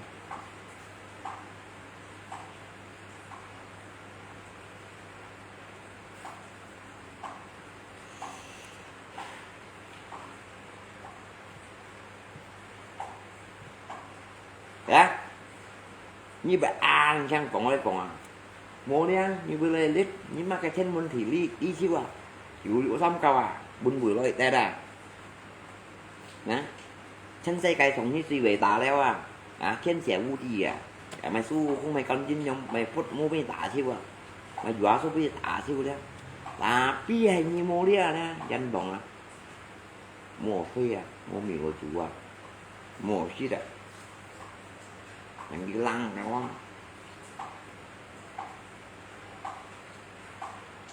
thế nào bố thì đâu nhắm nhang nó học chân xây cái như tả chứ tên chân xây cái như tả chứ mà sao cảm thấy như trò chó còn nói như mình phải chịu xì thế à tại sao tôi chạy bạn nằm bên chân nhiều còn nói như lấy cái cánh bà long rồi chẳng đi bị chiều ngày mua kiểu hả cái cánh bà long còn nói như lôi mày còn chèm bánh xíu đi bị chiều ngày mê mua mẹ bị gạt cái thổ mua cái luôn như bạc bạo sao như nó trên hảo bố thì đó những cánh muốnแต่นี่งอสีพุ่นเนียนนี่ออกแล้วนี่ลันนะลันไว้ละพอสอยี่ยินตรงที่เจ้าโคเชียก่อนด้วยเนี่ยหมกอันที่ผู้ยินผักซ่ายินเนี่ยผมมองเป็นอยู่แบบchỉ cá những người đúng gì mỗi chỉ cá gia đủ tiền cổ nhé chỉ cá bởi chỗ cô dùng răng thì giống như là biểu giá em muốn này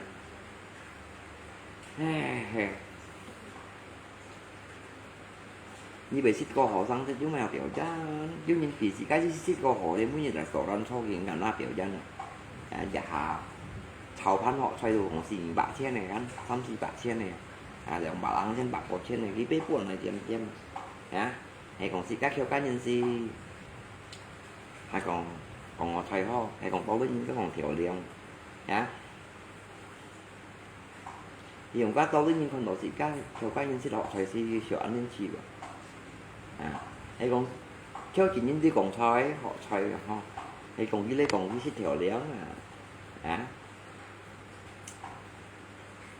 cái trong hình đi xe cây xong chỉ có mua đi ở bên đây lít nhà anh bị cồn nó còn đâu anh chăng định đi lăng neo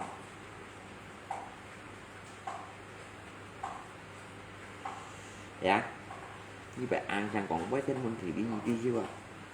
còn phen của nào dọn như kia những mua khai lít dọn bánh heo còn nhân giá đi hàng giá leo lít to với hai mẹ sát hàng mẹ sau đấy còn việc dân với video cái to cái mẹ nhìn nè như còn cái chính phủ còn chơi với cái tối mấy thứ gì như thế ra còn cái dân này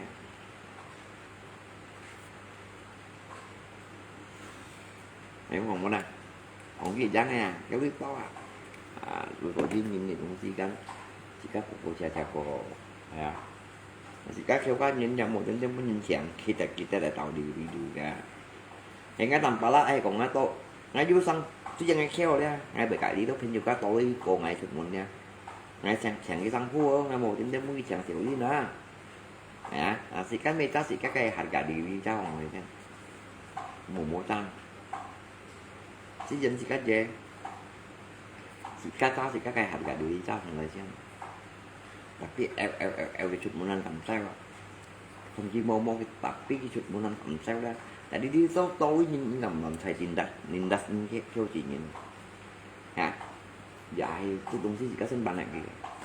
yang ban ngay theo gì đó tapi cái tối của các sinh cả cái ban bây giờ để đi cái về theo xiềng cái các con theo cái tôm mày ăn cầm sao cái xíu hiểu kia các bạn cáo cặp thành như đừng quan nhìn các con chụp muốn các con sao nè automatic cái vị trí các con to lên sang cái automatic ra cái tấn sao về chỉ trúng nó bắt về tấn là chỉ trúng như mùa to mùa ban như to mùa ban cái ngày ban tăng thua cái tấn sao về xử đi cái tấn sao về xử đi nhé mấy cái cái cầu kêu như nào bảo là cái cảnh nhân xa cũng như xa rồi cú đi như nào tôi chẳng gì các thải theo các lộ thích đúng kia automatic cái tấn sao về trường đó cái cụ giống như nhìn xanh mà cái mày chỉ các cái hạt gà đi sao vậy nhá một số cái thứ sao tăng rồi còn saya kan tanpa lah, saya sud mun này nhưng còn ai mang du lui ngay nhưng cầm tên như tao sao tên juga sud mun ở tanpa lah posisi dia thầy du lui dia như đó tên juga saya kan biết hắn đồ nggak apu juga ngay posisi ya kok nhá ngay mang du kỳ em xin cá mang du kỳ bạn theo xin cá ngay cầm tên nhớ sao sud mun chính quyền mà cái ngay hắn ấy khi ngã cá thiên tụ ngày sáng ngã cá thiên tụ cái economy sức dùng sức tập ngày pun này bên juga lại chẳng ăn chịu đi chứ dân bên juga bếp chẳng chỉ cá chứ ăn chịu đi như này ngay Facebook rồi nhìn dịch như để xoay TikTok nhìn xịn nha mà đồng bắt với như sáng ăn chịu đi lắm như mi cảnh nó xe liệu thầy bên juga mi sẽ cái trường hòa thích trường hòa sợi trường hòa thích trường hòa sợi bên juga đó thì cá mà chịu đi rồi thì cũng các Syria lấy cùng một là có nhiều chẳng án chịu đi rồi đúng không có đi tiền thu ngay tầm 3 là cùng với đang ngày đi cùng với sầm bò chỉ có ai ship cần còn nếu mày bạn to bồi mẹ này cho đó rồi anh nhóm cô tìm má cái pha chó sao một tổ chết đây thôi thì vui chỉ các thanh các bài trò chuyện muốn ngay chiều ngay giúp quần xì sáng mai mẹ sao ngay một quần xì thanh như cái sầm gì mang ói ngay mang quần xì phi như số ngay mang cả máu chứ 10 tuần ngay mang quần xì sáng quay ban ngay mang phi như số những cái đoạn ngay cái principal đấy thanh các bây giờ ngay khói chịu đâu đi cái đó ngay mang quần xì phi như số ngay cầm cái người mà ngay mang vô lui ngay phải bộ xì ngay sim quần mang vô lui tính ngay sim quần vô lui ngay là quỳnh nhớ sao cho bữa đại sổ đánh bụng vào như bọn mà chịu dầm bụng vào chỉ các cái bụng chỉ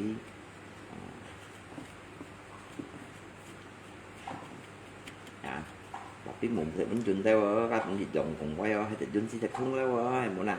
chỉ các bên bộ xì giá cái đã cá thì các cái gà đã đứa cá thì các cái bộ xì dùng cái ơi gà đứa cá em muốn nào thì bánh chun đánh men phủ đấy vào để hàm mồ sau cuộc chỉ các cái của nó mi hồng xin nha thì sen phát hồ xí dịch dân gà đến gì mua trong cái này còn sen phát xí dân xí giá thẻ đó đâu anh thì cũng chọn theo hồ xí hệ mua mày sen phát mua mày hồ xí mua mày thấu nhiều thật ma tại đó thôi mà cái thấy chi bự lực xíu em muốn là lấy một gì cái gì chính bằng là làm ăn cặp thanh dung pha gì luas makin luas makin bagus bukan mencari musuh makin banyak cuma trong chính nhìn quê cái musuh kín cá có mấy chỉ bảy mươi kín cá cạn này đi cả những cái với cả sống thâu cái ẩu cái thâu cái sống thâu cái ẩu cái thâu chỉ thâu giảng xí chỉ cái này chỉ nhìn nào không làm chỉ nhìn phải cải tiền không giảng nó phải thâu ai thằng bánh nó tôi cả những tuần nhiều rồi cả những sống thâu có bị hiểm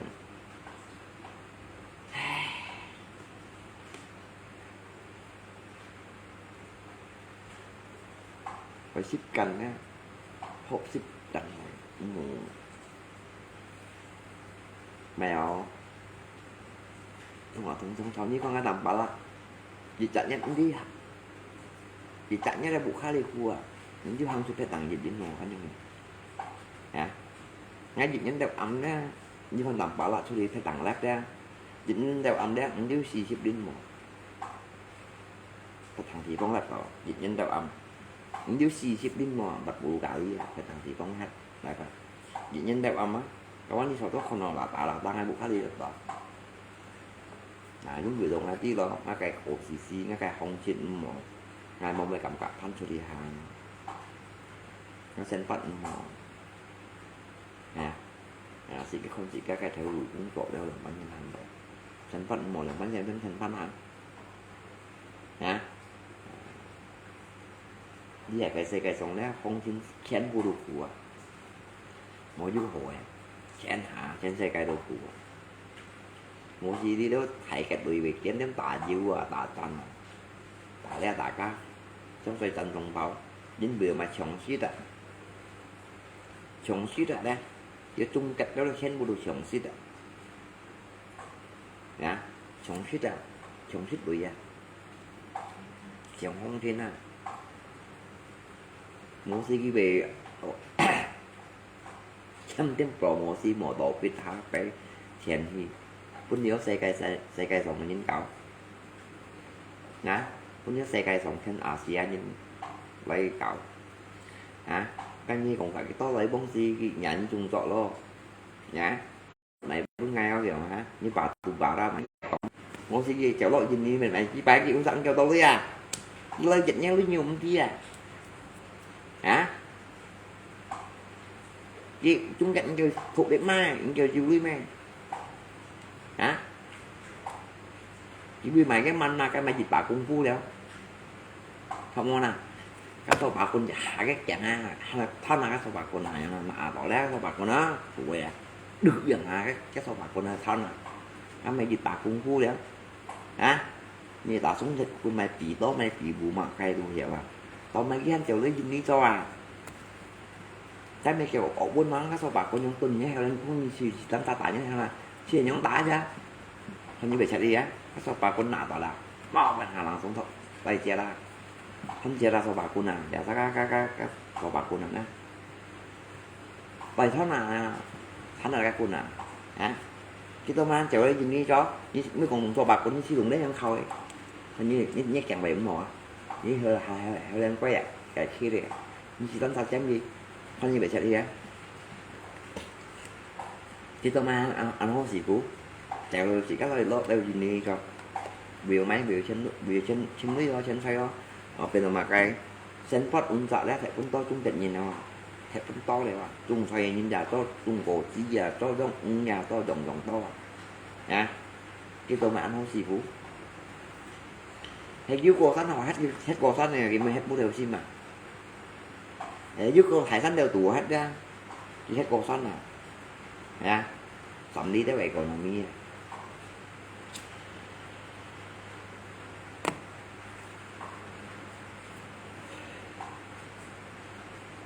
vậy dưới cô sắn này thì không ra cái đu hết cô sắn thì không sắm đi tới vậy còn là mi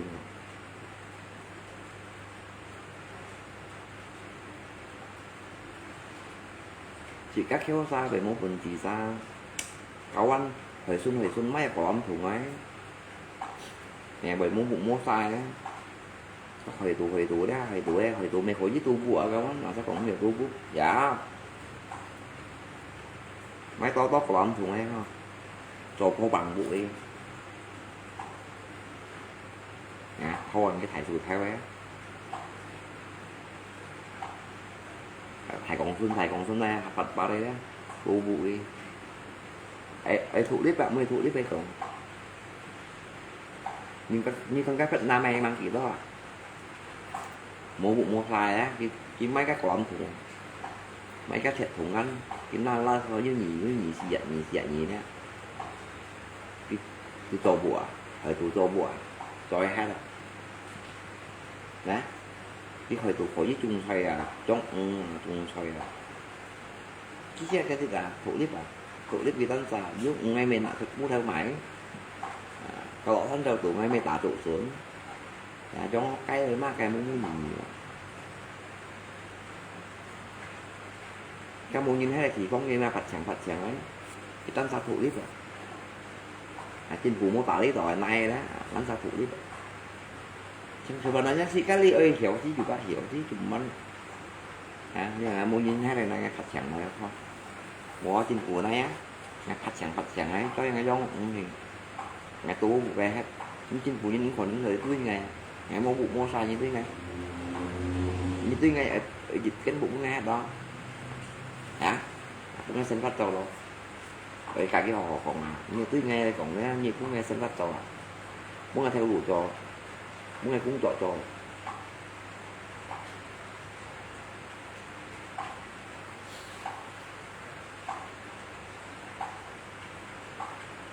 chứ mi còn mày theo má của đăng như này chỉ các còn mấy Kelly đấy chính phủ nhân minh nhân ở Trung Quốc chỉ cả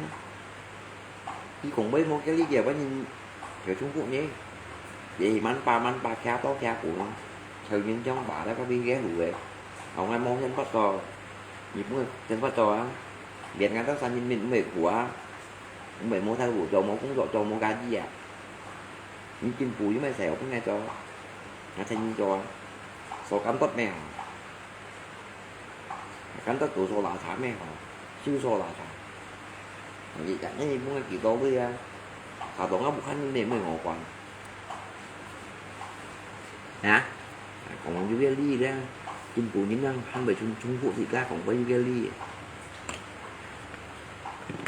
một số gì chỉ cái nhân viên thằng anh tốt phục vụ cái đi hãy mấy cái nhân viên dưới sòng bài nọ sòng bài nọ cho chat đeo cái mũ cũng cho á mày thuốc thì nó ra là mà hãy mình cho chat á chồng như nó làm kẹo á muốn gì mắc cái lại hả mày chịu xá la sẽ kiếm xá la dọn xá la má như có nhân viên cho mà cái cũng đó như chính phủ nhân dân này xảy từ mô và đồ sĩ cái như nè hiểm mấy cái tiếng xa thằng à nắm tổ bạch bảo trâu mày đó ông này đóng tủ nhá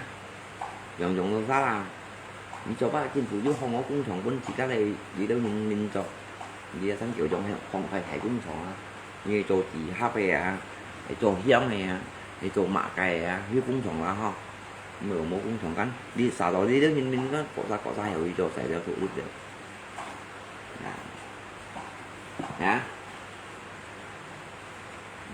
mới còn mua khai cũng chọn mua sen bắt đầu cho mua khai pe te cho tỷ xu hay mà cái mua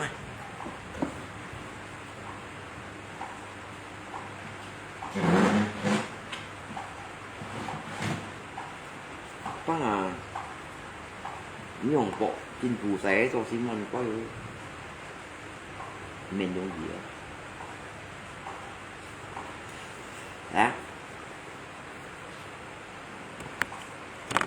ở đi đó chung cạnh những nhà như bỏ quả biết chung cạnh những trên khi hầm chỉ các gì những thủ đếp ban mình các gì những thủ đếp cái uống từ cái bản lĩnh chẳng xì ra kiểu tí đủ tiền này hả và biết chạy chỉ cái gì nhưng đều còn một cái nghe thằng thịt da bôi cái dùng chỉ cái lý cho nó cái anh chính là cái tham một xì sai theo ấy khi cái đủ tiền nhận bao nhiêu trong cái program này để buộc thu lượng bao nhiêu cho lên nay đủ lượng bao nhiêu khói ra dặn mình mày đọc thì chỉ nó lặp vào thép ra bao nhiêu cho ra hả dẫn chính là cái cái kèm một xì chậu bố đây cái xe họ dùng đi cái hông cái đùm bạc tâm nha họ chỉ sắp đi của lâu đeo ha hãy mấy chị cái dừng đi là đi chén vụ mày một con cho mày kiểu của đó cái anh chính mà người ta theo cái gì kỳ đối với nhau xa tapi ngay màu đi cái sẽ mi xe chủ về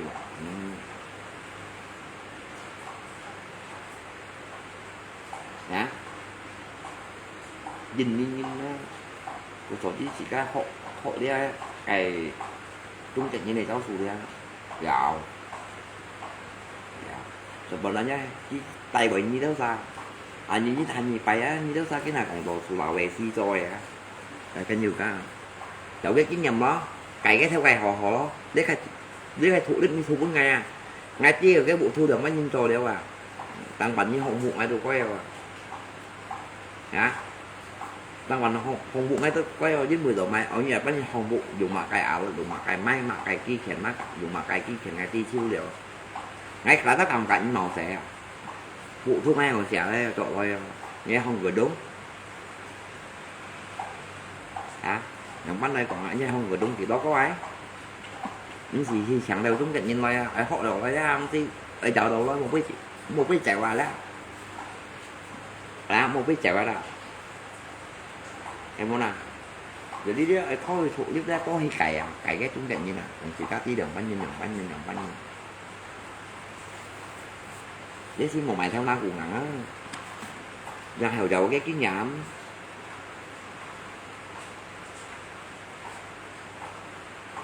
trong cái này nhiều thăm gì tận nhưng mà như một cái tầm phá lạ đi theo có lượng ban nhìn than cái quần chi mà cái như mong mình ngay cắn một còn nó thì như cái nó xin tầm phá lạ đi theo các cô lượng ban nhìn than này gì tận cái quần chi đủ mà cái ở như cái nó xin mấy cái lá bời cũng như cái cái như họ theo các cô kiểu họ cái gì tận đều nhá các anh nghe sống trong các cái chúng thật nhưng mà cái hồ kiểu nó đi đây tại vì cái nhìn miền thủ được biết các cái nhìn miền này họ thì biết với vài đồ họ bỏ kẹt ní đồ họ bảy chém tiếng còn kẹt ní á không thì có má kẹt ní đó sao tôi họ bảy vào thì dĩ nhiên bị trắng như nó thì kẹt nhưng bị trắng như nó bị còn nhiều còn kẹt ní hả thì nhỉ đi đó công sinh như khi ta thì biểu đi đâu kẹt bị mà cái xe mà cái tà máy còn mà cái ung phân còn mà cái set chu còn mà cái cũng nhớ ra họ bảo là như đấy cô hiểu sang này nha kèm lấy cái ký nhận kèm nhiều ra cá sang đi tới sao về thằng dưới trên này tao bị lộ ấy còn đó ấy cả những ở cho thì ban phòng vụ đấy coi nhá coi à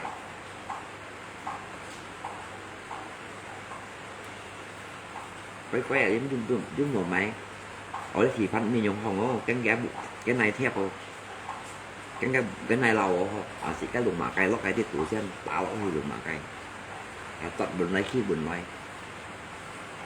nhá cái thì bừng nét còn trên chứ mình bừng trên con này con chim chứ ngon được cái này giật thử vậy các chất chín mười lót gì tạo đó xì men này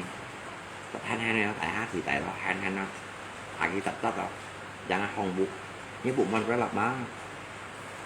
này mà cái gù liên thép giá anh thầy xuống cái anh thầy xuống này anh thầy với anh thầy là tại cái bụi cái chuyện này và tôi như bị nhớ bụi bởi không có cố lên mười theo ba này nó nhận em chỉ các kèm chúng kèm như này ký nhận cuộc sống với không khéo hồ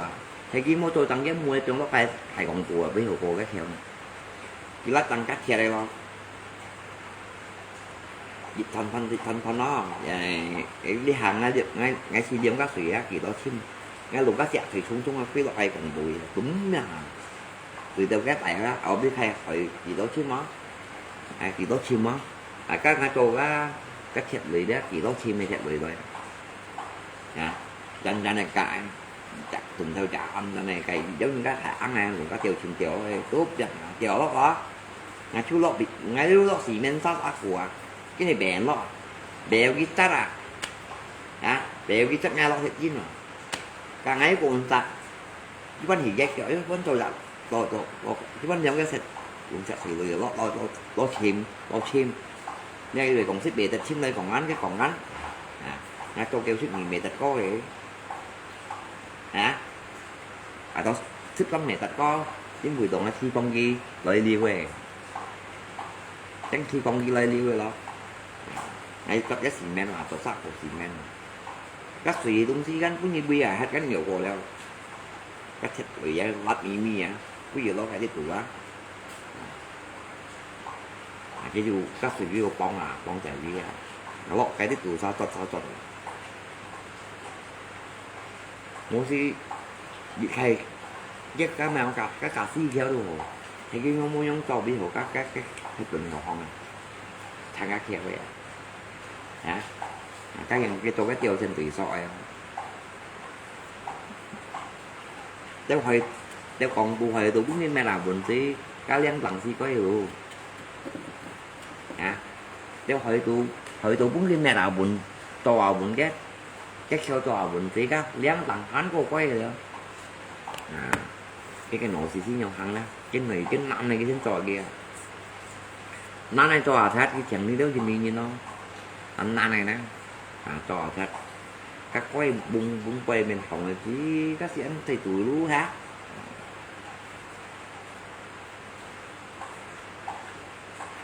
cuộc số chứ những gì còn kéo chúng ta những gì còn có đây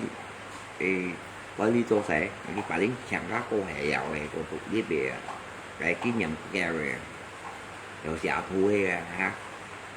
thì phải đến chẳng ca Ini gini sama Yosi kan, gini konen changi on tại nhìn nhau à,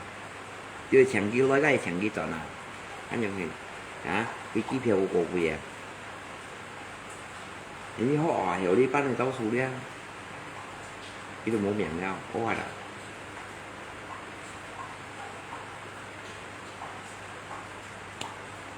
Những si con ghé cái khối dưới không phủ lậu này, chúng ta khối dưới không phủ lậu à, những si mất ghé. Ở tôi biết không tạo phủ lậu ra, tên đặt thì có ngày cùng thầy cùng ghé cùng ta hồng bụa. Mà sao thì các anh hiểu, có nhiều. Ở dự theo si mày mẹ cả, một theo chung đi hiểu.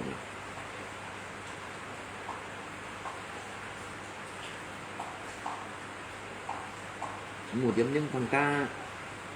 Facebook có một số đài chúng ta nhau. Các thọ đó phiền những chỗ còn tận nếu mà phiền những đình như thế muốn nói trong gì anh không á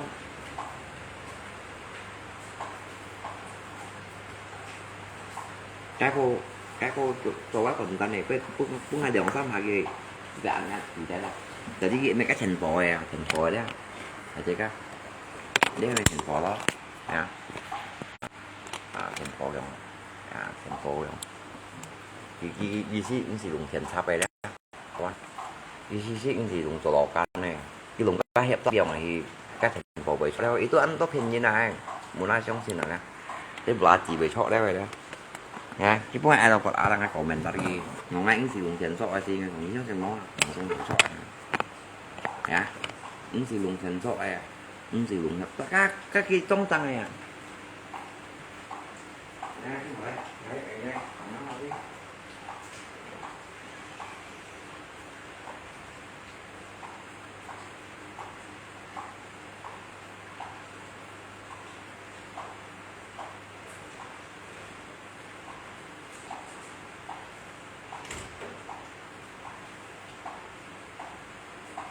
chiều các một trong cái cổ xì gắn cái chỗ khai tổng đó với nhau sao còn nhỉ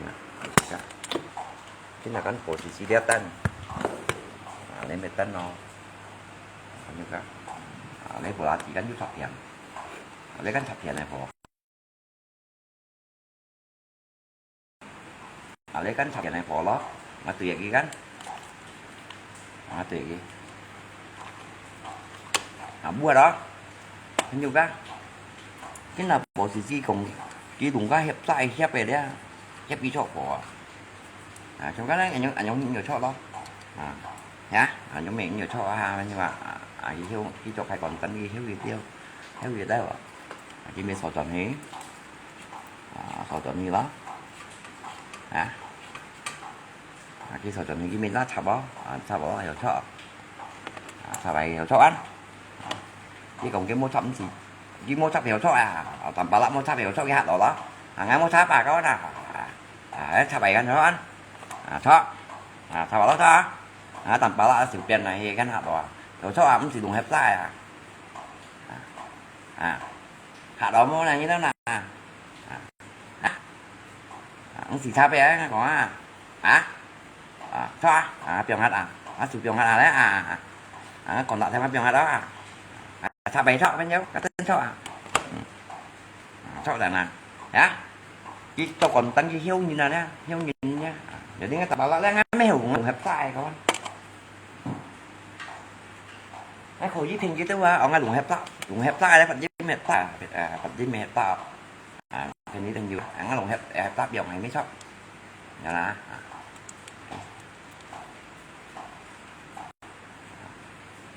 cái đường trái hẹp tắc cấp độ kia mấy cái vừa đường ta tắc độ kia này anh cho đó em cũng chỉ dùng vật với mèo em sử dụng gì nào mua léo đi cay đó chứ tôi đi theo xịt ca không ăn dính đường mà cái biết cái bữa thì ra cái tới tôi chú thành chỗ đeo như thế nào nè chả bảy cho gà vẫn nhiều cái còn ăn thì anh mấy cho em không thành núi đúng không cái trong gì đó cái chỗ phần tân cái trong gì cái hiu gì nha dưới chỗ đẹp cô thành núi đúng không dưới chỗ tapi lihat buat yang tanpa listrik tidak perlu bayar PLN kan cái yang bilang ya hidup ya ini kalau di tangan saya bisa ya terus tanpa bayar listrik ya itu gihiunya konten namanya konten kan gihiu sika lah juga jadi pungai tanpa lah ada di pot ada Nah, tôi xin nhận gì không? Ini còn họ ini tidak perlu pakai email, pakai magnet juga bisa hidup ya. Ya soal tanpa colokan tanpa colokan dan tanpa magnet nào juga bisa hidup Jadi punya apa ada gitu ya. Jadi như thế nha. Anh chọn ngắm miếng gì còn cái này.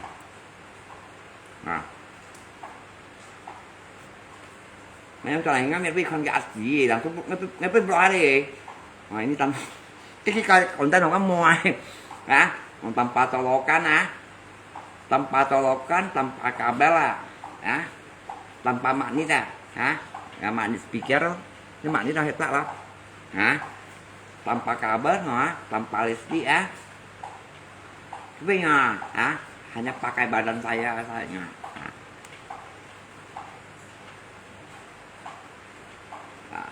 chỉ langsung tai máy chạy về để biết rõ đi của cái sau cái iklan mail xanh phi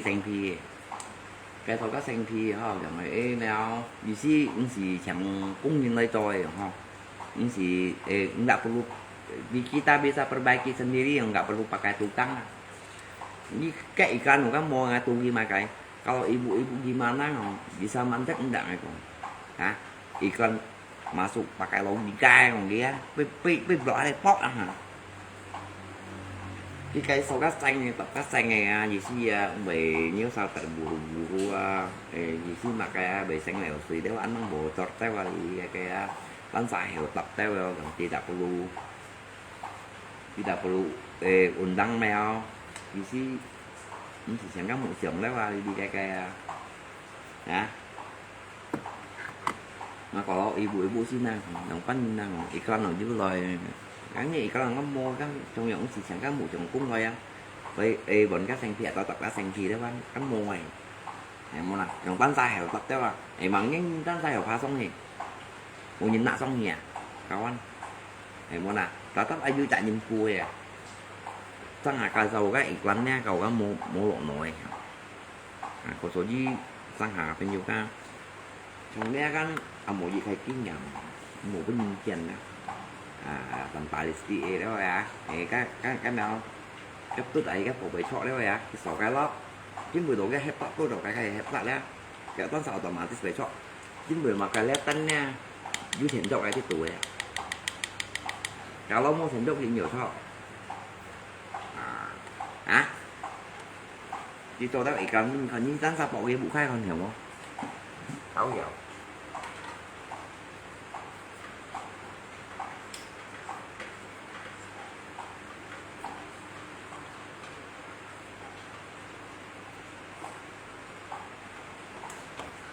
như còn cái gì nào mua yếu tín trong các công sản thế là gì nào mua yếu tín itu bởi còn nên bay thẻ cái chuyện thẻ bỏ thẻ đấy kan cái gì nào mua nè phun thay tổ kan hoặc mà cái tín nó tín nha cái chuyện thẻ này đấy như chỗ bỏ kan cái lót để còn nên hiểu thực ra giống như phải giúp cho còn nó sẽ đều khai số đất ta lại HP với hồi tập đấy mà có mua lộn nào ngoài không anh có mua lộn nào ngoài nào có mua lộn nào mua chạy còn ngoài cũng có mua lộn fit đấy mà bù xi mua lộn fit đấy mà vì nó sang tu thì ông khai phẳng chung thì đừng dạo lo xi gì sỏi chọn gì cái thùng đấy mà bởi tình để sinh như sang đấy mà nhá mấy cái là bảo siêu nhiều cái thỏi báo hình như này nè những cái là bảo vinh nhiều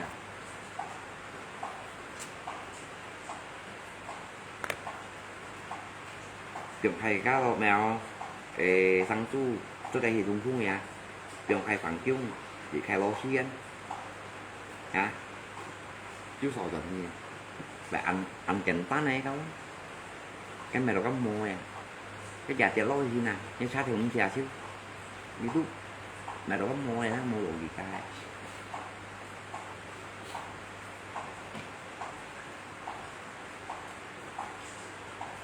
cái gì này đó nhộng ở con gì có sao có hộ leo ở một tổ xăm linh bên xì đi căng hai độ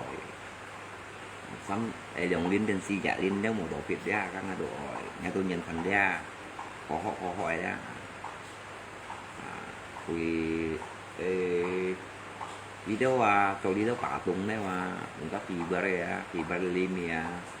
số đi đâu cả tung cái gì khai mua bên đi ba đấy vậy chúng ta cho gì khai mua nên chỉ mua không các cái cố gì cái gì mình cái tạo đó thì cái nó cho rồi bên khai đi ba đấy tiền những buổi đi ba đâu đấy các ngài thò nhưng mà xíu lâu cái lộ gì cả tọa xì mẹ này nè các hai ở phần nè nó lấy thèn nụ gắn đó hiếu như thế là một chạy thì chúng ta phộn gì dòng banh đấy không cái túi trên như thế hẹp tập có thể tại ở trọ đây là các mua cái tiền tăng cái tiền cổ đây cái tân nha hỏi cái tân nha chứ on như bật ra cái tuổi thì nhau chỉ đẩy ra sáng như bật ra không làm bài trọ ra cái tuổi với bật ra đây qua cũng như nè giống như thầy ra bật ra làm sao đây ra vô kẻ cái trong như thế ngắm như còn là làm bà để liền ăn ngắm thì cũng theo đó bà cái tôi ngắm này thì gần phút rồi đi cái sau các môn mấy phút không chi dạ chị tha mấy phút dậy can coi những là em làm tôi biết rồi là kiếm nghe bộ cái blog này mình nghe bộ cái blog này rồi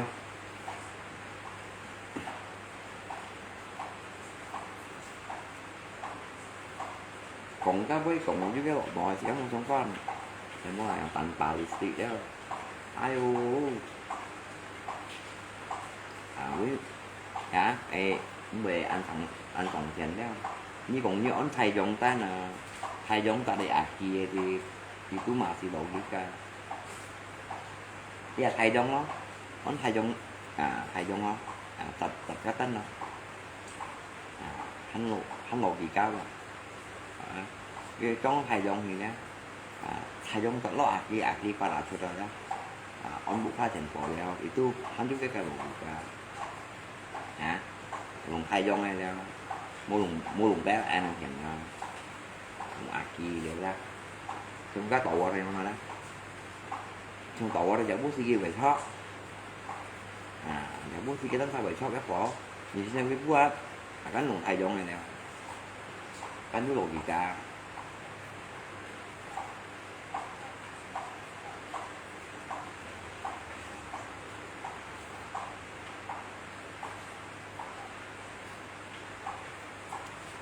tôi còn có trong một cái iklan nó có mà nó chạy kinh những này những gì đánh ta gì nè mẹ động là cũng có bù kỳ theo đó vậy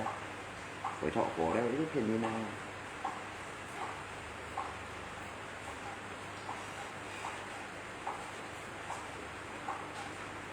ok tiểu đi với chị họ và cũng chú và cũng chị nó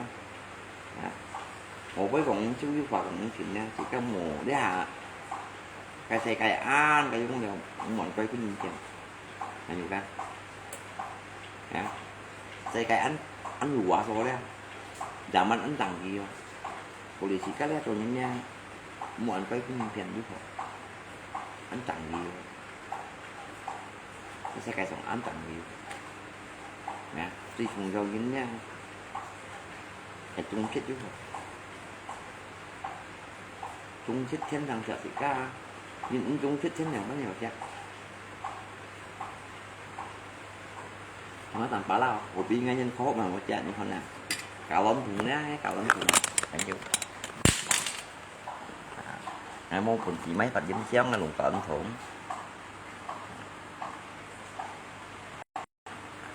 mấy thằng cái cạo lông thùng nhá nó một phần chỉ mấy phần dính nó nó cũng thành thầy chắc vì chắc cạo lông thùng thầy kan một phần chỉ mấy hàng ấy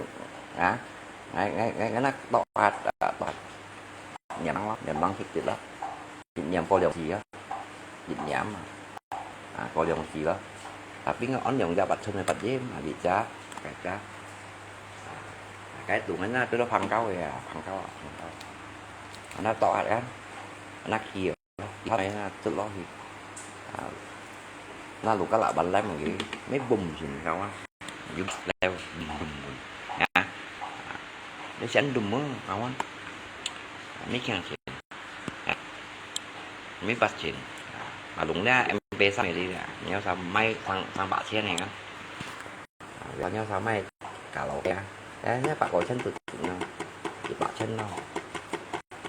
sang bạ chân là vô có game mị đấy anh thì bạ chân nào mới ra là thì bạ chân á sẽ xịt game vậy cũng tầm bạ khó thì nghe khó ra bỏ về sao ra và bắt chun đấy mày bắt chun này bắt chun để trả bắt chunเป็นโต๊ะชนะแล้วปัดเยี่ยมหลังที่สองนะไม่ตุจัสไม่บูตุดนะมันโค้งเอามันโค้งเอาก่อนมีโค้งเอาเกี่ยวมันโค้งเอาเกี่ยวก่อนแต่บรรยายthì ảo không nếu như tạc có phải đấy tạc có phải đấy tạc có lại phần chẳng quá xin ngang ngầm tạc không bị phải gì không tạc có lại kiểm ghé cài cào bơ là pin ta xe phần dính chọn nó theo kiểu vậy cái nhịp đèn bỏ thầy phần dính giống nhộng khoai đâu nó lùm như mấy khối dưới tay sống một có lặng khoai mấy khối dưới tay chuyện muốn mà ngay sao như bà tay kìa những khối dưới trong một có tủ khoai tay phải xuân khoai giống nhộng chỉ giống nhộng cái thầy như vậy gặp mày còn gắn mấy không có mấy mù xịt ở nào có hậu ẩm này nào có gọi món ăn ăn trâu thì ở cha mà ấy xí ra trong có thải trại đó tụi đi cái cây bạc ray lá lùm aki là cá tụi hiểu những cá tấu đâu aki ra được rằng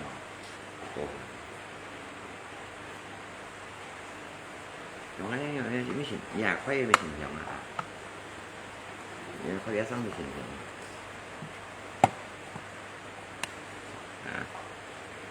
Power on, Bluetooth mode. Dòng cái đó dòng á chìm ghé Power off. dòng cái đó dòng á tụi nó chỉ có đầu thì mấy nhà nhưng ở đó mình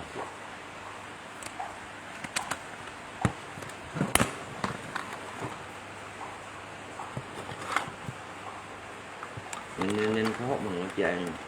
nên khó hốt mình một chạy đó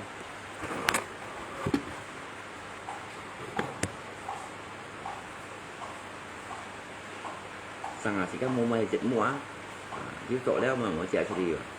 mua chỉnh mua cho sẽ phần nọ chỗ đó thì không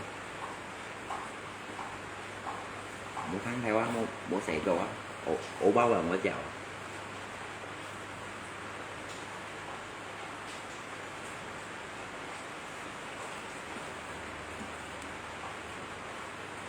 đâu cô thích đẹp bà đâu một gặp anh chịu quả tay chứ không cả một phần YouTube không hai phần YouTube phần xin buồn mong mà mỗi trẻ ra phần ra Rusia dần chen này từ Rusia từ Ukraine đó rồi phần beri phần nha Iran này từ Israel rồi đó Amerika đó rồi đó cái berita tại vì thân này itu mà ngày tuổi cái con mèo hoa lung sống tháo đó ngay lúc mười đó là chỉ nhìn phi đó rồi ha cái đụng chẳng có lộn nổi đó